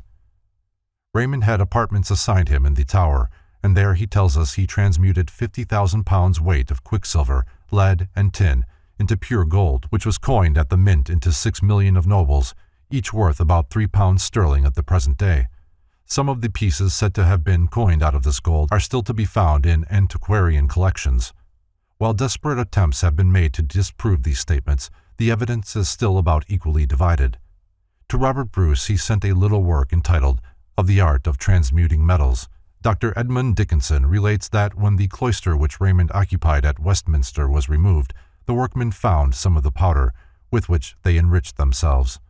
During Lolly's residence in England, he became the friend of Roger Bacon. Nothing, of course, could be further from King Edward's thoughts than to go on a crusade. Raymond's apartments in the Tower were only an honorable prison, and he soon perceived how matters were. He declared that Edward would meet with nothing but misfortune and misery for his breach of faith. He made his escape from England in 1315 and set off once more to preach to the infidels. He was now a very old man, and none of his friends could ever hope to see his face again. He went first to Egypt, then to Jerusalem, and thence to Tunis a third time. There he at last met with the martyrdom he had so often braved. The people fell upon him and stoned him. Some Genoese merchants carried away his body, in which they discerned some feeble signs of life. They carried him on board their vessel, but, though he lingered a while, he died as they came in sight of Majorca, on the 28th of June, 1315, at the age of 81. He was buried with great honor in his family chapel at St. Ulma, the viceroy and all the principal nobility attending. Nicholas Flamel. In the latter part of the 14th century there lived in Paris one whose business was that of illuminating manuscripts and preparing deeds and documents. To Nicholas Flamel the world is indebted for its knowledge of a most remarkable volume, which he bought for a paltry sum from some book dealer with whom his profession of scrivener brought him in contact. The story of this curious document, called The Book of Abraham the Jew, is best narrated in his own words as preserved in his hieroglyphical figures. Whilst therefore I, Nicholas Flamel, notary, after the decease of my parents, got my living at our art of writing, by making inventories, dressing accounts, and summing up the expenses of tutors and pupils, there fell into my hands, for the sum of 2 florins, a gilded book, very old and large. It was not of paper nor of parchment, as other books be, but was only made of delicate rinds, as it seemed to me, of tender young trees. The cover of it was brass, well browned, all engraven with letters, or strange figures, and for my part I think they might well be Greek characters, or some such like ancient language. Sure I am. I could not read them, and I know well they were not notes nor letters of the Latin nor of the Gaul, for of them we understand a little. As for that which was within it, the leaves of bark or rind were engraven, and with admirable diligence written, with a point of iron, in fair and neat Latin letters colored. It contained thrice 7 leaves, for so were they counted in the top of the leaves, and always every 7th leaf there was painted a virgin and serpent swallowing her up. In the 2nd 7th, a cross where a serpent was crucified, and the last 7th, there were painted deserts or wilderness, in the midst whereof ran many fair mountains, from whence there issued out a number of serpents, which ran up and down here and there. Upon the first of the leaves was written in great capital letters of gold, Abraham the Jew, prince, priest, Levite, astrologer and philosopher to the nation of the Jews, by the wrath of God dispersed among the Gauls, sendeth health. After this it was filled with great execrations and curses, with this word, Maranatha, which was often repeated there, against every person that should cast his eyes upon it, if he were not sacrificer or scribe. He that sold me this book knew not what it was worth, nor more than I when I bought it. I believe it had been stolen or taken from the miserable Jews, or found in some part of the ancient place of their abode. Within the book, in the 2nd leaf, he comforted his nation, counseling them to fly vices, and above all idolatry, attending with sweet patience the coming of the Messiahs, who should vanquish all the kings of the earth and should reign with his people in glory eternally. Without doubt, this had been some very wise and understanding man. In the third leaf, and in all other writings that followed, to help his captive nation to pay their tributes unto the Roman emperors, and to do other things, which I will not speak of, he taught them in common words the transmutation of metals. He painted the vessels by the sides, and he advertised them of the colors, and of all the rest, saving of the first agent, of which he spake not a word, but only, as he said, in the fourth and fifth leaves entire he painted it, and figured it with very great cunning and workmanship. For although it was well and intelligibly figured and painted, yet no man could ever have been able to understand it, without being well skilled in their Kabbalah, which goeth by tradition, and without having well studied their books. The fourth and fifth leaves, therefore, were without any writing, all full of fair figures enlightened, or as it were enlightened, for the work was very exquisite. First he painted a young man with wings at his ankles, having in his hand a caducean rod, writhing about with two serpents, wherewith he struck upon a helmet which covered his head. He seemed to my small judgment to be the god Mercury of the pagans. Against him there came running and flying with open wings a great old man, who upon his head had an hourglass fastened, and in his hand a book, or seer, like death, with the which, in terrible and furious manner, he would have cut off the feet of Mercury. On the other side of the fourth leaf he painted a fair flower on the top of a very high mountain, which was sore shaken with the north wind. It had the foot blue, the flowers white and red, the leaves shining like fine gold, and round about it the dragons and griffins of the north made their nests and abode.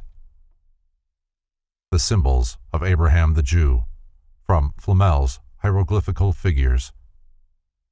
Robert H. Fryer, in a footnote to his reprint of the hieroglyphical figures of Nicholas Flamel, says, "One thing which seems to prove the reality of this story beyond dispute is that this very book of Abraham the Jew, with the annotations of Flamel, who wrote from the instructions he received from this physician, was actually in the hands of Cardinal Richelieu, as Barrel was told by the Count de Cabrines, who saw and examined it. On the fifth leaf there was a fair rose tree flowered in the midst of a sweet garden, climbing up against a hollow oak, at the foot whereof boiled a fountain of most white water, which ran headlong down into the depths, notwithstanding it first passed among the hands of infinite people, who digged in the earth seeking for it, but because they were blind none of them knew it, except here and there one who considered the weight. On the last side of the fifth leaf there was a king with a great fashion, who made to be killed in his presence by some soldiers and great multitude of little infants, whose mothers wept at the feet of the unpitiful soldiers, the blood of which infants was afterwards by other soldiers gathered up and put in a great vessel, wherein the sun and the moon came to bathe themselves. And because that this history did represent the more part of that of the innocents slain by Herod, and that in this book I learned the greatest part of the art, this was one of the causes why I placed in their churchyard these hieroglyphic symbols of this secret science, and thus you see that which was in the first 5 leaves. I will not represent unto you that which was written in good and intelligible Latin in all the other written leaves, for God would punish me, because I should commit a greater wickedness than he who, as it is said, wished that all the men of the world had but one head, that he might cut it off with one blow. Having with me therefore this fair book, I did nothing else day or night but study upon it, understanding very well all the operations that it showed, but not knowing with what matter I should begin, which made me very heavy and solitary, and caused me to fetch many a sigh. My wife, Peronella, whom I loved as myself, and had lately married, was much astonished at this, comforting me and earnestly demanding if she could by any means deliver me from this trouble. I could not possibly hold my tongue, but told her all, and showed this fair book, whereof at the same instant that she saw it, she became as much enamored as myself, taking extreme pleasure to behold the fair cover, gravings, images, and portraits, whereof notwithstanding she understood as little as I. Yet it was a great comfort to me to talk with her, and to entertain myself what we should do to have the interpretation of them. Nicholas Flamel spent many years studying the mysterious book. He even painted the pictures from it all over the walls of his house and made numerous copies which he showed to the learned men with whom he came in contact, but none could explain their secret significance. At last he determined to go forth in quest of an adept, or wise man, and after many wanderings he met a physician, by name Master Cancus, who was immediately interested in the diagrams and asked to see the original book. They started forth together for Paris, and on the way the physician adept explained many of the principles of the hieroglyphics to Flamel. But before they reached their journey's end, Master Cancus was taken ill and died. Flamel buried him at Orleans, but having meditated deeply on the information he had secured during their brief acquaintance, he was able, with the assistance of his wife, to work out the formula for transmuting base metals into gold. He performed the experiment several times with perfect success, and before his death caused a number of hieroglyphic figures to be painted upon an arch of St. Innocent's churchyard in Paris, wherein he concealed the entire formula as it had been revealed to him from the Book of Abraham the Jew. Count Bernard of Treviso. Of all those who sought for the elixir of life and the philosopher's stone, few passed through the chain of disappointments that beset Count Bernard of Treviso, who was born in Padua in 1406 and died in 1490. His search for the philosopher's stone and the secret of the transmutation of metals began when he was but 14 years of age. He spent not only a lifetime, but also a fortune in his quest. Count Bernard went from one alchemist and philosopher to another, each of whom unfolded some pet theorem which he eagerly accepted and experimented with, but always without the desired result. His family believed him to be mad and declared that he was disgracing his house by his experiments, which were rapidly reducing him to a state of penury. He traveled in many countries, hoping that, in distant places, he would find wise men capable of assisting him. At last, as he was approaching his 76th year, he was rewarded with success. The great secrets of the elixir of life, the philosopher's stone, and the transmutation of metals were revealed to him. He wrote a little book describing the results of his labors, and while he lived only a few years to enjoy the fruitage of his discovery, he was thoroughly satisfied that the treasure he had found was worth the lifetime spent in search of it.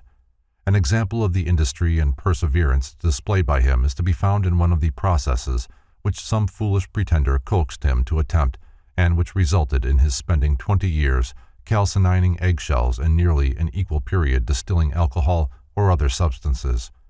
In the history of alchemical research, there never was a more patient and persevering disciple of the great arcanum. Bernard declared the process of dissolution, accomplished not with fire, but with mercury, to be the supreme secret of alchemy. The Theory and Practice of Alchemy, Part 1. Alchemy, the secret art of the land of Chem, is one of the two oldest sciences known to the world. The other is astrology. The beginnings of both extend back into the obscurity of prehistoric times. According to the earliest records extant, alchemy and astrology were considered as divinely revealed to a man, so that, by their aid, he might regain his lost estate. According to old legends preserved by the rabbins, the angel at the gate of Eden instructed Adam in the mysteries of Kabbalah and of alchemy, promising that when the human race had thoroughly mastered the secret wisdom concealed within these inspired arts, the curse of the forbidden fruit would be removed, and man might again enter into the garden of the Lord. As man took upon himself coats of skins, or physical bodies, at the time of his fall, so these sacred sciences were brought by him into the lower worlds incarnated in dense vehicles, through which their spiritual transcendental natures could no longer manifest themselves. Therefore they were considered as being dead or lost. The earthly body of alchemy is chemistry, for chemists do not realize that half of the Book of Torah is forever concealed behind the veil of Isis, see the tarot, and that so long as they study only material elements, they can at best discover but half of the mystery. Astrology has crystallized into astronomy, whose votaries ridicule the dreams of ancient seers and sages, deriding their symbols as meaningless products of superstition. Nevertheless, the intelligentsia of the modern world can never pass behind the veil which divides the seen from the unseen, except in the way appointed, the mysteries. What is life? What is intelligence? What is force? These are the problems to the solution of which the ancients consecrated their temples of learning. Who shall say that they did not answer those questions? Who would recognize the answers if given? Is it possible that under the symbols of alchemy and astrology lies concealed a wisdom so abstruse that the mind of this race is not qualified to conceive its principles? The Chaldeans, Phoenicians, and Babylonians were familiar with the principles of alchemy, as were many early Oriental races. It was practiced in Greece and Rome, was the master science of the Egyptians. Chem was an ancient name for the land of Egypt, and both the words alchemy and chemistry are a perpetual reminder of the priority of Egypt's scientific knowledge. According to the fragmentary writings of those early peoples, alchemy was to them no speculative art. They implicitly believed in the multiplication of metals, and in the face of their reiterations, both the scholar and the materialist should be more kindly in their consideration of alchemical theorems. Evolutionists trace the unfoldment of the arts and sciences up through the growing intelligence of the prehistoric man, while others, of a transcendental point of view, like to consider them as being direct revelations from God. Many interesting solutions to the riddle of alchemy's origin have been advanced. One is that alchemy was revealed to man by the mysterious Egyptian demigod, Hermes Trismegistus. This sublime figure, looming through the mists of time and bearing in his hand the immortal emerald, is credited by the Egyptians as being the author of all the arts and sciences. In honor of him, all scientific knowledge was gathered under the general title of the Hermetic arts. When the body of Hermes was interred in the valley of Ebron, or Hebron, the divine emerald was buried with it. Many centuries afterward, the emerald was discovered, according to one version, by an Arabian initiate, according to another, by Alexander the Great, king of Macedon. By means of the power of this emerald, upon which were the mysterious inscriptions of the thrice great Hermes, 13 sentences in all, Alexander conquered all the then known world. Not having conquered himself, however, he ultimately failed. Regardless of his glory and power, the prophecies of the talking trees were fulfilled, and Alexander was cut down in the midst of his triumph. There are persistent rumors to the effect that Alexander was an initiate of high order who failed because of his inability to withstand the temptations of power. E. Y. Keneally, quoting from the Cosmodromium of Dr. Gabel in persona, describes the incident of Alexander and the talking trees, into the presence of which the king of Macedon is said to have been brought while on his campaign in India. And now Alexander marched into other quarters equally dangerous, at one time over the tops of mountains, at another through dark valleys in which his army was attacked by serpents and wild beasts, until after 300 days he came into a most pleasant mountain, on whose sides hung chains or ropes of gold.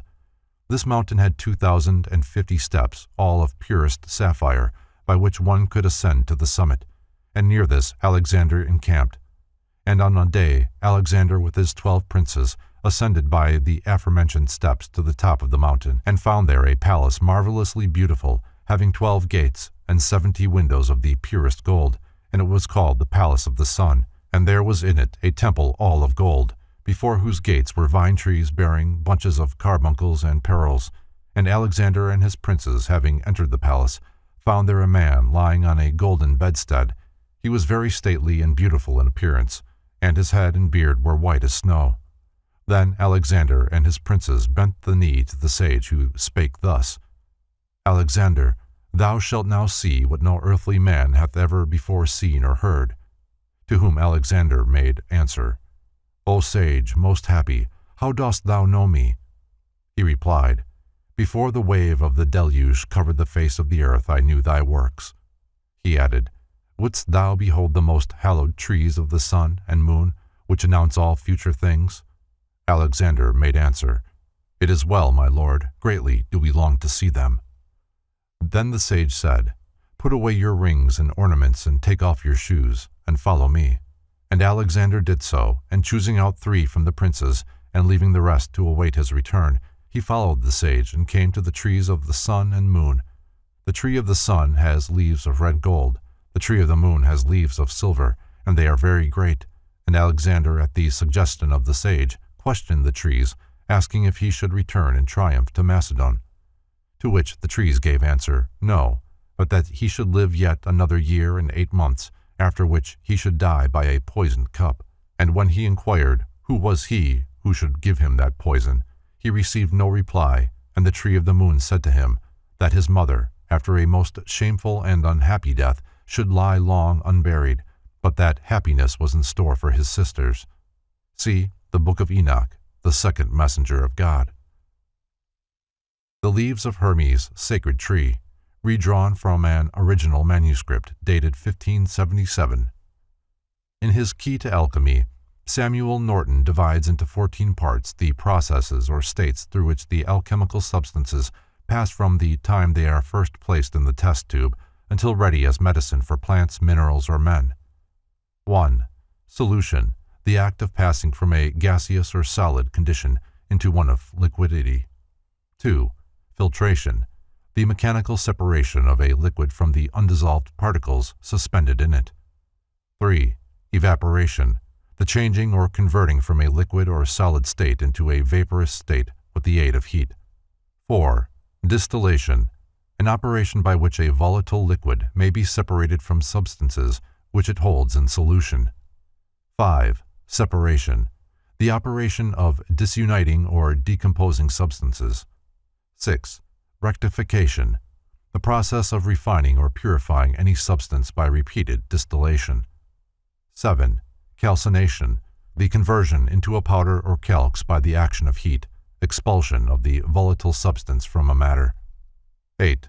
Commiction, the blending of different ingredients into new compounds or mass. 9.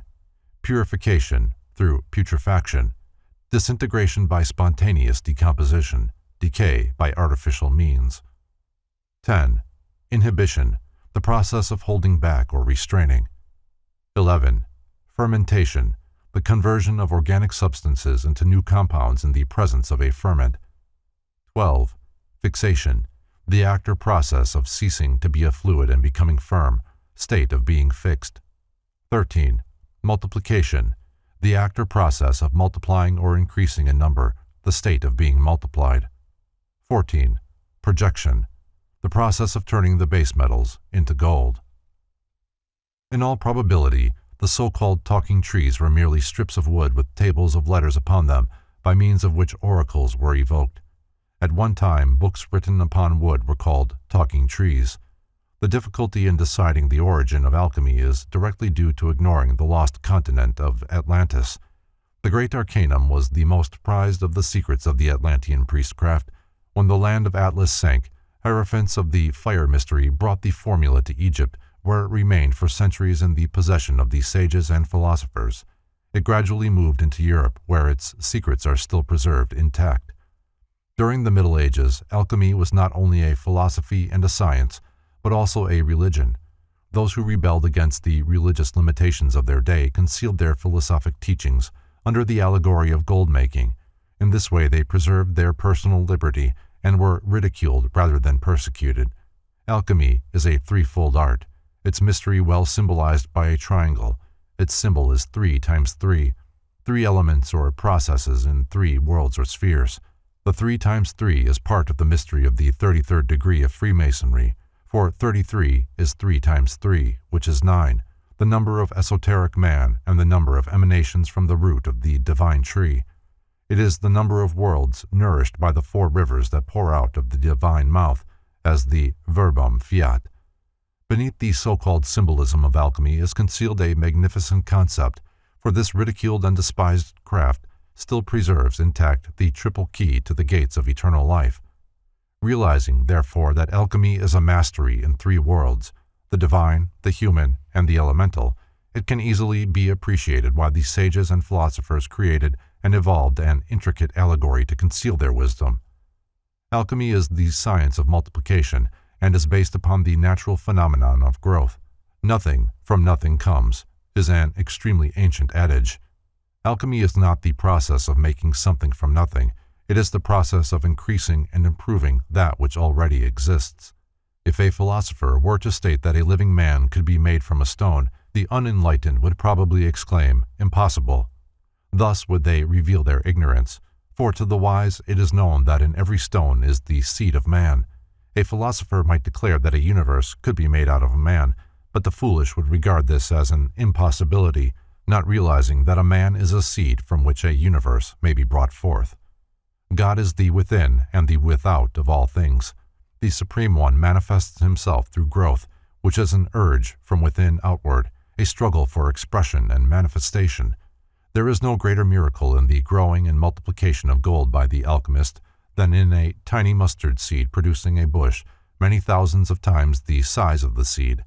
If a mustard seed produces 100,000 times its own size and weight when planted in an entirely different substance, the earth, why should not the seed of gold be multiplied 100,000 times by art when that seed is planted in its earth, the base metals, and nourished artificially by the secret process of alchemy? Alchemy teaches that God is in everything, that He is one universal spirit, manifesting through an infinity of forms. God, therefore, is the spiritual seed planted in the dark earth, the material universe. By art, it is possible so to grow and expand this seed that the entire universe of substance is tinctured thereby and becomes like unto the seed, pure gold. In the spiritual nature of man, this is termed regeneration. In the material body of the elements, it is called transmutation. As it is in the spiritual and material universes, so it is in the intellectual world. Wisdom cannot be imparted to an idiot because the seed of wisdom is not within him, but wisdom may be imparted to an ignorant person, however ignorant he may be, because the seed of wisdom exists in him and can be developed by art and culture. Hence, a philosopher is only an ignorant man within whose nature a projection has taken place. Through art, the process of learning, the whole mass of base metals, the mental body of ignorance, was transmuted into pure gold, wisdom, for it was tinctured with understanding.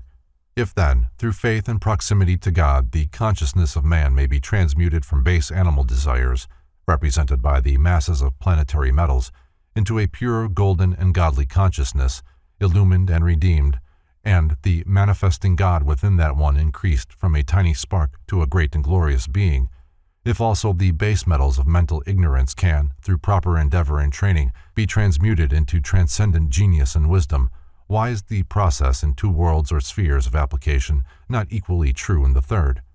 If both the spiritual and mental elements of the universe can be multiplied in their expression, then by the law of analogy, the material elements of the universe can also be multiplied, if the necessary process can be ascertained. That which is true in the superior is true in the inferior. If alchemy be a great spiritual fact, then it is also a great material fact. If it can take place in the universe, it can take place in man. If it can take place in man, it can take place in the plants and minerals. If one thing in the universe grows, then everything in the universe grows.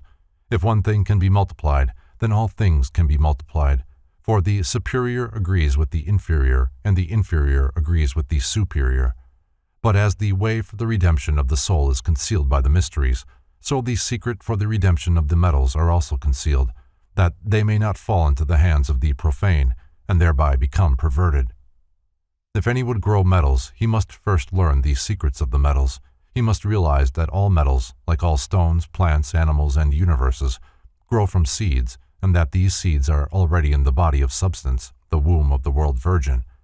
For the seed of man is in the universe before he is born, or grows, and as the seed of the plant exists for all time, though the plant live but a part of that time, so the seeds of spiritual gold and material gold are ever present in all things. The metals grow throughout the ages because life is imparted to them from the sun. They grow imperceptibly, in form, like tiny shrubs, for everything grows in some way. Only the methods of growth differ according to kind and magnitude. One of the great axioms is, within everything is the seed of everything, although by the simple processes of nature it may remain latent for many centuries, or its growth may be exceedingly slow. Therefore, every grain of sand contains not only the seed of precious metals, as well as the seed of the priceless gems, but also the seeds of sun, moon, and stars. As within the nature of man is reflected the entire universe in miniature, so in each grain of sand, each drop of water, each tiny particle of cosmic dust, are concealed all the parts and elements of cosmos in the form of tiny seed germs, so minute that even the most powerful microscope cannot detect them. Trillions of times smaller than the ion or electron, these seeds, unrecognizable and incomprehensible, await the time assigned for them, for growth and expression. Consider the monads of Leibniz. There are two methods whereby growth may be accomplished. The first is by nature, for nature is an alchemist forever achieving the apparently impossible. The second is by art, and through art is produced in a comparatively short time that which requires nature almost endless periods to duplicate. The true philosopher, desiring to accomplish the magnum opus, patterns his conduct according to the laws of nature, recognizing that the art of alchemy is merely a method copied from nature but with the aid of certain secret formulae, greatly shortened by being correspondingly intensified. Nature, in order to achieve her miracles, must work through either extensiveness or intensiveness. The extensive processes of nature are such as are used in the transmutation of the pitch of black carbon into diamonds, requiring millions of years of natural hardening. The intensive process is art, which is ever the faithful servant of nature, as Dr. A.D. says, supplementing her every step and cooperating with her in all her ways. So, in this philosophical work, nature and art ought so lovingly to embrace each other, as that art may not require what nature denies, nor nature deny what may be perfected by art. For nature, assenting, she demeans herself obediently to every artist, whilst by their industry she is helped, not hindered. Dr. A.D. in his Chemical Collections. By means of this art, the seed which is within the soul of a stone may be made to germinate so intensively that in a few moments a diamond is grown from the seed of itself. If the seed of the diamond were not in the marble, granite, and sand, a diamond could not be grown therefrom. But as the seed is within all these things, a diamond may be grown out of any other substance in the universe. In some substances, however, it is easier to perform this miracle because in them these germs have already been long fertilized and are thus more nearly prepared for the vivifying process of the art. Likewise, to teach some men wisdom is easier than to teach others, for some already have a foundation upon which to work, while in others the thinking faculties are entirely dormant. Alchemy, therefore, should be regarded as the art of increasing and bringing into perfect flower with the greatest possible expedition. Nature may accomplish her desired end, or, because of the destructiveness exercised by one element over another, she may not. But with the aid of the true art, nature always accomplishes her end, for this art is not subject either to the wastings of time or to the vandalism of elemental reactions.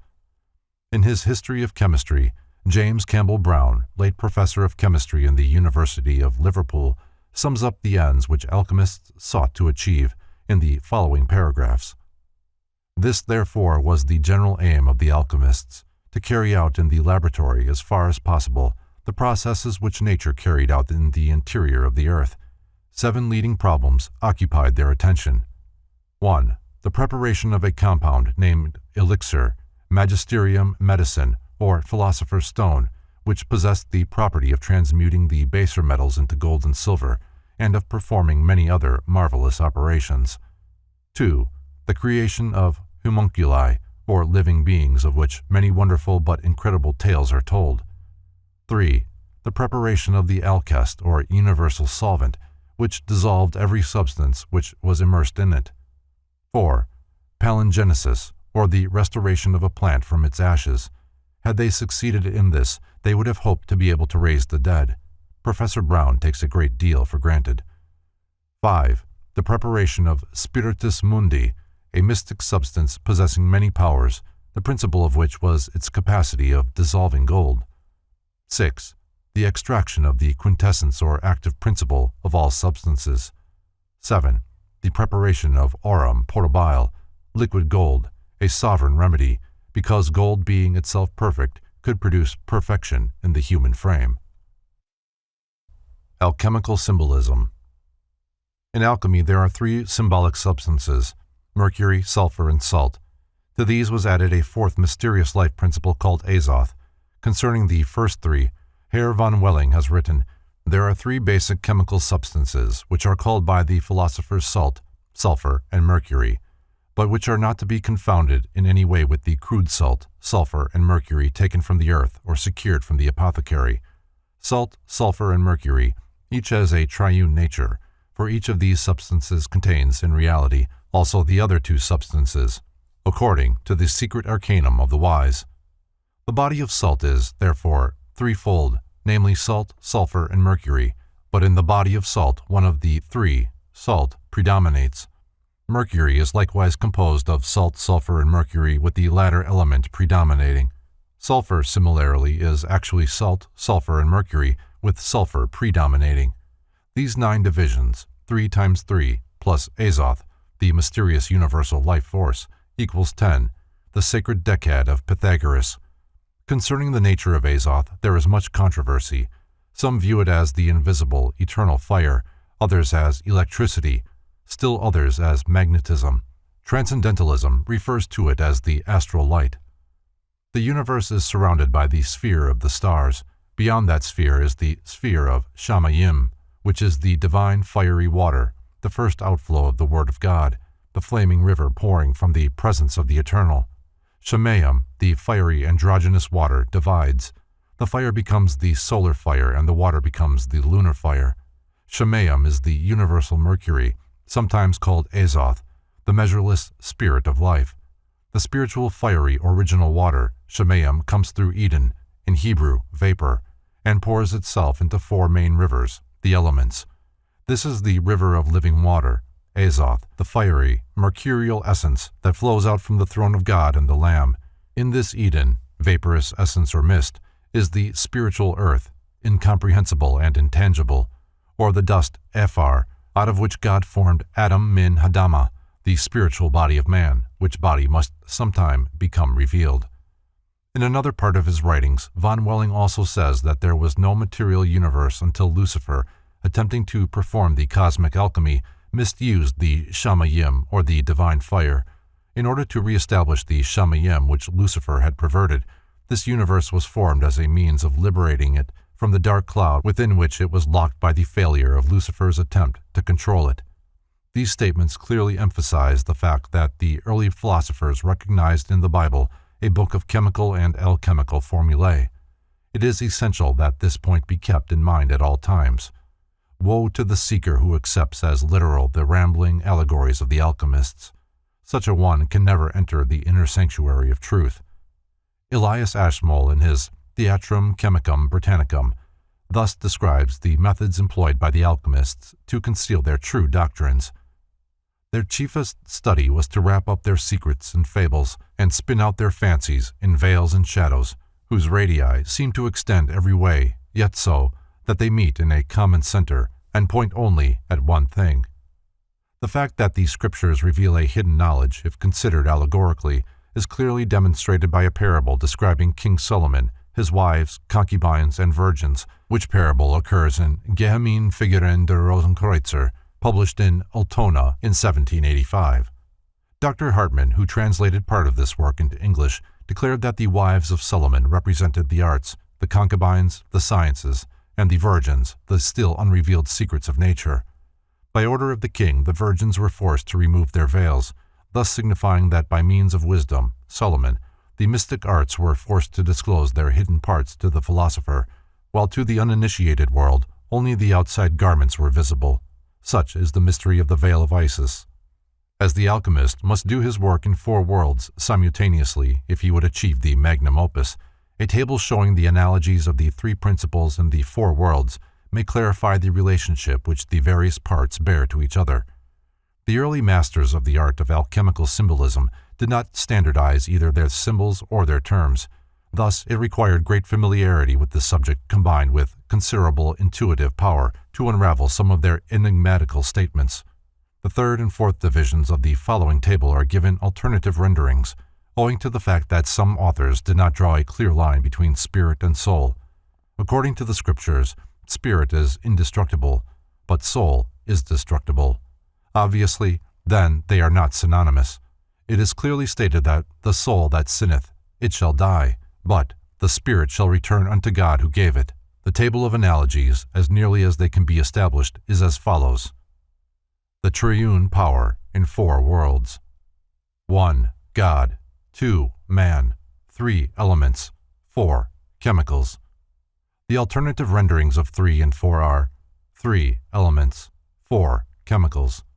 Paracelsus made a different arrangement, somewhat Aristotelian, in which the three phases of the triune God are omitted, combining only the elements of the second, third, and fourth worlds. 2. Man. 3. Elements. 4. Chemicals. The main point, however, is proved. The alchemical philosophers used the symbols of salt, sulfur, and mercury to represent not only chemicals but the spiritual and invisible principles of God, man, and the universe. The three substances, salt, sulfur, and mercury, existing in 4 worlds as shown in the table, sum up to the sacred number 12. As these 12 are the foundations of the great work, they are called in Revelation the 12 foundation stones of the sacred city. In line with the same idea, Pythagoras asserted that the dodecahedron, or 12-faced symmetrical geometric solid, was the foundation of the universe. May there not be a relation also between this mysterious 3 times 4 and the 4 parties of 3, which in the legend of the 3rd degree of Freemasonry go forth to the 4 angels of cherubim, the composite creature of 4 parts? A table of medieval alchemical symbols, from Valentin's The Last Will and Testament. Hermetists use the curious symbols shown in this rare table to represent various chemical elements and alchemical processes. The full meaning of these strange characters has never been revealed, the characters concealing effectually within their own forms the occult secrets regarding the spiritual nature of the metals and elements which they represent. In their allegories, the alchemists also wed human, animal, and plant emblems, sometimes weird composite figures such as the dragon, the winged serpent, the unicorn, and the phoenix. In almost every case they symbolized gold as a king with a crown on his head, and often with a scepter in his hand. Sometimes they depicted him with the ace of the solar disk, surrounded by rays. Silver was personified as a woman, who they called the queen. She wore no crown but often stood upon a lunar crescent, much after the fashion of the Madonna. Mercury was typified as a youth with wings, often with 2 heads, carrying serpents or sometimes the caduceus. Lead they symbolized by an old man with a scythe in his hands. Iron by a soldier dressed in armor. To Aquafortis was given the curious name, the ostrich's stomach, and to the attainment of the great work they assigned the symbol of the phoenix, sitting upon a nest of fire. The union of elements they symbolized by a marriage, the process of putrefaction by a skull, antimony by a dragon. The following table shows the angles to which the parties of 3, salt, sulfur, and mercury, go in search of Hiram. The 4 corners of creation, the fixed signs of the zodiac, the parts of the cherubim, the 4 seasons, the ages of man, the stages of existence, the parts of man's constitution, the 4 elements. One more table should prove of interest to Masonic scholars, one showing the relationship existing between the 3 substances, salt, sulfur, and mercury, and certain symbols with which Masons are familiar. This table also has an alternative rendering based on the interblending of philosophic principles, which are difficult, if not impossible, to separate into chronological order. 1. The 3 lights. 2. The 3 Grand Masters. 3. The geometric solids. 4. Alchemical substances. The alternative rendering of number 2 is 2. The 3 Grand Masters. In alchemy is found again the perpetuation of the universal mystery, for as surely as Jesus died upon the cross, Hiram at the west gate of the temple, Orpheus on the banks of the river Hebros, Krishna on the banks of the Ganges, and Osiris in the coffin prepared by Typhon, so in alchemy, unless the elements first die, the great work cannot be achieved. The stages of the alchemical processes can be traced in the lives and activities of nearly all the world's saviors and teachers, and also among the mythologies of several nations. It is said in the Bible that, except the man be born again, he cannot see the kingdom of God. In alchemy, it is declared that without putrefaction, the great work cannot be accomplished. What is it that dies on the cross, is buried in the tomb of the mysteries, and that dies also in the retort and becomes black with putrefaction? Also, what is it that does this same thing in the nature of man, that he may rise again, phoenix-like, from his own ashes? Caput mortuum. The solution in the alchemical retort, if digested a certain length of time, will turn into a red elixir, which is called the universal medicine. It resembles a fiery water and is luminous in the dark. During the process of digestion, it passes through many colors, which has given rise to its being called the peacock, because of its iridescence during one of the periods of its digestion. If the augmentations of its power be carried too far, the test tube containing the substance will explode and vanish as dust. This commonly occurs and is the greatest danger involved in the preparation of the medicine for men and metals. If developed too far, it will also seep through the glass, for there is no physical container sufficiently strong to hold it. The reason for this is that it is no longer a substance but a divine essence, partaking of the interpenetrative power of divinity. When it is properly developed, this universal solvent in liquid form will dissolve into itself all other metals. In this high state, the universal salt is a liquid fire.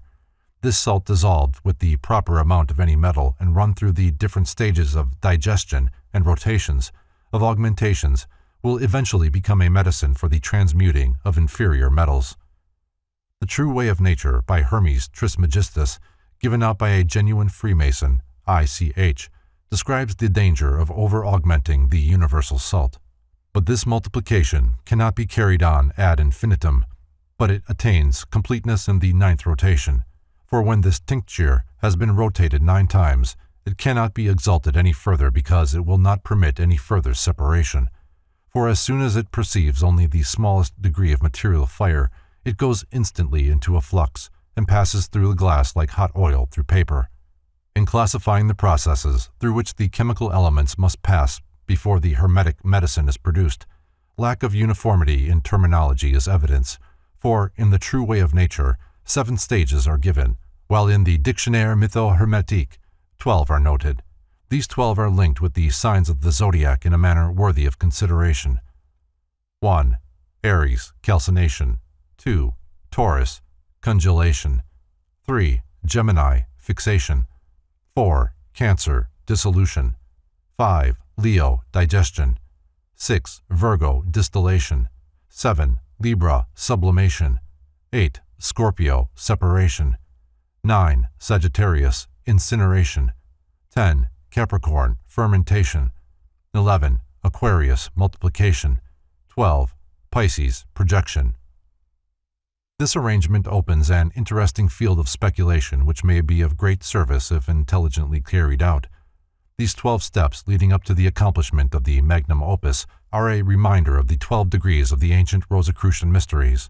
To a certain degree, Rosicrucianism was chemistry theologized and alchemy philosophized. According to the mysteries, man was redeemed as the result of his passage, in rotation through the 12 mansions of the heavens. The 12 processes by means of which the secret essence may be discovered remind the student forcibly of the 12 fellow craftsmen who are sent forth in search of the murdered builder of the universe, the universal Mercury. According to Solomon Trismosan, the stages through which matter passes in its journey towards perfection are divided into 22 parts, each of which is represented by an appropriate drawing. There is an important connection between the 22 emblems of Trismosan, the 22 major cards of the tarot, and the 22 letters of the Hebrew alphabet. These mysterious tarot cards are themselves an alchemical formula if properly interpreted, as if to substantiate the claims of medieval philosophers that King Solomon was a master of alchemy. Dr. Franz Hartmann has noted that the much abused and misunderstood Song of Solomon is in reality an alchemical formula. The student of natural philosophy will immediately recognize the Dark Maid of Jerusalem, not as a person but as a material sacred to the sages. Dr. Hartmann writes, "The Song of Solomon in the Old Testament is a description of the processes of alchemy.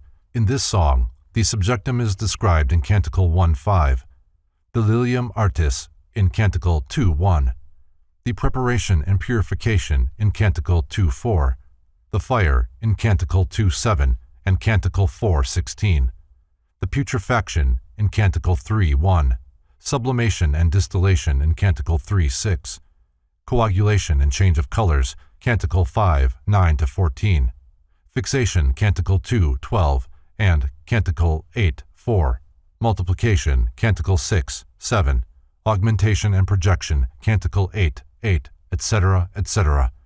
A tiny particle of the philosopher's stone, if cast upon the surface of the water, will, according to an appendix to the work on the universal salt by Herr von Welling, immediately begin a process of recapitulating in miniature the history of the universe, for instantly the tincture, like the spirits of Elohim, moves upon the face of the waters.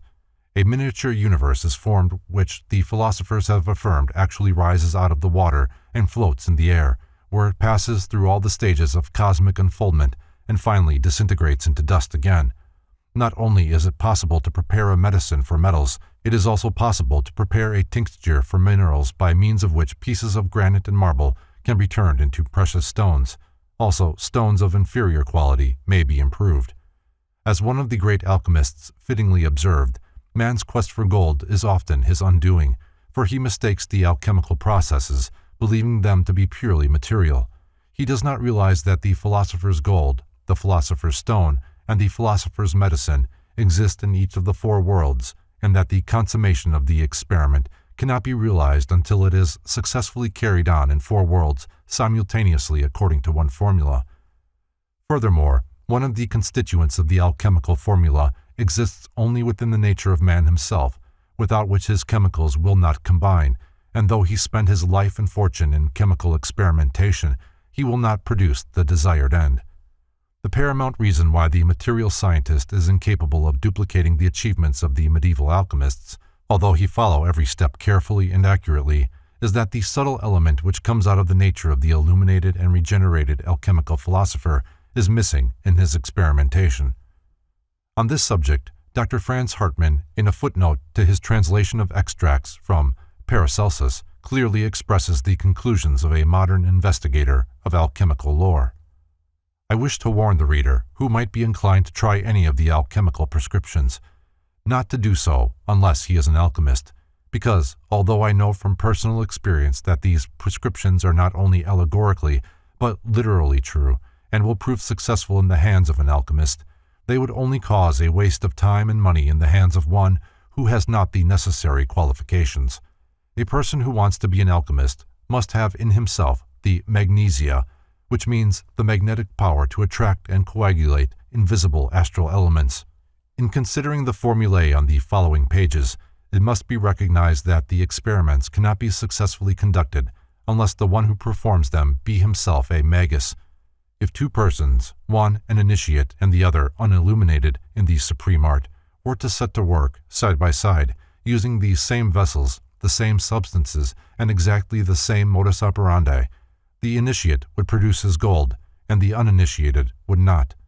Unless the greater alchemy has first taken place within the soul of man, he cannot perform the lesser alchemy in the retort. This is an invariable rule, although it is cunningly hidden in the allegories and emblems of Hermetic philosophy. Unless a man be born again, he cannot accomplish the great work, and if the student of alchemical formulae will remember this, it will save him much sorrow and disappointment. To speak of that part of the mystery which is concerned with the secret life principle within the actual nature of man is forbidden, for it is decreed by the masters of the art that each shall discover that for himself, and on this subject it is unlawful to speak at greater length. The Theory and Practice of Alchemy, Part 2. All true philosophers of the natural or Hermetic sciences begin their labors with a prayer to the supreme alchemist of the universe, beseeching his assistance in the consummation of the magnum opus. The prayer that follows, written in a provincial German centuries ago by an adept now unknown, is representative. O holy and hallowed Trinity, thou undivided and triple unity, cause me to sink into the abyss of thy limitless eternal fire, for only in that fire can the mortal nature of man be changed into humble dust, while the new body of the salt union lies in the light. O melt me and transmute me in this, thy holy fire, so that on the day at thy command, the fiery waters of the Holy Spirit draw me out from the dark dust, giving me new birth and making me alive with his breath. May I also be exalted through the humble humility of thy Son, rising through his assistance out of the dust and ashes, and changing into a pure, spiritual body of rainbow colors, like unto the transparent, crystal-like, paradisiacal gold, that my own nature may be redeemed and purified like the elements before me in these glasses and bottles.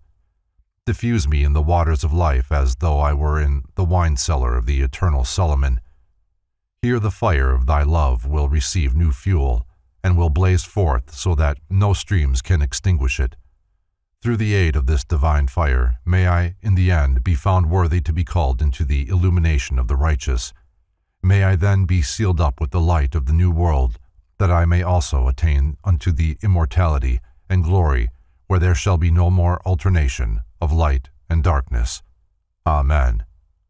The origin of alchemical formulae. Apparently but few of the medieval alchemists discovered the great arcanum without aid.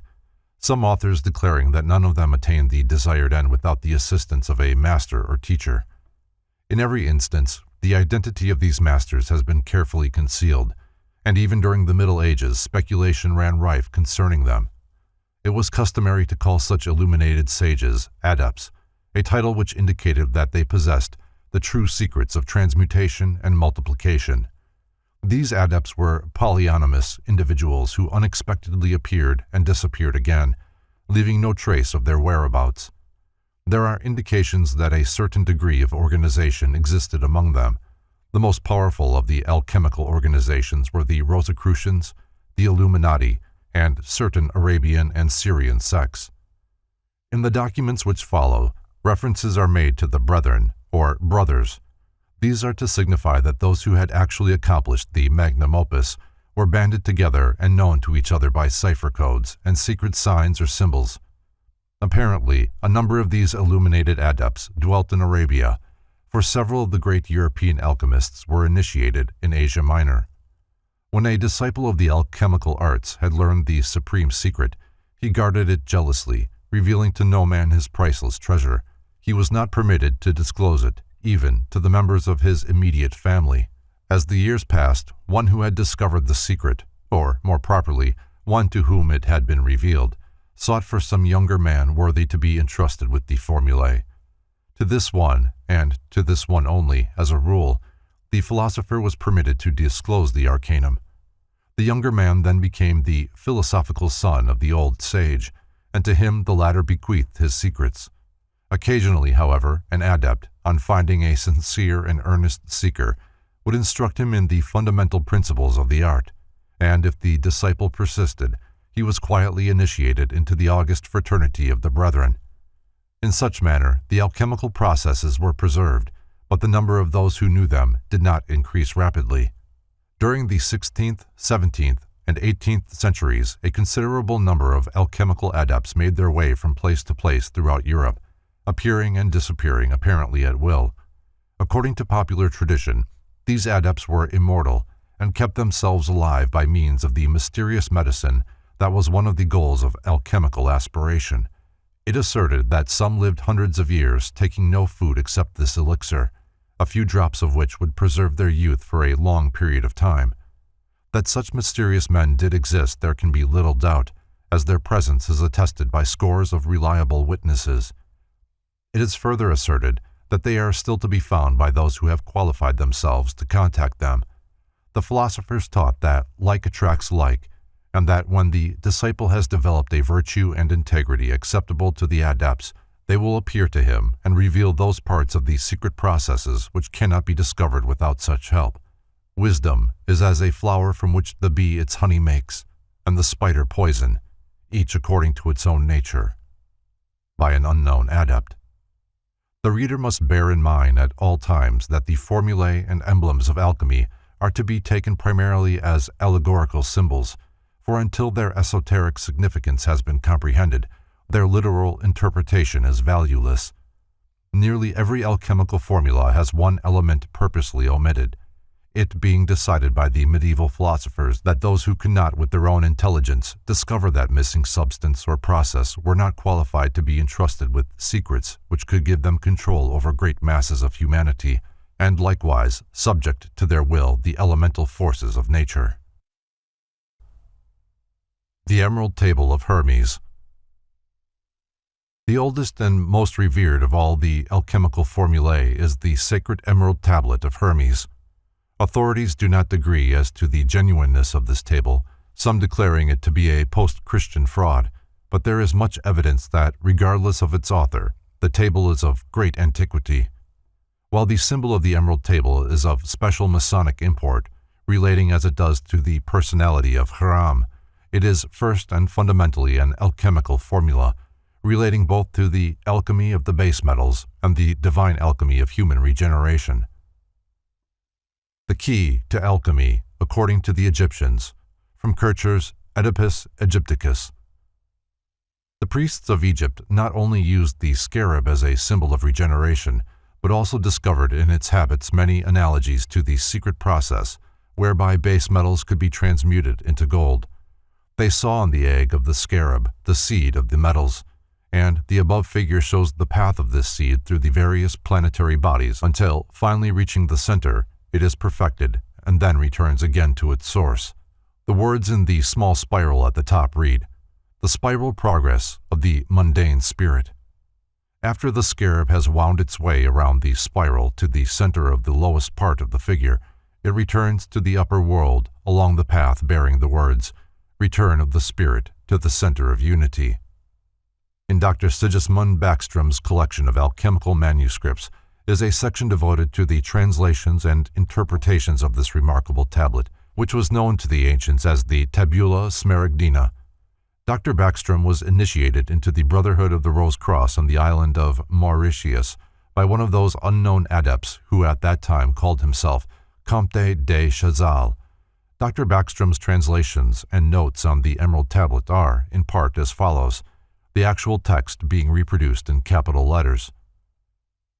The Emerald Table, the most ancient monument of the Chaldeans concerning the lapis philosophorum, the stone of the philosophers. The Emerald Table furnishes the origin of the allegorical history of King Hiram, Hiram. The Chaldeans, Egyptians, and Hebrews, in what concerns Hiram, have taken their knowledge from one and the same fountain. Homerus, who relates this history in a different manner, followed that original, and Virgil followed Homerus, as Hesiodus took the subject for this theogony likewise from thence, which Ovidius took afterwards for a pattern for his metamorphosis. The knowledge of nature's secret operations constitutes the principal sense of all these ancient writings, but ignorance framed out of it that external or veiled mythology, and the lower class of people turned it into idolatry. The genuine translation from the original very ancient Chaldee is as follows. The secret works of Hiram, one in essence, but three in aspect. The two first large words mean the secret work. The second line in large letters reads, Hiram Talat Makasot, i.e., Hiram the universal agent, one in essence, but three in aspect.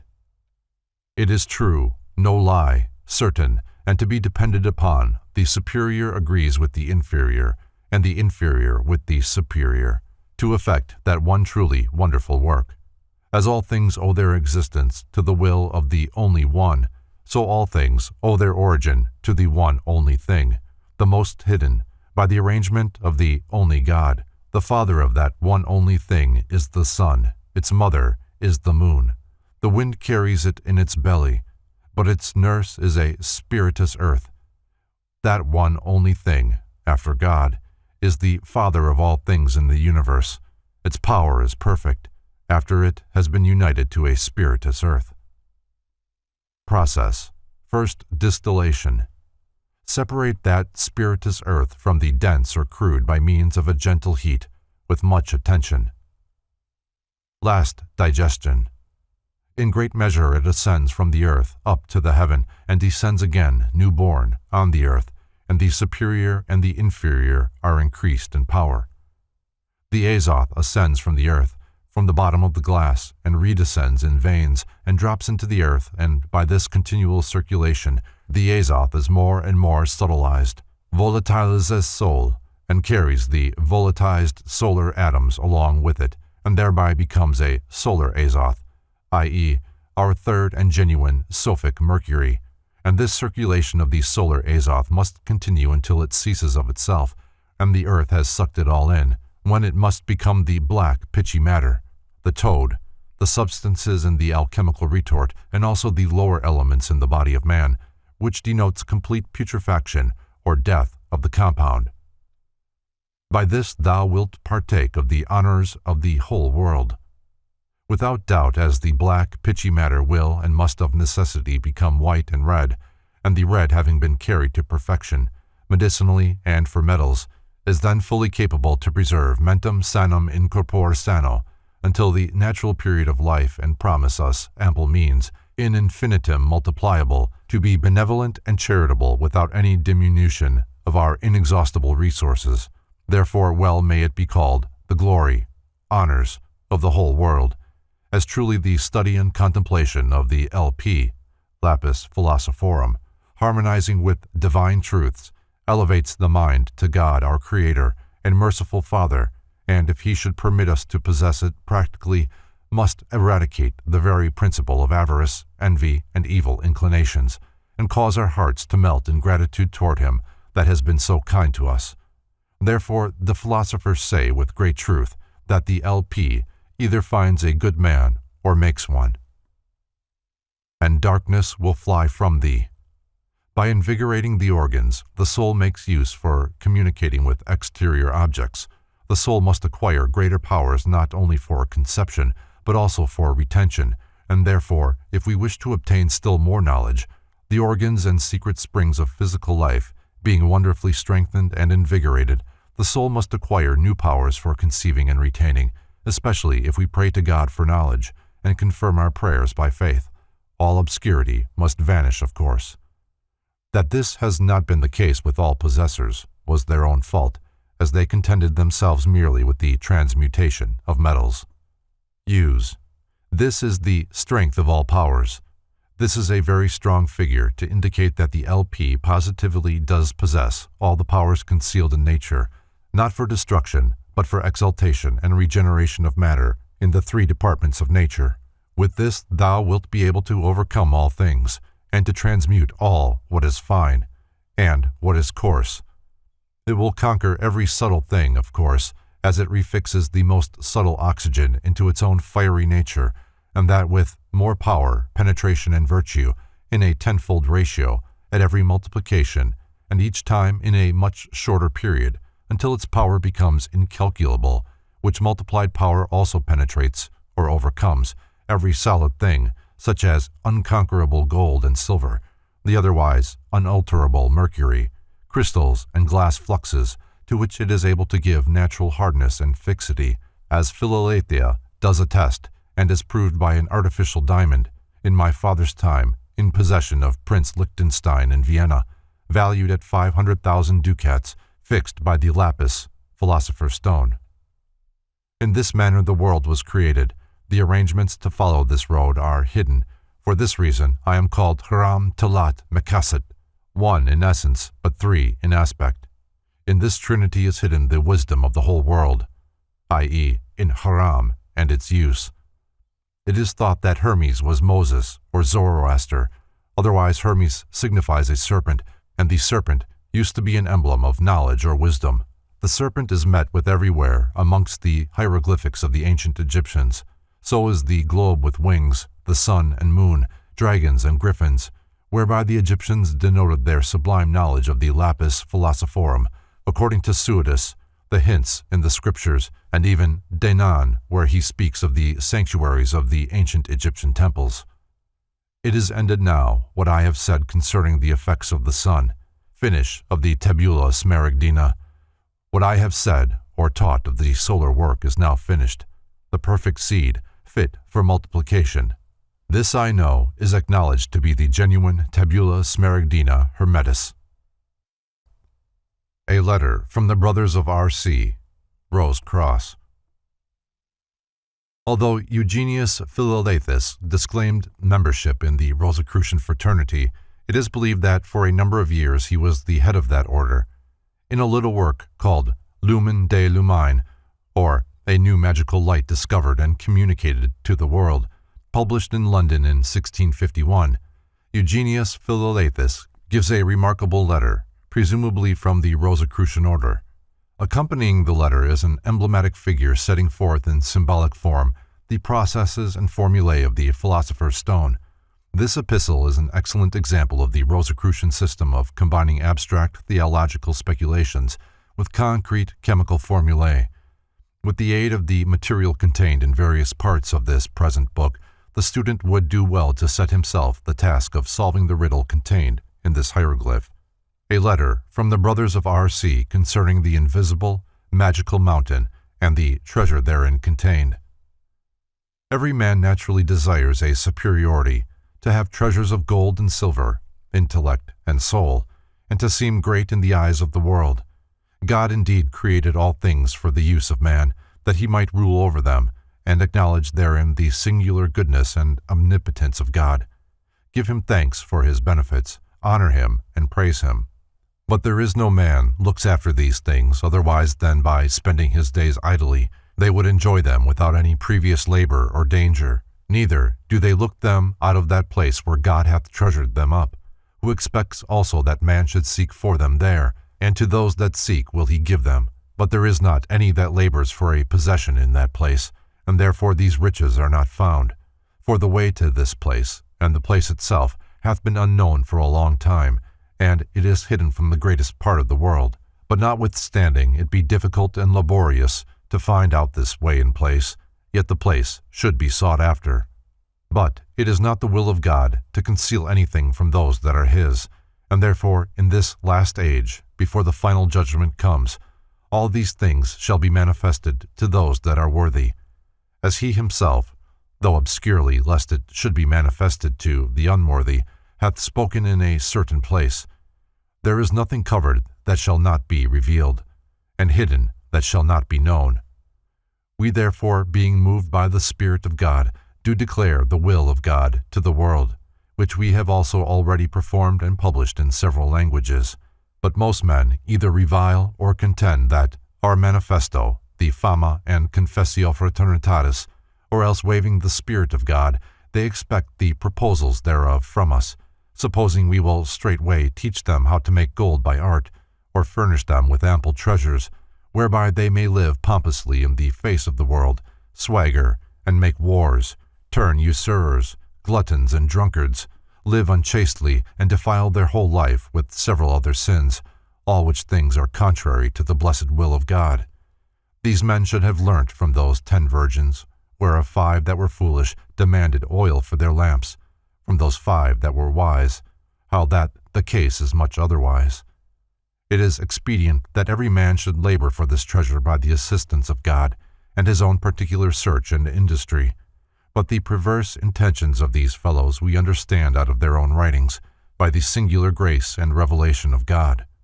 We do stop our ears and wrap ourselves, as it were, in clouds, to avoid the bellowings and howlings of those men, who in vain cry out for gold, and hence, indeed, it comes to pass that they brand us with infinite calumnies and slanders, which notwithstanding we do not resent, but God in his good time will judge them for it. But after that we had well known, though unknown to you, and perceived also by your writing how diligently you are to pursue the Holy Scripture, and seek the true knowledge of God, we have also above many thousands thought you worthy of some answer, and we signify this much to you by the will of God and the admonition of the Holy Ghost. There is a mountain situated in the midst of the earth, or center of the world, which is both small and great. It is soft, also above measure, hard and stony. It is far off, and near at hand, but by the providence of God invisible. In it are hidden most ample treasures, which the world is not able to value. This mountain, by envy of the devil, who always opposeth the glory of God and the happiness of man, is compassed about with very cruel beasts and other ravenous birds, which make the way thither both difficult and dangerous, and therefore hitherto, because the time is not yet come, the way thither could not be sought after nor found out. But now at last the way is to be found by those that are worthy, but notwithstanding by every man's self-labor and endeavors. To this mountain you shall go in a certain night, when it comes most long and most dark, and see that you prepare yourselves by prayer. Insist upon the way that leads to the mountain, but ask not of any man where the way lies. Only follow your guide, who will offer himself to you, and will meet you in the way, but you shall not know him. This guide will bring you to the mountain at midnight, when all things are silent and dark. It is necessary that you arm yourselves with a resolute, heroic courage, lest you fear those things that will happen, and so fall back. You need no sword, nor any other bodily weapons. Only call upon God sincerely and heartily. When you have discovered the mountain, the first miracle that will appear is this: a most vehement and very great wind that will shake the mountain and shatter the rocks to pieces. You shall be encountered also by lions and dragons and other terrible beasts, but fear not any of these things. Be resolute and take heed that you return not, for your guide who brought you thither will not suffer any evil to befall you. As for the treasure, it is not yet discovered, but it is very near. After this wind will come an earthquake that will overthrow those things which the wind hath left, and make all flat. But be sure that you fall not off. The earthquake being past, there shall follow a fire that will consume the earthly rubbish, and discover the treasure, but as yet you cannot see it. After all these things, and near the daybreak, there shall be a great calm, and you shall see the day star arise, and the dawning will appear, and you shall perceive a great treasure. The chiefest thing in it, and the most perfect, is a certain exalted tincture, with which the world, if it served God and were worthy of such gifts, might be tinged and turned into most pure gold. This tincture, being used as your guide shall reach you, will make you young when you are old, and you shall perceive no disease in any part of your bodies. By means of this tincture also you shall find pearls of that excellency which cannot be imagined. But do not you arrogate anything to yourselves because of your present power, but be contented with that which your guide shall communicate to you. Praise God perpetually for this, his gift, and have a special care that you use it not for worldly pride, but employ it in such works which are contrary to the world. Use it rightly, and enjoy it so, as if you had it not.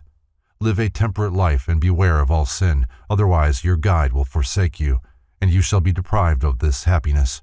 For know this of a truth, whosoever abuseth this tincture, and lives not exemplary, purely and devoutly before men, he shall lose this benefit, and scarce any hope will there be left ever to recover it afterwards.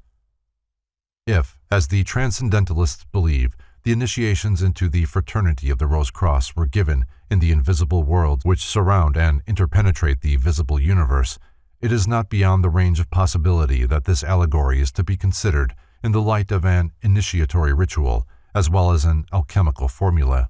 As has been noted, it is difficult to secure a complete formula for any of the alchemical operations. The one presented here is the most nearly complete of any available. The collecting of the rays and energies of the celestial bodies as precipitated in dew is a process which Paracelsus used with great success. Bear constantly in mind that these processes are only for those who have been properly instructed in the secret art.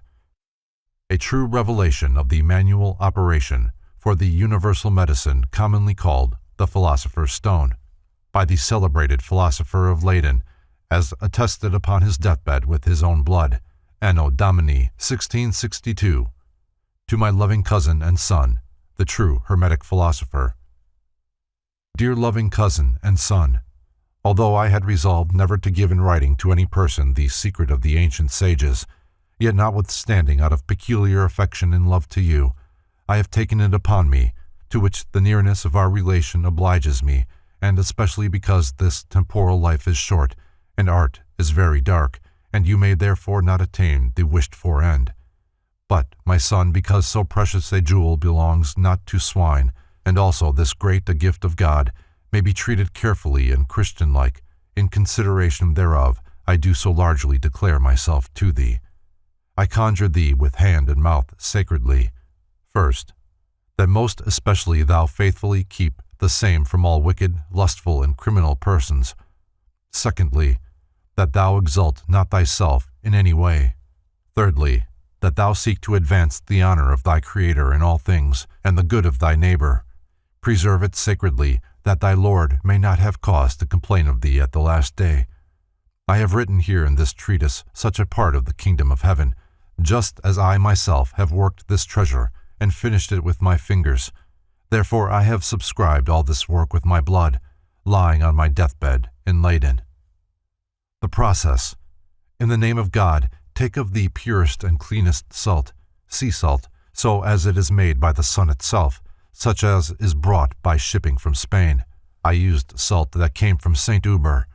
Let it be dried in a warm stove, grind it in a stone mortar, as fine as possible to a powder, that it may be so much the easier dissolved and taken up by our dew water, which is thus to be had in the months of May or June, when the moon is at the full. Observe when the dew falls with an east or southeast wind. Then you must have sticks about 1.5 feet high above the ground when driven in the earth. Upon 2 or 3 such sticks, lay some 4 square plates of glass, and as the dew falls, it easily fastens on the glass like a vapor. Then have glass vessels in readiness. Let the dew drain from the sides of the glasses into your vessels. Do this until you have enough. The full of the moon is a good season. Afterwards, it will be hard. The solar rays descending from the sun carry with them solar sulfur, the divine fire. These rays are crystallized by contact with the lunar rays. The solar rays are also met by the emanations pouring upward from the Earth's surface and are thus still further crystallized into a partly tangible substance, which is soluble in pure water. This substance is the magical mountain of the moon, referred to in the RC letter. The crystallization of the solar and lunar rays in water, or dew, produces the virgin earth, a pure, invisible substance uncontaminated by material matter. When the virgin earth crystals are wet, they appear green; when dry, white. The invisible magic mountain, from Philalethes, Lumen de Lumine. On page 24 of Lumen de Lumine, Eugenius Philalethes describes the magical mountain as follows. This is that emblematical magical type which Thalia delivered to me in the invisible Guyana. The first and superior part of it represents the mountains of the moon. The philosophers commonly call them the mountains of India, on whose tops grow their secret and famous lunaria. It is an herb easy to be found, but, for the fact that men are blind, discovers itself and shines after night like pearl. The earth of these mountains is very red and soft beyond all expression. It is full of crystal and rocks, which the philosophers call their glass and their stone. Birds and fish, they say, bring it to them. Of these mountains speaks Hali, the Arabian, a most excellent judicious author. Go, my son, to the mountains of India, and to their quarries or caverns, and take thence our precious stones which dissolve or melt in water, when they are mingled therewith. Much indeed might be spoken of these mountains, if it were lawful to publish their mysteries, but one thing I shall not forbear to tell you. They are very dangerous places after night, for they are haunted with fires and other strange apparitions, as I am told by the Magi, by certain spirits, which dabble lasciviously with the sperm of the world, and imprint their imaginations in, producing many times fantastic and monstrous generations. The access and pilgrimage to this place, with the difficulties which attend them, are faithfully and magisterially described by the brothers of R.C. See accompanying letter. Von Welling makes a suggestion for the extraction of the solar life from stagnant water, but is reticent both as to naming the essence extracted and also as to the various processes through which it must pass to be refined and increased in power. His hint, however, is both valuable and unusual. Take sweet, clean water and seal it in a large bottle, leaving about 1/4 empty. Place the bottle in the sun for some weeks until it rots, showing a precipitation in the bottom. This precipitation, when properly manipulated by distillation, will produce a clear, fiery, burning oil, the constituents and use of which are only known to the wise. The philosopher of Leyden continues, Now, when you have enough of your dew, close your glasses exactly, and keep it till you use it, that none of its spirits may evaporate, which may easily happen.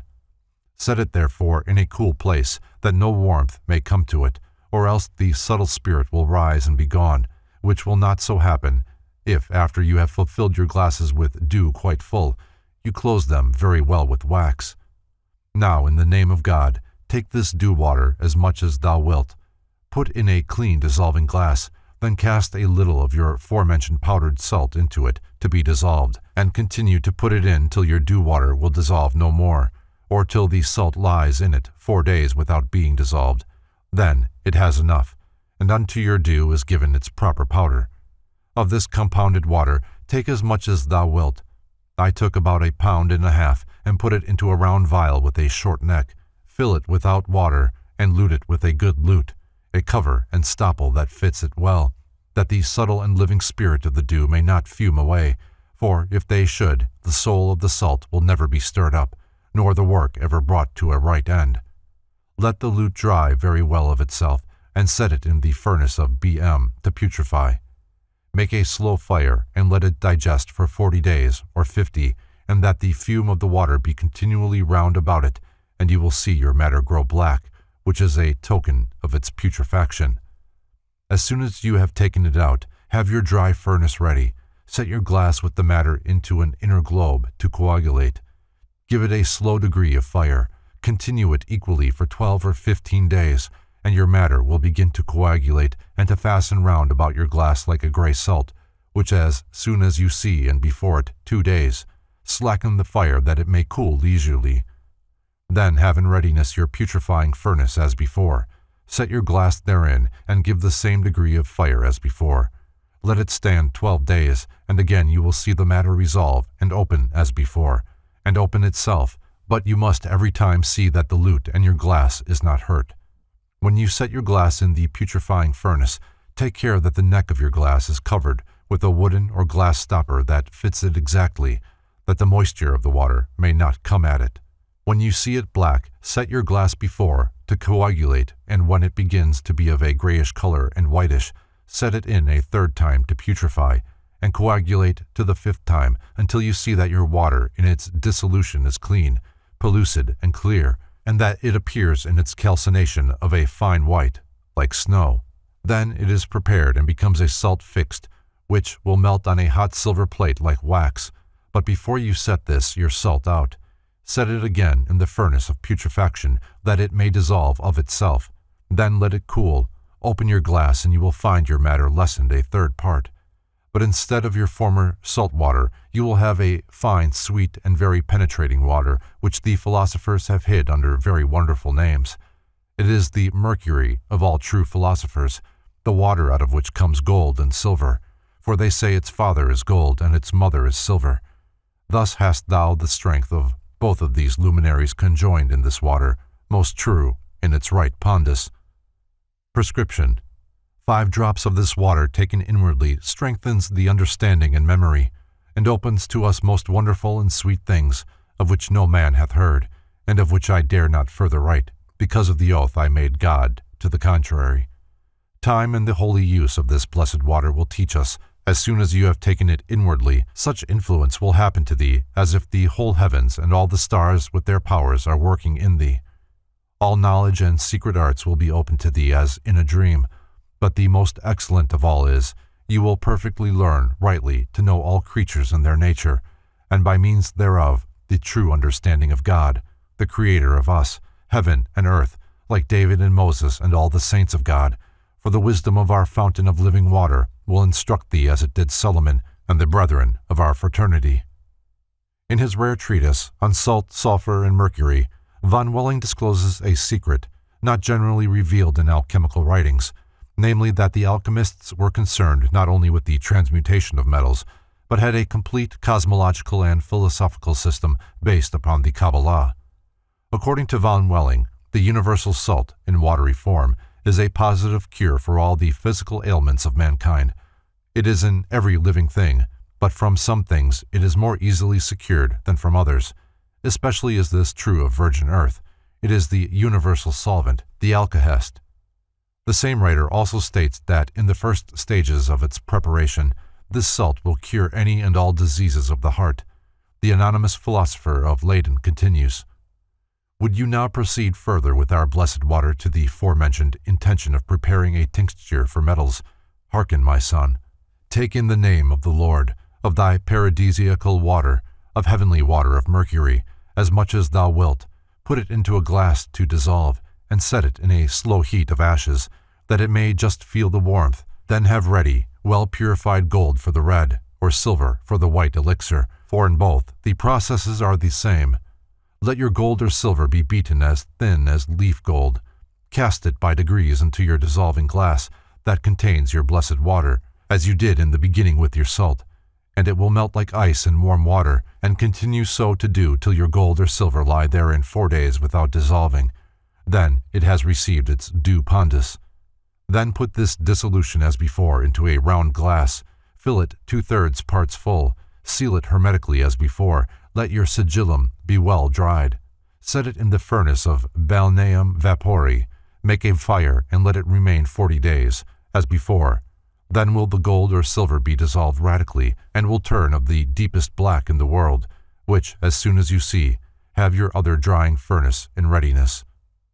Continuing, philosophers say there is no true solution of the body without a proceeding coagulation of the spirit, for they are interchangeably mixed in a due proportion, whereby the bodily essence becomes of a spiritual penetrating nature. On the other hand, the incomprehensible spiritual essential virtue is also made corporeal by the fire, because there is made between them so near a relation or friendship, like as the heavens operate to the very depth of earth, and producing from thence all the treasures and riches of the whole world. Admirandum naturae operationem in archidoxis cognitum. With this powder, you may as follows project on metals. Take 5 parts of fine gold or silver according as you work, and melt it in a crucible. Wrap up your medicine in wax, cast it therein, give a strong fire for an hour, then take the crucible out, as it were, calcined, then cast 1 part on 10 parts of imperfect metals, be it what it will, and the same will be immediately changed into purer metal than what is brought out of the mines and produced by melting.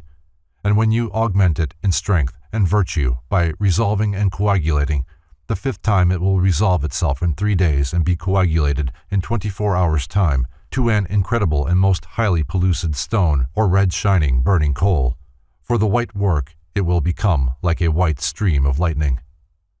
Of this last coagulation take 1 part, cast it upon 5,000 of melted gold or silver as before.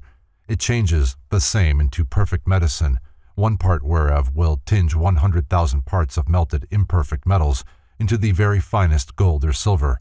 So far I have brought, and further I would not come, for as I would set in the matter to distill 6 times in 12 hours, it subtilized so highly that the most part, like somewhat most wonderful to behold, passed through the glass, causing an inexpressible odoriferous smell. Take heed that it happens not to you. Many more wonders of this holy art might be added, namely, how to prepare therewith all sorts of precious stones, and other most admirable things, but it would require too great a book to express the whole, as it ought to be, especially as the art is endless and not to be apprehended with one view. And my purpose has been, loving cousin and son, devoutly to lead thee into the mysteries of nature and this holy science, and I have faithfully performed it. In conclusion, the letter states, Go thou to work, as I have done before thee. Fear God, love thy neighbor from the bottom of thy soul sincerely. So will in the manual operation everything to thee, and when thou art at work therein, many of our brethren will reveal themselves to thee, of our holy order, privately. For I have on my part, the eternal God wrote the truth which I found out by prayer and searching into nature, which work I have seen with my eyes and with my hands extracted. Therefore also I have subscribed this testament with my own blood, the last day of my life on my deathbed. Actum Leyden, 27 March, 1662. The Hermetic and Alchemical Figures of Claudius de Domenico Celentano Vallis Novi. From a manuscript, written and illuminated at Naples, 1606. No better way can be found of introducing to the royal art a seeker after the mysteries of symbolical philosophy than to place at his disposal an actual example of alchemical writing. The text of this manuscript is as enigmatic as are its diagrams, but to him who will meditate upon the profound significance of both, the deeper issues of mysticism in due time will be made clear. An unknown person, through whose hands this manuscript passed, wrote thus of it. Because of its drawings and illustrated expositions, the manuscript is of preeminent importance to the Rosicrucians and the contemporary order of Freemasons. The first and larger part of the illustrations deals with the Hermetic philosophy, explaining its teachings and doctrines. Interspersed among these are portraits of great teachers and satirical representations of bunglers and their mistaken views. The systematically arranged part shows with wonderful clearness the color development of the alchemical processes, from blue gold over black to white and rose. Throughout it treats of the change in human beings and not of the making of gold. Ever upon the grade of black, the return into chaos from which new creations are possible, follows the grade of the neophytes, the new birth, which is often repeated with impressive lucidity. The black stage occurs as usual through fire. This unopened and unpublished manuscript belongs to the order of the most important precepts and documents of the Rosicrucians and Freemasons.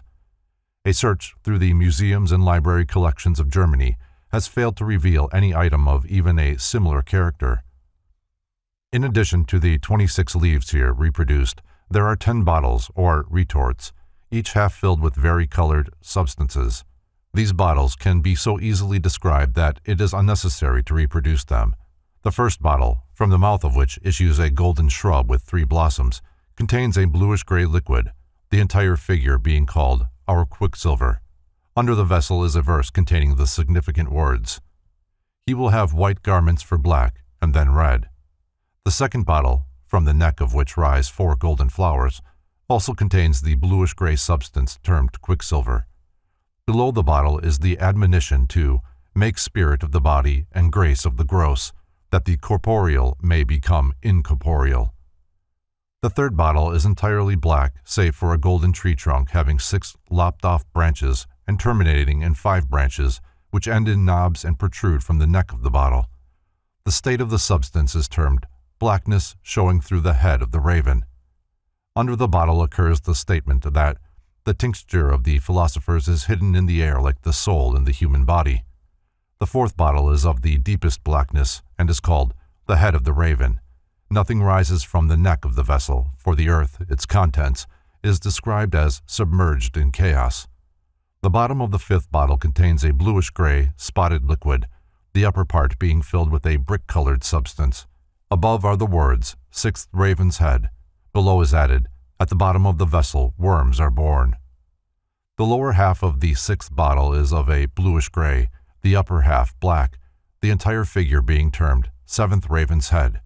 A child is seated beside the bottle, concerning whom it is written, "This newly born, black son is called elixir, and will be made perfectly white." The seventh bottle is black below and black spotted with red above. The process is thus described: black, blacker than black, for many diverse colors will appear. Those black clouds will descend to the body whence they came, and the junction of body, soul, and spirit has been completed and turned to ashes. The eighth bottle is divided horizontally by a golden band, from which arises a golden stem ending in 5 leaves protruding from the neck of the bottle. The contents of the vessel are transparent, and it is written that the black clouds are past, and the great whiteness has been completed. The ninth bottle, from the neck of which rises a golden white rose, is also partly filled with a transparent liquid. The rose is made to say, "He who blanches me makes me red." The 10th and last bottle represents the consummation of the great work. The lower half of the vessel is filled with the blood-red elixir, and from the neck rises a red rose with many petals of extreme beauty. After declaring all the planets to have been present at the consummation of the great work, the author of the document concludes, "I gave to the Master Spirit so much silver and gold that he can never be poor." In his dedication, the author and illustrator of the manuscript declares that he has set forth all the operations of the great work.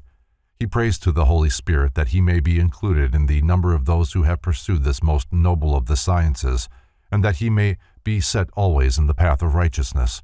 Exclusive of his own researches, the main sources of his information are said to be the writings of St. Thomas Aquinas, Raymond Lolly, and Arnold of Villanova. To protect themselves from the persecution of despotic theology, the medieval alchemists couched their philosophy in Christian terminology.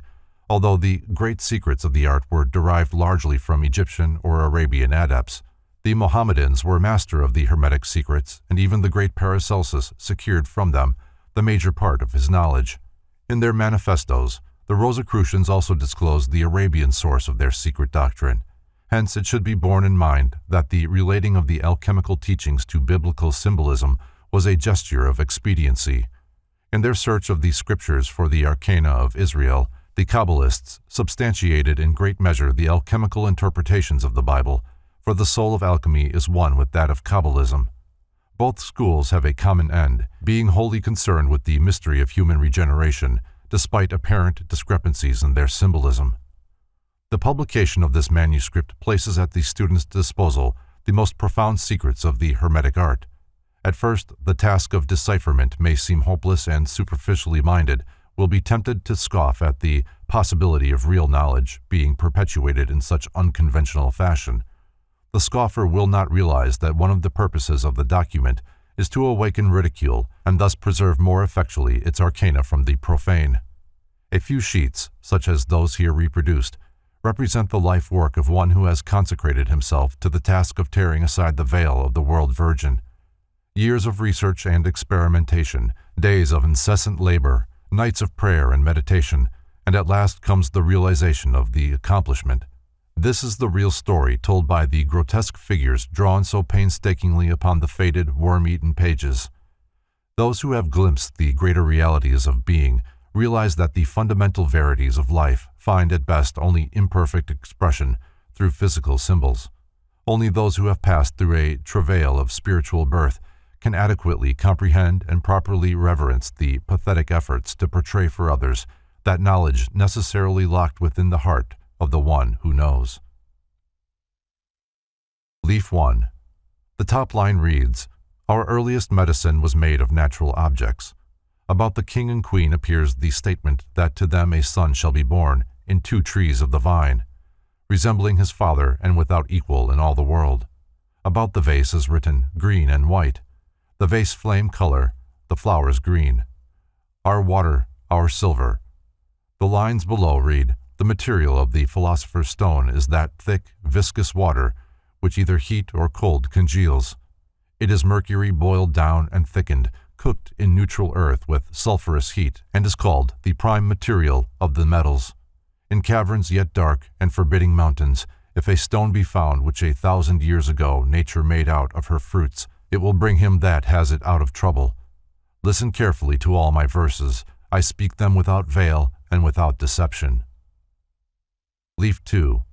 At the top is a quotation from St. Thomas Aquinas concerning the composition of the philosopher's stone, which is described as of the purest transparency. In it, all the forms of the elements and their contrarieties were visible. Beneath the figure of St. Thomas Aquinas is a short paragraph praising the excellence of the philosophic stone, declaring that from the one substance can be derived 3 and from the 3, 2. To the right of St. Thomas Aquinas is a likeness of Raymond Lolly seated in the door of his hermitage. Under his feet appears a quotation from this celebrated alchemist, beginning with the question, "What is the philosopher's stone?" After declaring it to be a reddish, fixed mercury, Lolly swears to the Almighty that he has told the truth and that it is not permissible to say more. The original manuscript is mutilated at this point. Leaf 3. The writing at the top of the page reads, "Death of Saturn, Life of Mercury." After describing the use of these Saturnine substances, the key to the process is declared to be depicted below. The verse reads, "This, the stone, is made of 4 elements. This is the truth in all nature. Take it in hand, bright and shining, with all diligence and great care, and then try to bind all securely together side by side, so the fire may cause alarm." Above the human figure is written, "Saturn is almost dead." To the right, if the devouring serpent is a statement of Albertus Magnus that Saturn and Mercury are the first principles of the stone, it also declares that nature wisely provided a mixture of elements so that earth can communicate its dryness to fire, fire its heat to air, air its moisture to water, and water its coldness to earth. Text about the base is illegible in the original. Leaf 4. At the top, "Let them believe that everything is possible. The art is fleeting, bright and rare, and not believed by the foolish." The words between the sun and crescent read, "It is hidden," and on the panel across the body, "The book of life and true treasury of the world." The panel to the left of the figure says, "Moving almost all, and the soul of its body returns to the place from which it had fled, and ripens 7 months or 9, and the king crowned with his diadem appears." The right panel states, "There are 3 Mercuries, animal, vegetable, and mineral." The text below is of such a cryptic nature that to translate it is well nigh impossible. It declares that by putting fire beneath the feet of the symbolic figure, it is possible to extract therefrom the sun and the moon, which the human body is shown elevating to a position of dignity above its head. Leaf 5. In the upper panel it is declared that the sunbird battles with the earth serpent, who, tearing out his own entrails, gives them to the bird. The spirit is vivified, and Lazarus with joy is raised from the dead. Above the bird is written, "This is the sun in the form of a bird," and above the dragon, this is the dragon devouring the bird, the first operation. The panel of the text at the lower left reads in substance, when our sperm, quicksilver, is mixed with the mother of elements, earth, the action is called coitus. The detention by the earth of a bit of quicksilver is called conception. The earth grows and multiplies, and the operation is called impregnation. When earth is whitened with water and made of uniform color and appearance, it is called birth, and the king is born out of the fire. The text at lower right was deliberately mutilated to conceal a too evident secret. Leaf 6. This plate shows all the secrets of the great stone. In the center stands the Paschal Virgin, in her hair the prime virtue, which is described as an herb flourishing in wells. The hands hold the symbols of the spiritual and material elements. The statement at the upper left is to the effect that there are 4 spirits with 2 faces, which are called the elements. At the upper right it is written that fire lives on air, air on water, water on earth, and thus the stone lives peacefully on all the pure elements. Under the sun appears the word summer, under the moon, autumn. About the tree on the left with its attendant eyes are the words, turn away your eyes to, from, the fire. There is space. About the tree to the right, open your eyes to the fire. There is time. The lower panel opens with this sentence, I am exalted above the circles of the world. Leaf 7. The verse at the top reads, this stone is so noble and worthy that nature has hidden it in her recesses. Its soul is all fair and pure, for it is the true sun. I inform you of this. Keep it removed, apart and separated.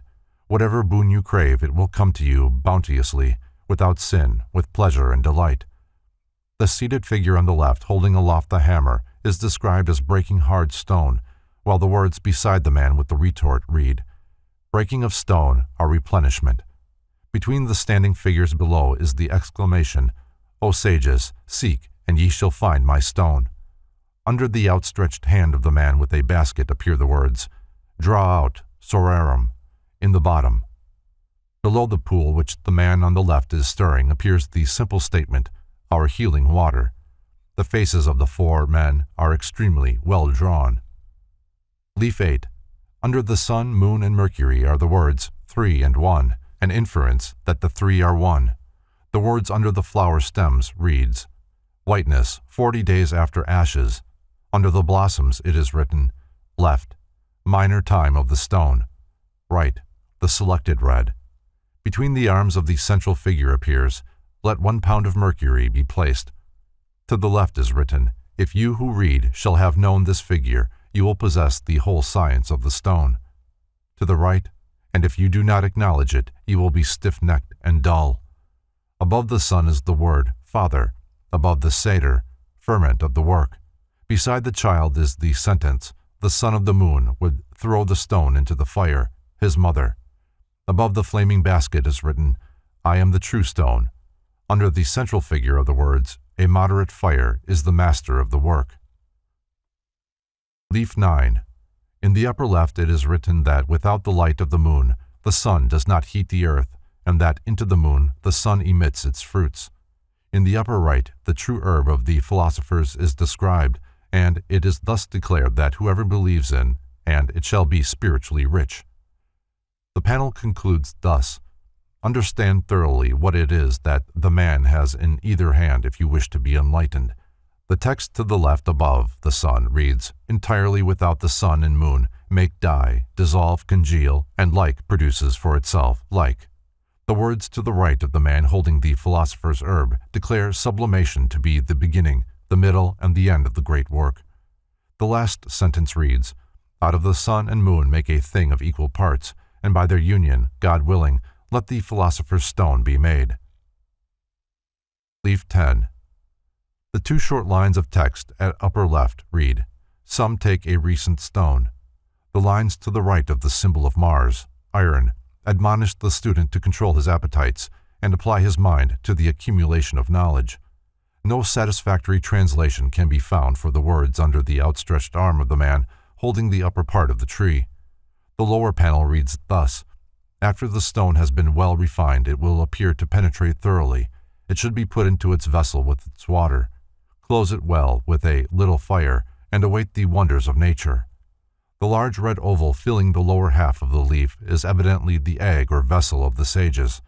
The tree is a symbol of the growth of the sacred metals, for the alchemists affirmed that the metals are like plants and grow in the rocks, spreading their branches or veins through the interstices. Leaf 11. The fount is described as that from which the 2 mercuries of the philosophers are extracted. At the upper left is described the white mercury, and at the right the red mercury.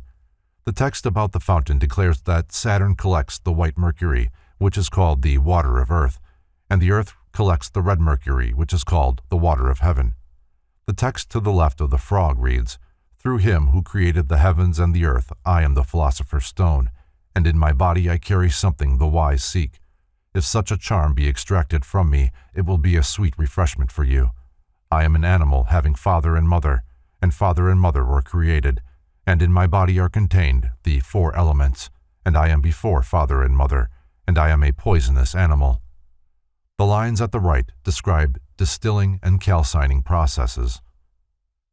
Leaf 12. The 3 words at the top read, "This is nature." The lines above the donkey read, "This is the philosopher's donkey who wished to rise to the practice of the philosopher's stone." The 3 lines below the animal are translated, "Frogs gather in multitudes, but science consists of clear water made from the sun and moon." The text under the symbolic bird is as follows, "This is fortune with 2 wings. Whosoever has it knows that fruit will, in such a way, be produced." A great philosopher has shown that the stone is a certain white sun, to see which needs a telescope. To dissolve it in water requires the sun and moon, and here one must open 200 telescopes, putting body and soul in one mass. And here is lost the mass. Other sages cook the frogs and add nothing, if the juice of the wise you wish to enjoy. To the Greeks, the frog symbolized both metempsychosis and earthly humidity. Leaf 13. This page contains but 2 figures. At the left stands Morianus, the philosopher, pointing towards the salamander who lives and grows in fire. Morianus, who was born in the 12th century, became the disciple of the great Arabian alchemist Adfar, from whom he learned the Hermetic arts. Morianus prepared the philosophical elixir for the Sultan of Egypt, inscribing upon the vase in which he placed the precious substance the words, "He who possesses all has no need of others." He spent many years as a hermit near Jerusalem. The lines below the salamander are, "Let the fire be of a perfect red color, the earth white, the water clear. Then compound them by philosophical means, and calcine them as many times with the water which the body had, as to return it white by its kindness. Having done this, you will have the greatest treasure in the world." Leaf 14. The 3 words at the top of the left page are translated, "The man that digs." Above the birds it is declared that none but the cocks of Hermes, the 2 mercuries, shall put hand to the plough, and only after irrigation will the earth bring forth her fruits. The seated man is Count Bernard of Treviso, who says, "Work the earth with mercury." See chapter on Alchemy and its exponents. The 3 sentences to the Count's left read, "Go to the fire, and with mercury, thy brother, await me for a month. Crumble the stone I gave thee, and I shall go to the fire. Thy death, my life, I shall not die, but, living, tell of the works of this my master." Bernard of Treviso, in his alchemical speculation, emphasized the necessity of meditation upon the philosophical writings of the great adepts rather than chemical experimentation. He ultimately discovered the stone. Leaf 15. The first sentence reads, "The fruit of plants by virtue of the sun, our stone." The boy holding the dish is made to say, "Drink here, all ye that are athirst. Come unto me, run to the waters. Here drink, without price, and drink your fill. Open your eyes and see the wonders of the earth. They learn, my thirsty 20 and 4. Beneath the boy are the words, "In the beginning God created the heavens and the earth, and divided the waters from the waters. Bless the waters which are above the heavens." The circle contains this statement, "The earth, without form and void, out of the stars come the rains." The lower left panel continues the alchemical process, ending with admonition to renounce this misery of worldly existence. Above is a prayer to the Virgin Mary, which opens thus, "Hail Mary, full of grace, the Lord be with thee. blessed thou among women. Leaf 16. The first sentence reads, the dead bodies remain, the spirits are freed by the death in the bodies. You will ride with that death with a scythe, and the light of the sun, the moon, and the fixed stars. Over the scythe is written, subject to the sun, the moon, and Azoth, complete the work. The 4 words in the curve of the scythe blade say, man's head, head of raven. The 3 lines to the right are interpreted thus. This figure is called Leighton, for it looks black in a vessel and is the beginning of corruption. The text below the latter states, this is the ladder of primitive matter, which, when placed in a vessel, turns black. It gradually changes to white by the scale, or ladder, of digestion, according to the degree of heat. Here is a ladder used to signify the natural steps, up which matter must ascend before it can attain to a truly spiritual state. Leaf 17. The verse at the top of the page reads, not only must this material be fixed, but it must be allowed to enter into everything, so that this material may be well completed and have infinite virtue. Then, by making it thick, it becomes at once all white.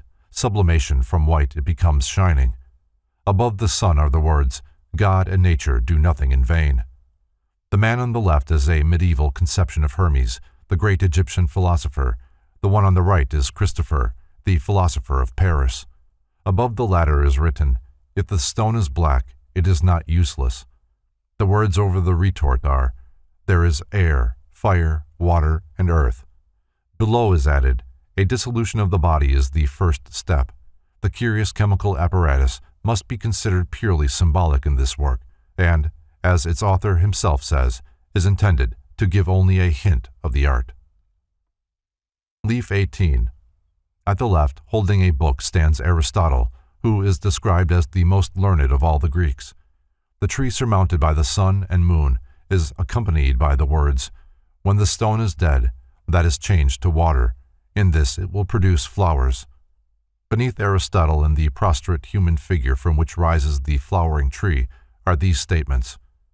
He who makes everything descend from heaven to earth, and then ascend from earth to heaven, has information about the stone.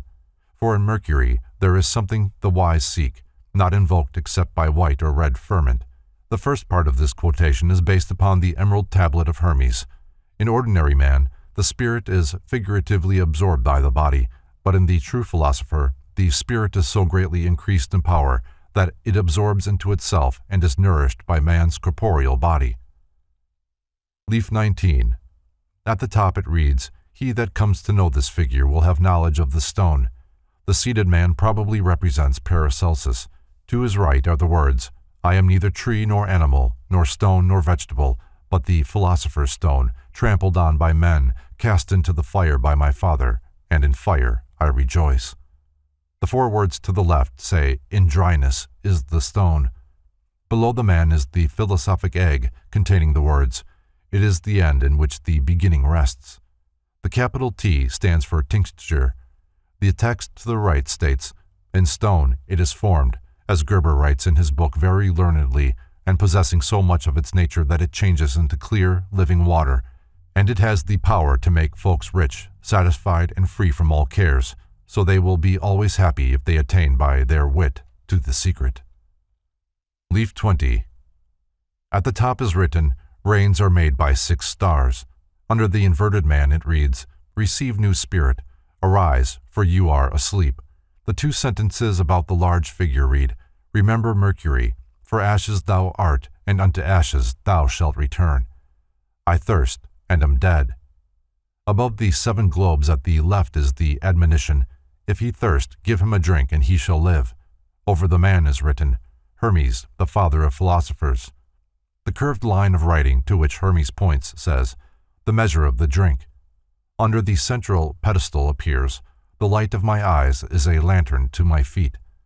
Below is added, if the beginning is unknown, the rest is unknown.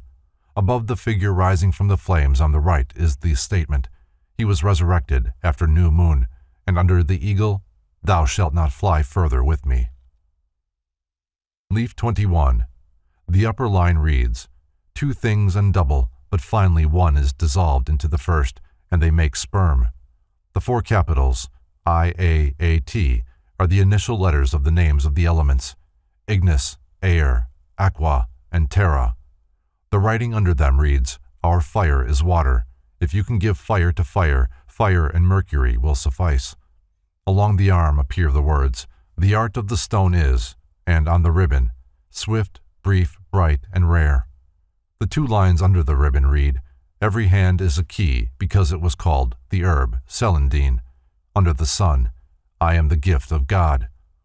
The verse reads, "So that you remain contented in all matters, I must listen attentively. My body is naked, clean, and shining, and I run like oil ready to drop, resplendent like bright gold, and then succumb to the plague in its bright and cheerful little chamber." Retort. Leaf 22. The verse in the upper left is as follows.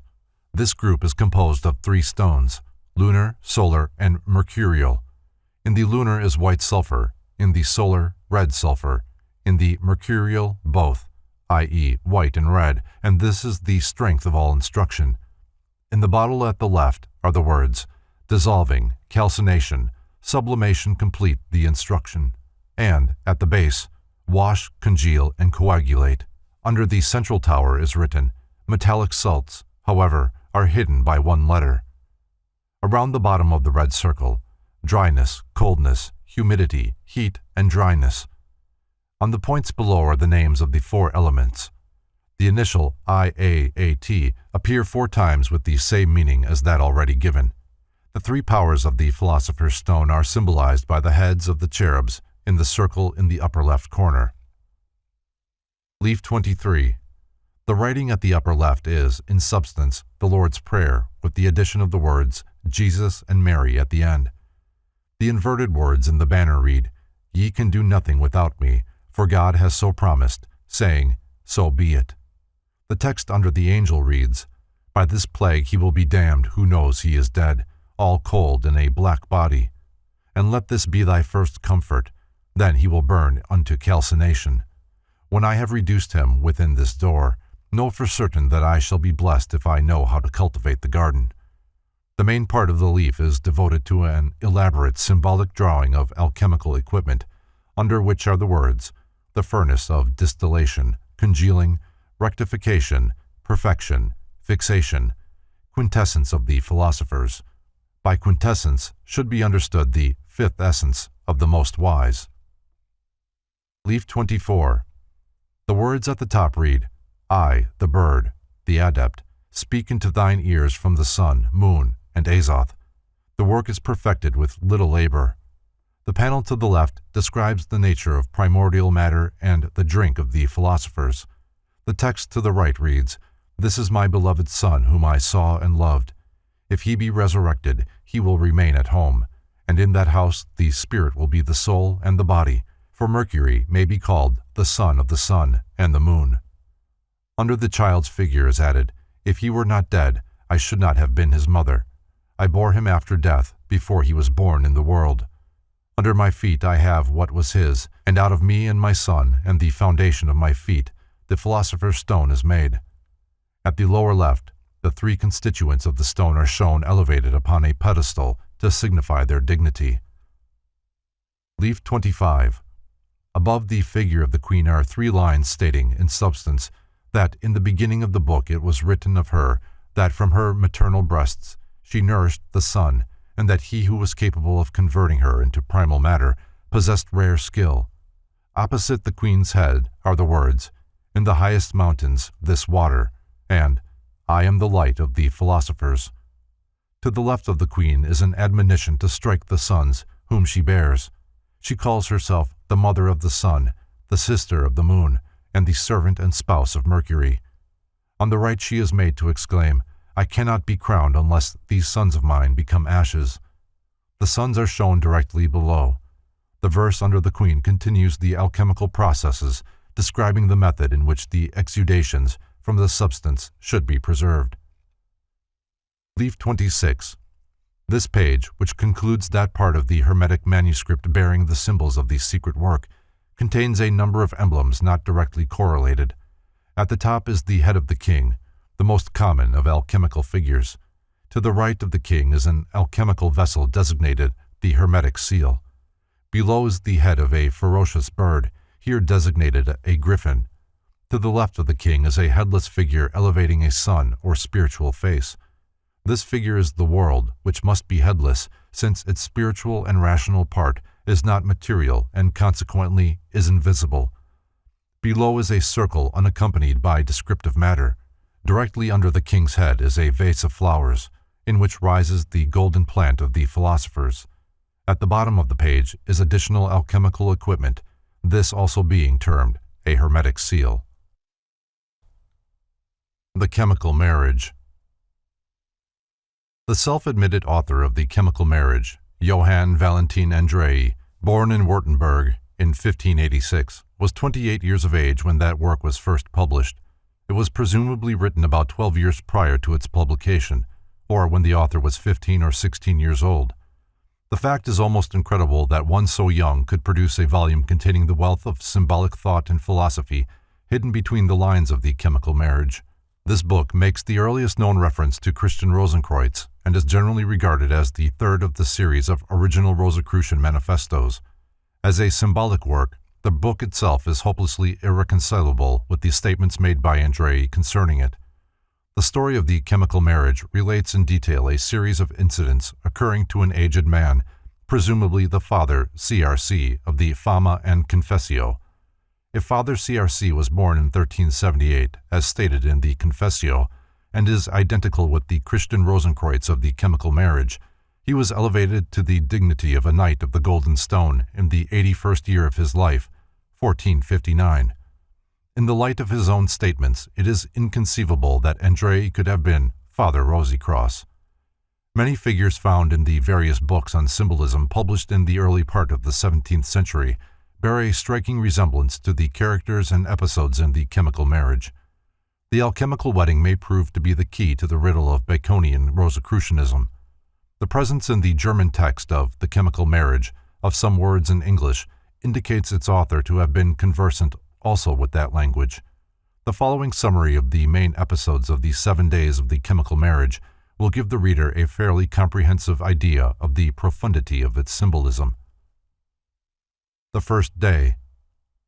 Christian Rosenkreuz, having prepared in his heart the Paschal lamb together with a small unleavened loaf, was disturbed while at prayer one evening before Easter by a violent storm which threatened to demolish not only his little house but the very hill on which it stood.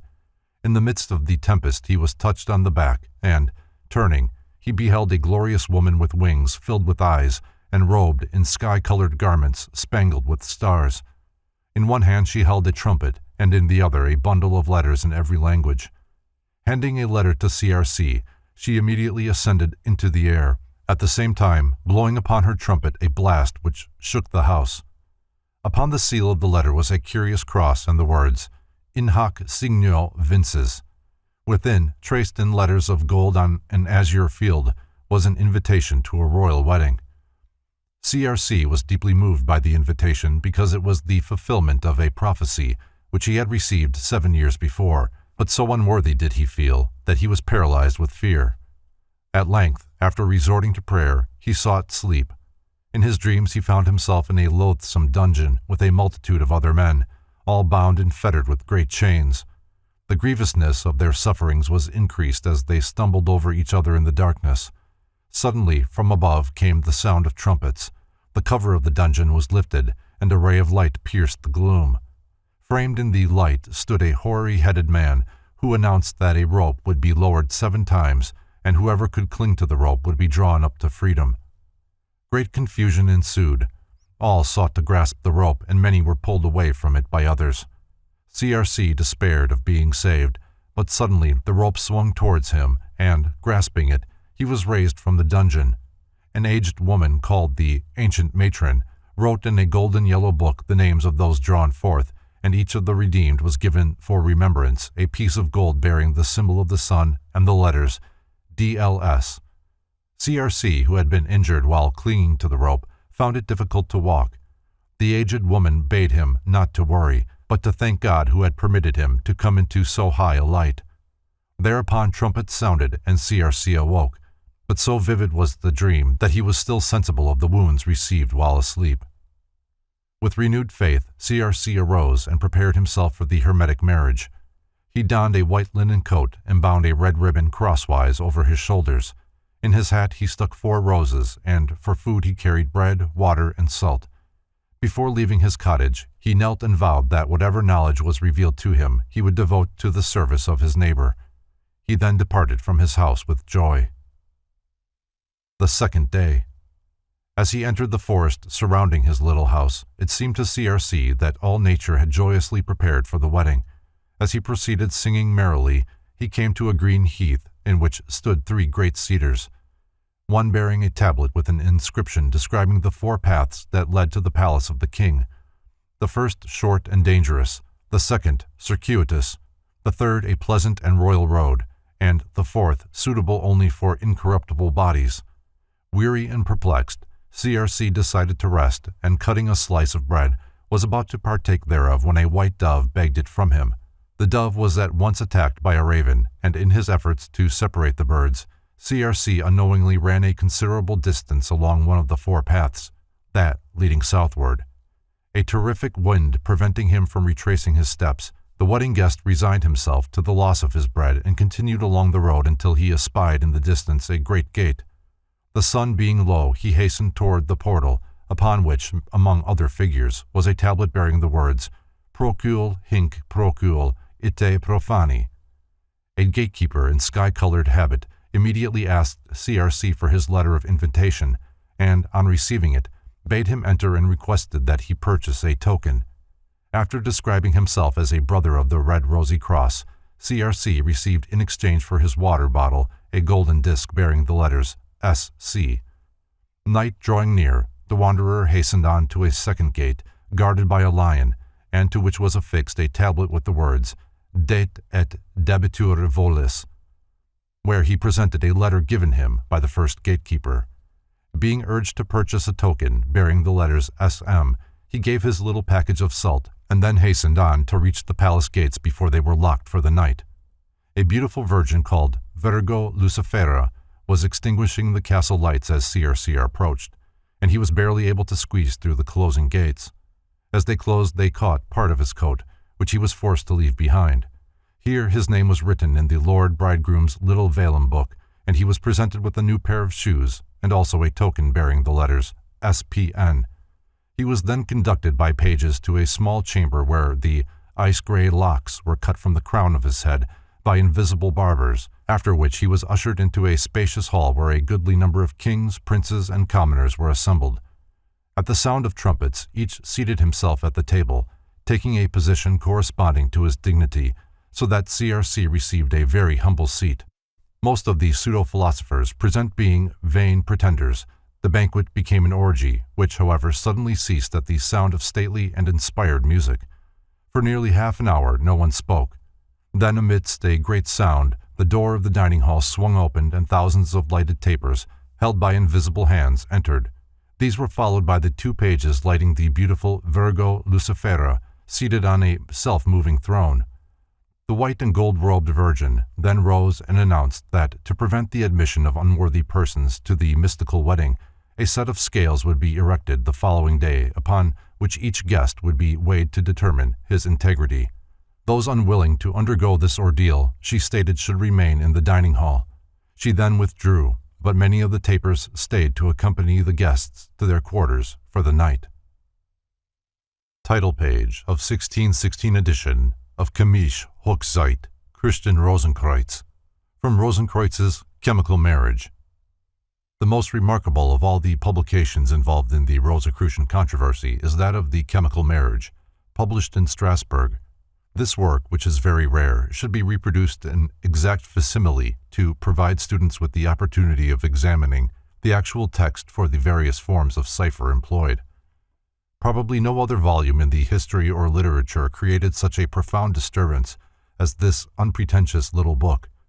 Immediately following its publication, the purpose for which the volume was intended became the subject of popular speculation. It was both attacked and defended by theologians and philosophers alike. But when the various contending elements are simmered down, the mysteries surrounding the book remain unsolved, That its author was a man of exceptional learning was admitted, and it is noteworthy that those minds which possessed the deepest understanding of nature's mysteries were among those profoundly impressed by the contents of the chemical marriage. Most of those present were presumptuous enough to believe that they could be safely weighed, but 9, including CRC, felt their shortcomings so deeply that they feared the outcome and remained in the hall while the others were led away to their sleeping chambers. These 9 were bound with ropes and left alone in the darkness. CRC then dreamed that he saw many men suspended over the earth by threads, and among them flew an aged man who, cutting here and there a thread, caused many to fall to earth. Those who in arrogance had soared to lofty heights accordingly fell a great distance, and sustained more injury than the more humble ones who, falling but a short distance, often landed without mishap. Considering this dream to be a good omen, CRC related it to a companion, continuing in discourse with him until dawn. The third day. Soon after dawn, the trumpet sounded the Virgo Lucifera, arrayed in red velvet, girded with a white sash and crowned with a laurel wreath, entered accompanied by 200 men in red and white livery. She intimated to CRC and his 8 companions that they might fare better than the other self-satisfied guests. Golden scales were then hung in the midst of the hall, and near them were placed 7 weights, 1 good-sized, 4 small, and 2 very large. The men in livery, each carrying a naked sword and a strong rope, were divided into 7 groups, and from each group was chosen a captain, who was given charge of one of the weights. Having remounted her high throne, Virgo Lucifera ordered the ceremony to begin. The first to step on the scales was an emperor so virtuous that the balances did not tip until 6 weights had been placed upon the opposite end. He was therefore turned over to the 6th group. The rich and poor alike stood upon the scales, but only a few passed the test successfully. To these were given velvet robes and wreaths of laurel, after which they were seated upon the steps of Virgo Lucifera's throne. Those who failed were ridiculed and scourged.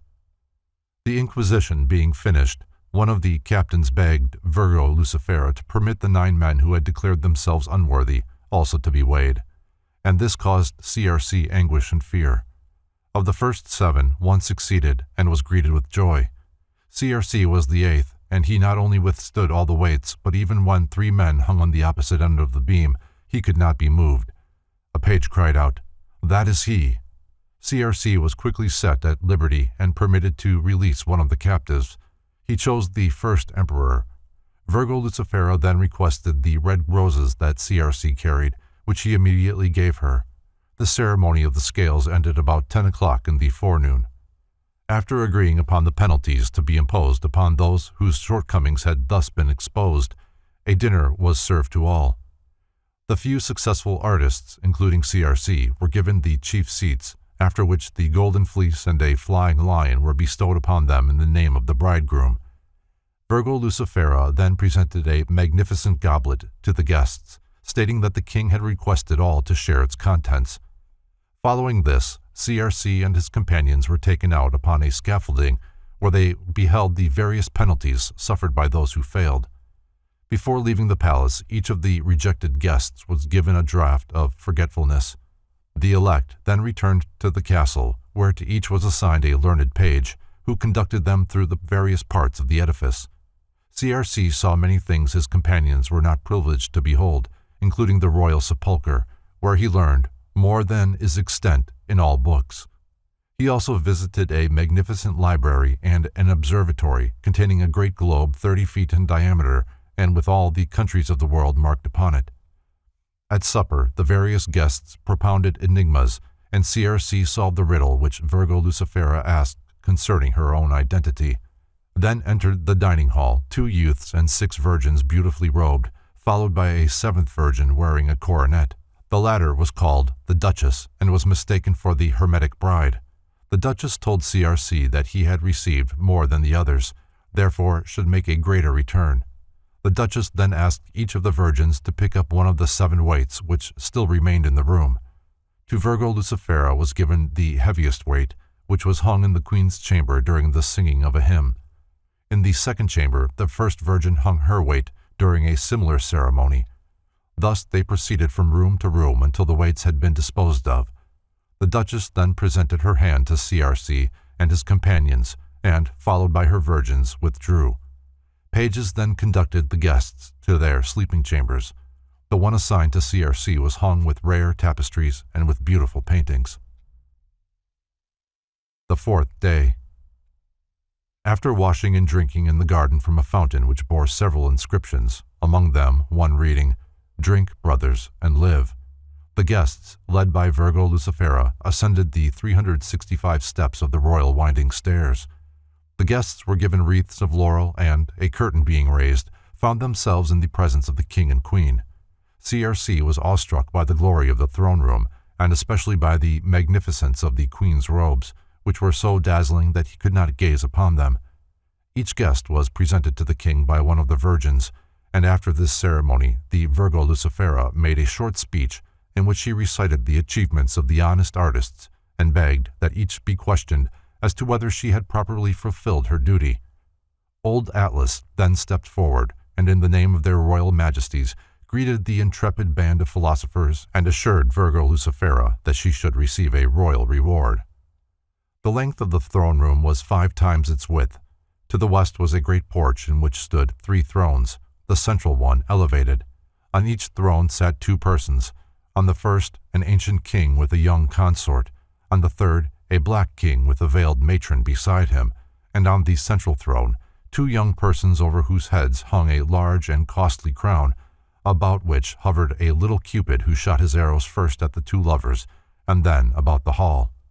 Before the queen, a book bound in black velvet lay on a small altar, on which were golden decorations.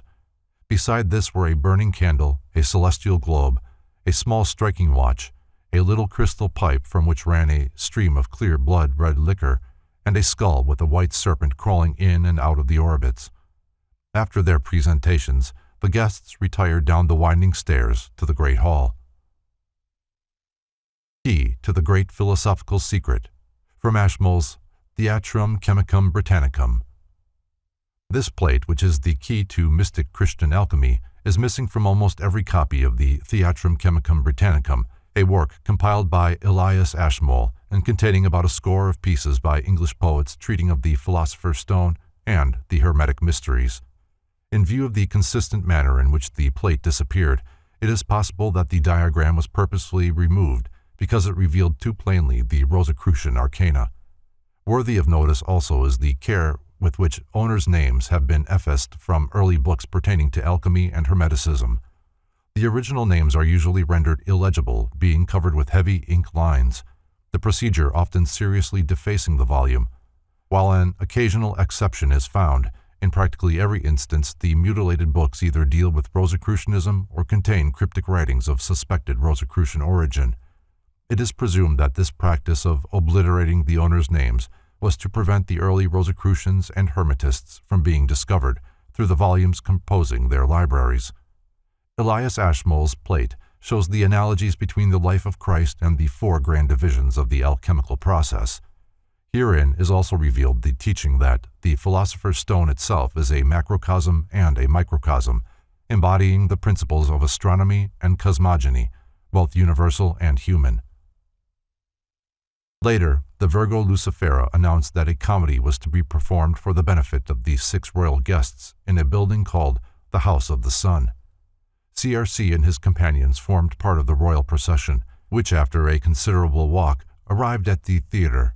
The play was in 7 acts, and after its happy ending all returned through the garden and up the winding stairs to the throne room. CRC noticed the young king was very sad, and that at the banquet following he often sent meat to the white serpent in the skull. The feast over, the young king, holding in his hand the little black book from the altar, asked the guests if they would all be true to him through prosperity and adversity, and when they tremblingly agreed, he asked that each should sign his name in the little black book as proof of his fealty. The royal persons then drank from the little crystal fountain, the others afterwards doing likewise. This was called the draught of silence. The royal persons then sadly shook hands with all present. Suddenly a little bell tinkled, and immediately the kings and queens took off their white garments and donned black ones. The room was hung in sable draperies, and the tables were removed. The eyes of the royal persons were bound with 6 black taffeta scarfs, and 6 coffins were placed in the center of the room. An executioner, a Moor, robed in black and bearing an axe, entered and beheaded in turn each of these 6 royal persons. The blood of each was caught in a golden goblet, which was placed in the coffins with the body.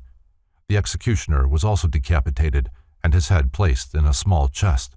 The Virgo Lucifera, after assuring CRC and his companions that all should be well if they were faithful and true, ordered the pages to conduct them to their rooms for the night while she remained to watch with the dead. About midnight, CRC awakened suddenly and, looking from his window, beheld 7 ships sailing upon a lake. Above each hovered a flame. These he believed to be the spirits of the beheaded. When the ships reached shore, the Virgo Lucifera met them, and on each of these 6 vessels was placed a covered coffin. As soon as the coffins had been thus disposed of, the lights were extinguished, and the flames passed back over the lake, so that there remained but one light for a watch in each ship. After beholding this strange ceremony, CRC returned to his bed and slept till morning. The 5th day. Rising at daybreak and entreating his page to show him other treasures of the palace, CRC was conducted down many steps to a great iron door bearing a curious inscription, which he carefully copied. Passing through, he found himself in the royal treasury, the light in which came entirely from some huge carbuncles. In the center stood the triangular sepulchre of Lady Venus. Lifting a copper door in the pavement, the page ushered CRC into a crypt where stood a great bed upon which, when his guide had raised the coverlets, CRC beheld the body of Venus. Led by his page, CRC then rejoined his companions, saying nothing to them of his experience. Virgo Lucifera, robed in black velvet and accompanied by her virgins, then led the guests out into the courtyard where stood 6 coffins, each with 8 pallbearers. CRC was the only one of the group of artists who suspected the royal bodies were no longer in these coffins. The coffins were lowered into graves, and great stones rolled over them. The Virgo Lucifera then made a short oration in which she exhorted each to assist in restoring the royal persons to life, declaring that they should journey with her to the Tower of Olympus, where the medicines necessary to the resurrection of the 6 royal persons could alone be found. CRC and his companions followed Virgo Lucifera to the seashore, where all embarked on 7 ships disposed according to a certain strange order. As the ships sailed across the lake and through a narrow channel into the open sea, they were attended by sirens, nymphs, and sea goddesses, who in honor of the wedding presented a great and beautiful pearl to the royal couple. When the ships came in sight of the Tower of Olympus, Virgo Lucifera ordered the discharge of cannon to signal their approach. Immediately a white flag appeared upon the tower, and a small gilded pinnace, containing an ancient man, the warden of the tower, with his white-clad guards, came out to meet the ships. The Tower of Olympus stood upon an island which was exactly square, and was surrounded by a great wall. Entering the gate, the group was led to the bottom of the central tower, which contained an excellent laboratory where the guests were fain to beat and wash plants, precious stones, and all sorts of things, extract their juice and essence, and put these latter into glasses. Virgo Lucifera set the artists to work so arduously that they felt they were mere drudges. When the day's work was finished, each was assigned a mattress on the stone floor. Being unable to sleep, CRC wandered about contemplating the stars. Chancing upon a flight of steps leading to the top of the wall, he climbed up and looked out upon the sea. Remaining here for some time, about midnight he beheld 7 flames, which, passing over the sea towards him, gathered themselves on the top of the spire of the central tower. Simultaneously the winds arose, the sea became tempestuous, and the moon was covered with clouds. With some fear, CRC ran down the stairs and returned to the tower, and, lying down on his mattress, was lulled to sleep by the sound of a gently flowing fountain in the laboratory. The 6th day.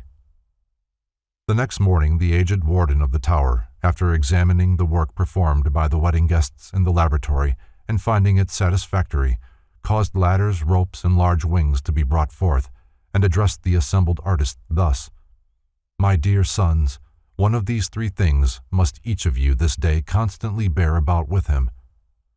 Lots were cast, and to CRC, much to his chagrin, fell a heavy ladder. Those who secured wings had them fastened to their backs so cunningly that it was impossible to detect that they were artificial. The aged warden then locked the artists in the lower room of the tower, but in a short time a round hole was uncovered in the ceiling, and Virgo Lucifera invited all to ascend. Those with wings flew at once through the opening. Those with ropes had many difficulties, while CRC with his ladder made reasonable speed. On the second floor, the wedding guests, musicians, and Virgo Lucifera gathered about a fountain-like contrivance containing the bodies of the 6 royal persons. The universe created by the dual principle of light and darkness. From Floods, Philosophia Mosaica. The supreme deity is symbolized by the small globe at the top, which is divided into 2 hemispheres, the dark half representing the divine darkness with which the deity surrounds himself, and which serves as his hiding place. The radiant hemisphere signifies the divine light which is in God and which, pouring forth, manifests as the objective creative power. The dark globe to the left, and beneath the dark half of the upper sphere, signifies the potential darkness which was upon the face of the primordial deep, and within which moved the Spirit of God. The light globe to the right is the deity who is revealed out of the darkness. Here the shining word has dissipated the shadows, and a glorious universe has been formed. The divine power of this radiant globe is cognizable to man as the sun. The large light and a dark section represents the created universes partaking of the light and darkness which are in the nature of the Creator. The dark half represents the deep, or chaos, the eternal waters pouring forth out of the deity. The light half circle, containing the figure of Apollo, represents the diurnal hemispheres of the world, which, in the ancient mysteries, was ruled over by Apollo. The dark half circle is the nocturnal hemisphere, ruled over by Dionysus, whose figure is faintly visible in the gloom.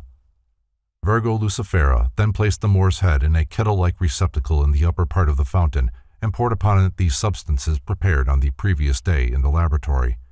The virgins placed lamps beneath. These substances, when they boiled, passed out through holes in the sides of the kettle, and, falling upon the bodies in the fountain below, dissolved them. The 6 royal bodies having been reduced thus to a liquid state, a tap was opened in the lower end of the fountain, and the fluid drained into an immense golden globe, which, when filled, was of great weight. All but the wedding guests then retired, and shortly a hole in the ceiling opened as before, and the guests ascended pell-mell to the 3rd floor. Here the globes were suspended by a strong chain. The walls of the apartment were of glass, and mirrors were so arranged that the sun's rays were concentrated upon the central globe, thus causing it to become very hot. Later, the sun's rays were deflected and the globe permitted to cool, after which it was cut open with a diamond, revealing a beautiful white egg. Carrying this with her, Virgo Lucifera departed. The guests, having ascended through another trapdoor, found themselves upon the 4th floor, where stood a square kettle filled with silver sand warmed by a gentle fire. The great white egg was placed upon the warm sand to mature. In a short time it cracked, and there emerged an ugly, ill-tempered bird which was fed with the blood of the beheaded royal persons, diluted with prepared water. At each feeding its feathers changed color. From black they turned to white, and at last they became varicolored, the disposition of the bird improving the while. Dinner was then served, after which Virgo Lucifera departed with the bird. The guests ascended with ropes, ladders, and wings to the 5th floor, where a bath colored with fine white powder had been prepared for the bird, which enjoyed bathing in it until the lamps placed beneath the bath caused the water to become uncomfortably warm. When the heat had removed all the bird's feathers, it was taken out, but the fire continued until nothing remained in the bath save a sediment in the form of a blue stone. This was later pounded up and made into a pigment. With this, all of the bird except the head was painted. The guests thereupon ascended to the 6th floor, where stood a small altar resembling that in the king's throne room. The bird drank from the little fountain and was fed with the blood of the white serpent which crawled through the openings in the skull. The sphere by the altar revolved continuously. The watch struck 1, 2, and then 3, at which time the bird, laying its neck upon the book, suffered itself to be decapitated. Its body was burned to ashes, which were placed in the box of a cypress wood. Virgo Lucifera told CRC and 3 of his comrades that they were lazy and sluggish laborateurs and would therefore be excluded from the 7th room. Musicians were sent for, who with cornets were to blow the 4th in ridicule from the chamber. CRC and his 3 companions were disheartened until the musicians told them to be of good cheer and led them up a winding stair to the 8th floor of the tower directly beneath the roof. Here the old warden, standing upon a little round furnace, welcomed them and congratulated them upon being chosen by Virgo Lucifera for this greater work. Virgo Lucifera then entered, and after laughing at the perplexity of her guests, emptied the ashes of the bird into another vessel. Filling the cypress box with useless matter, she thereupon returned to the 7th floor, presumably to mislead those assembled there by setting them to work upon the false ashes in the box.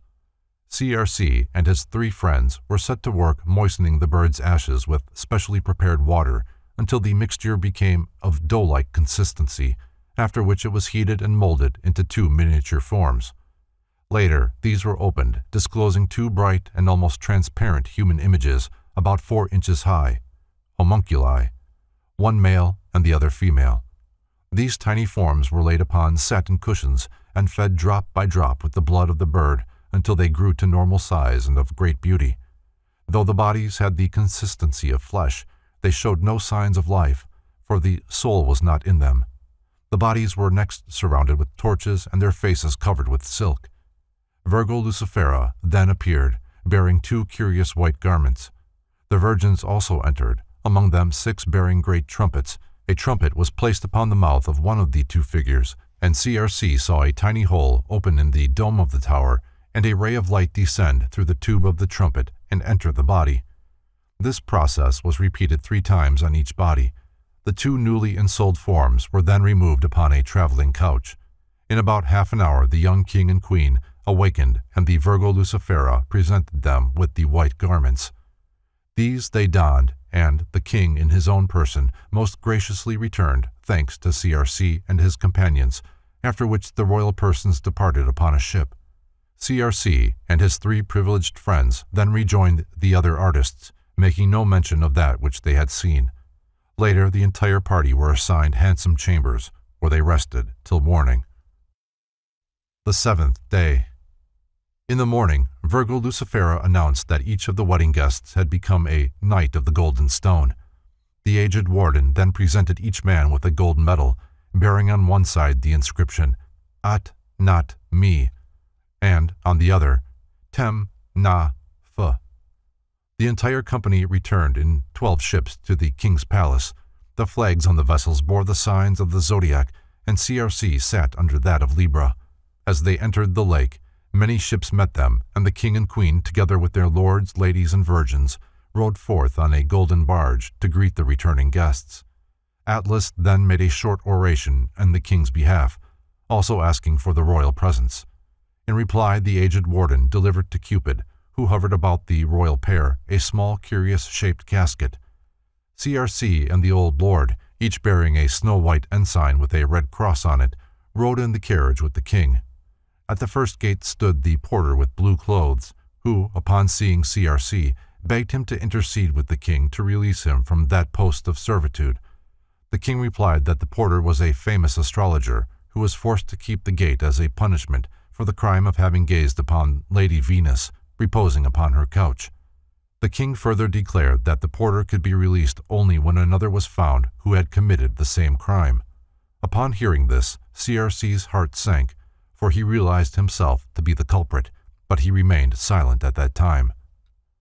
The newly created Knights of the Golden Stone were obliged to subscribe to 5 articles drawn up by His Royal Highness. 1. That they would ascribe their order only to God and his handmaid, Nature. 2. That they should abominate all uncleanness and vice. 3. That they should always be ready to assist the worthy and needy. 4. That they should not use their knowledge and power for the attainment of worldly dignity. 5. That they should not desire to live longer than God had decreed. They were then duly installed as knights, which ceremony was ratified in a little chapel where CRC hung up his golden fleece and his hat for an eternal memorial, and here he inscribed the following: Summa Scientia Nihil Scier, Frater Christianus Rosenkreuz, Equas Aurea Lapidis, Anno 1459. After the ceremony, CRC admitted that he was the one who had beheld Venus and consequently must become the porter of the gate.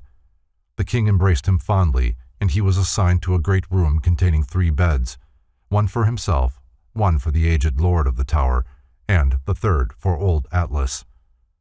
The chemical marriage here comes to an abrupt end, leaving the impression that CRC was to assume his duties as porter on the following morning.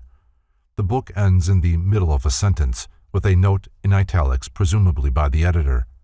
Under the symbolism of an alchemical marriage, medieval philosophers concealed the secret system of spiritual culture whereby they hoped to coordinate the disjecta membra of both the human and social organisms. Society, they maintained, was a threefold structure and had its analogy in the triune constitution of man. For as man consists of spirit, mind, and body, so society is made up of the church, the state, and the populace. The bigotry of the church, the tyranny of the state, and the fury of the mob are the 3 murderous agencies of society which seek to destroy truth as recounted in the Masonic legend of Harama Biff. The first 6 days of the chemical marriage set forth the processes of philosophical creation, through which every organism must pass. The 3 kings are the threefold spirit of man, and their consorts the corresponding vehicles of their expression in the lower world. The executioner is the mind, the higher part of which, symbolized by the head, is necessary to the achievement of the philosophical labor. Thus the parts of man, by the alchemists symbolized as planets and elements, when blended together according to a certain divine formula, result in the creation of 2 philosophic babes which, fed upon the blood of the alchemical bird, become rulers of the world. From an ethical standpoint, the young king and queen resurrected at the summit of the tower and ensouled by the divine life represent the forces of intelligence and love which must ultimately guide society. Intelligence and love are the 2 great ethical luminaries of the world and correspond to enlightened spirit and regenerated body.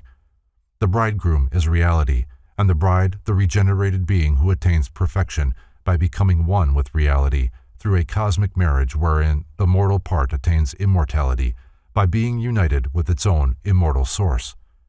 In the Hermetic marriage, divine and human consciousness are united in holy wedlock, and he in whom this sacred ceremony takes place is designated as Knight of the Golden Stone. He thereby becomes a divine philosophic diamond composed of the quintessence of his own 7-fold constitution. Such is the true interpretation of the mystical process of becoming a bride of the Lamb. The Lamb of God is signified by the golden fleece that Jason was forced to win before he could assume his kingship. The flying lion is illumined will, an absolute prerequisite to the achievement of the great work. The episode of weighing the souls of men has its parallel in the ceremony described in the Egyptian Book of the Dead. The walled city, entered by CRC, represents the sanctuary of wisdom, wherein dwell the real rulers of the world, the initiated philosophers. Like the ancient mysteries after which it was patterned, the Order of the Rose Cross possessed a secret ritual which was lived by the candidate for a prescribed number of years before he was eligible to the inner degrees of the society. The various floors of the Tower of Olympus represent the orbits of the planets. The ascent of the philosophers from one floor to another also parallels certain rituals of the Eleusinian mysteries and the rites of Mithras, wherein the candidate ascended the 7 rungs of a ladder or climbed the 7 steps of a pyramid in order to signify release from the influences of the planetary governors. Man becomes master of the 7 spheres only when he transmutes the impulses received from them. He who masters the 7 worlds and is reunited with the divine source of his own nature consummates the Hermetic marriage.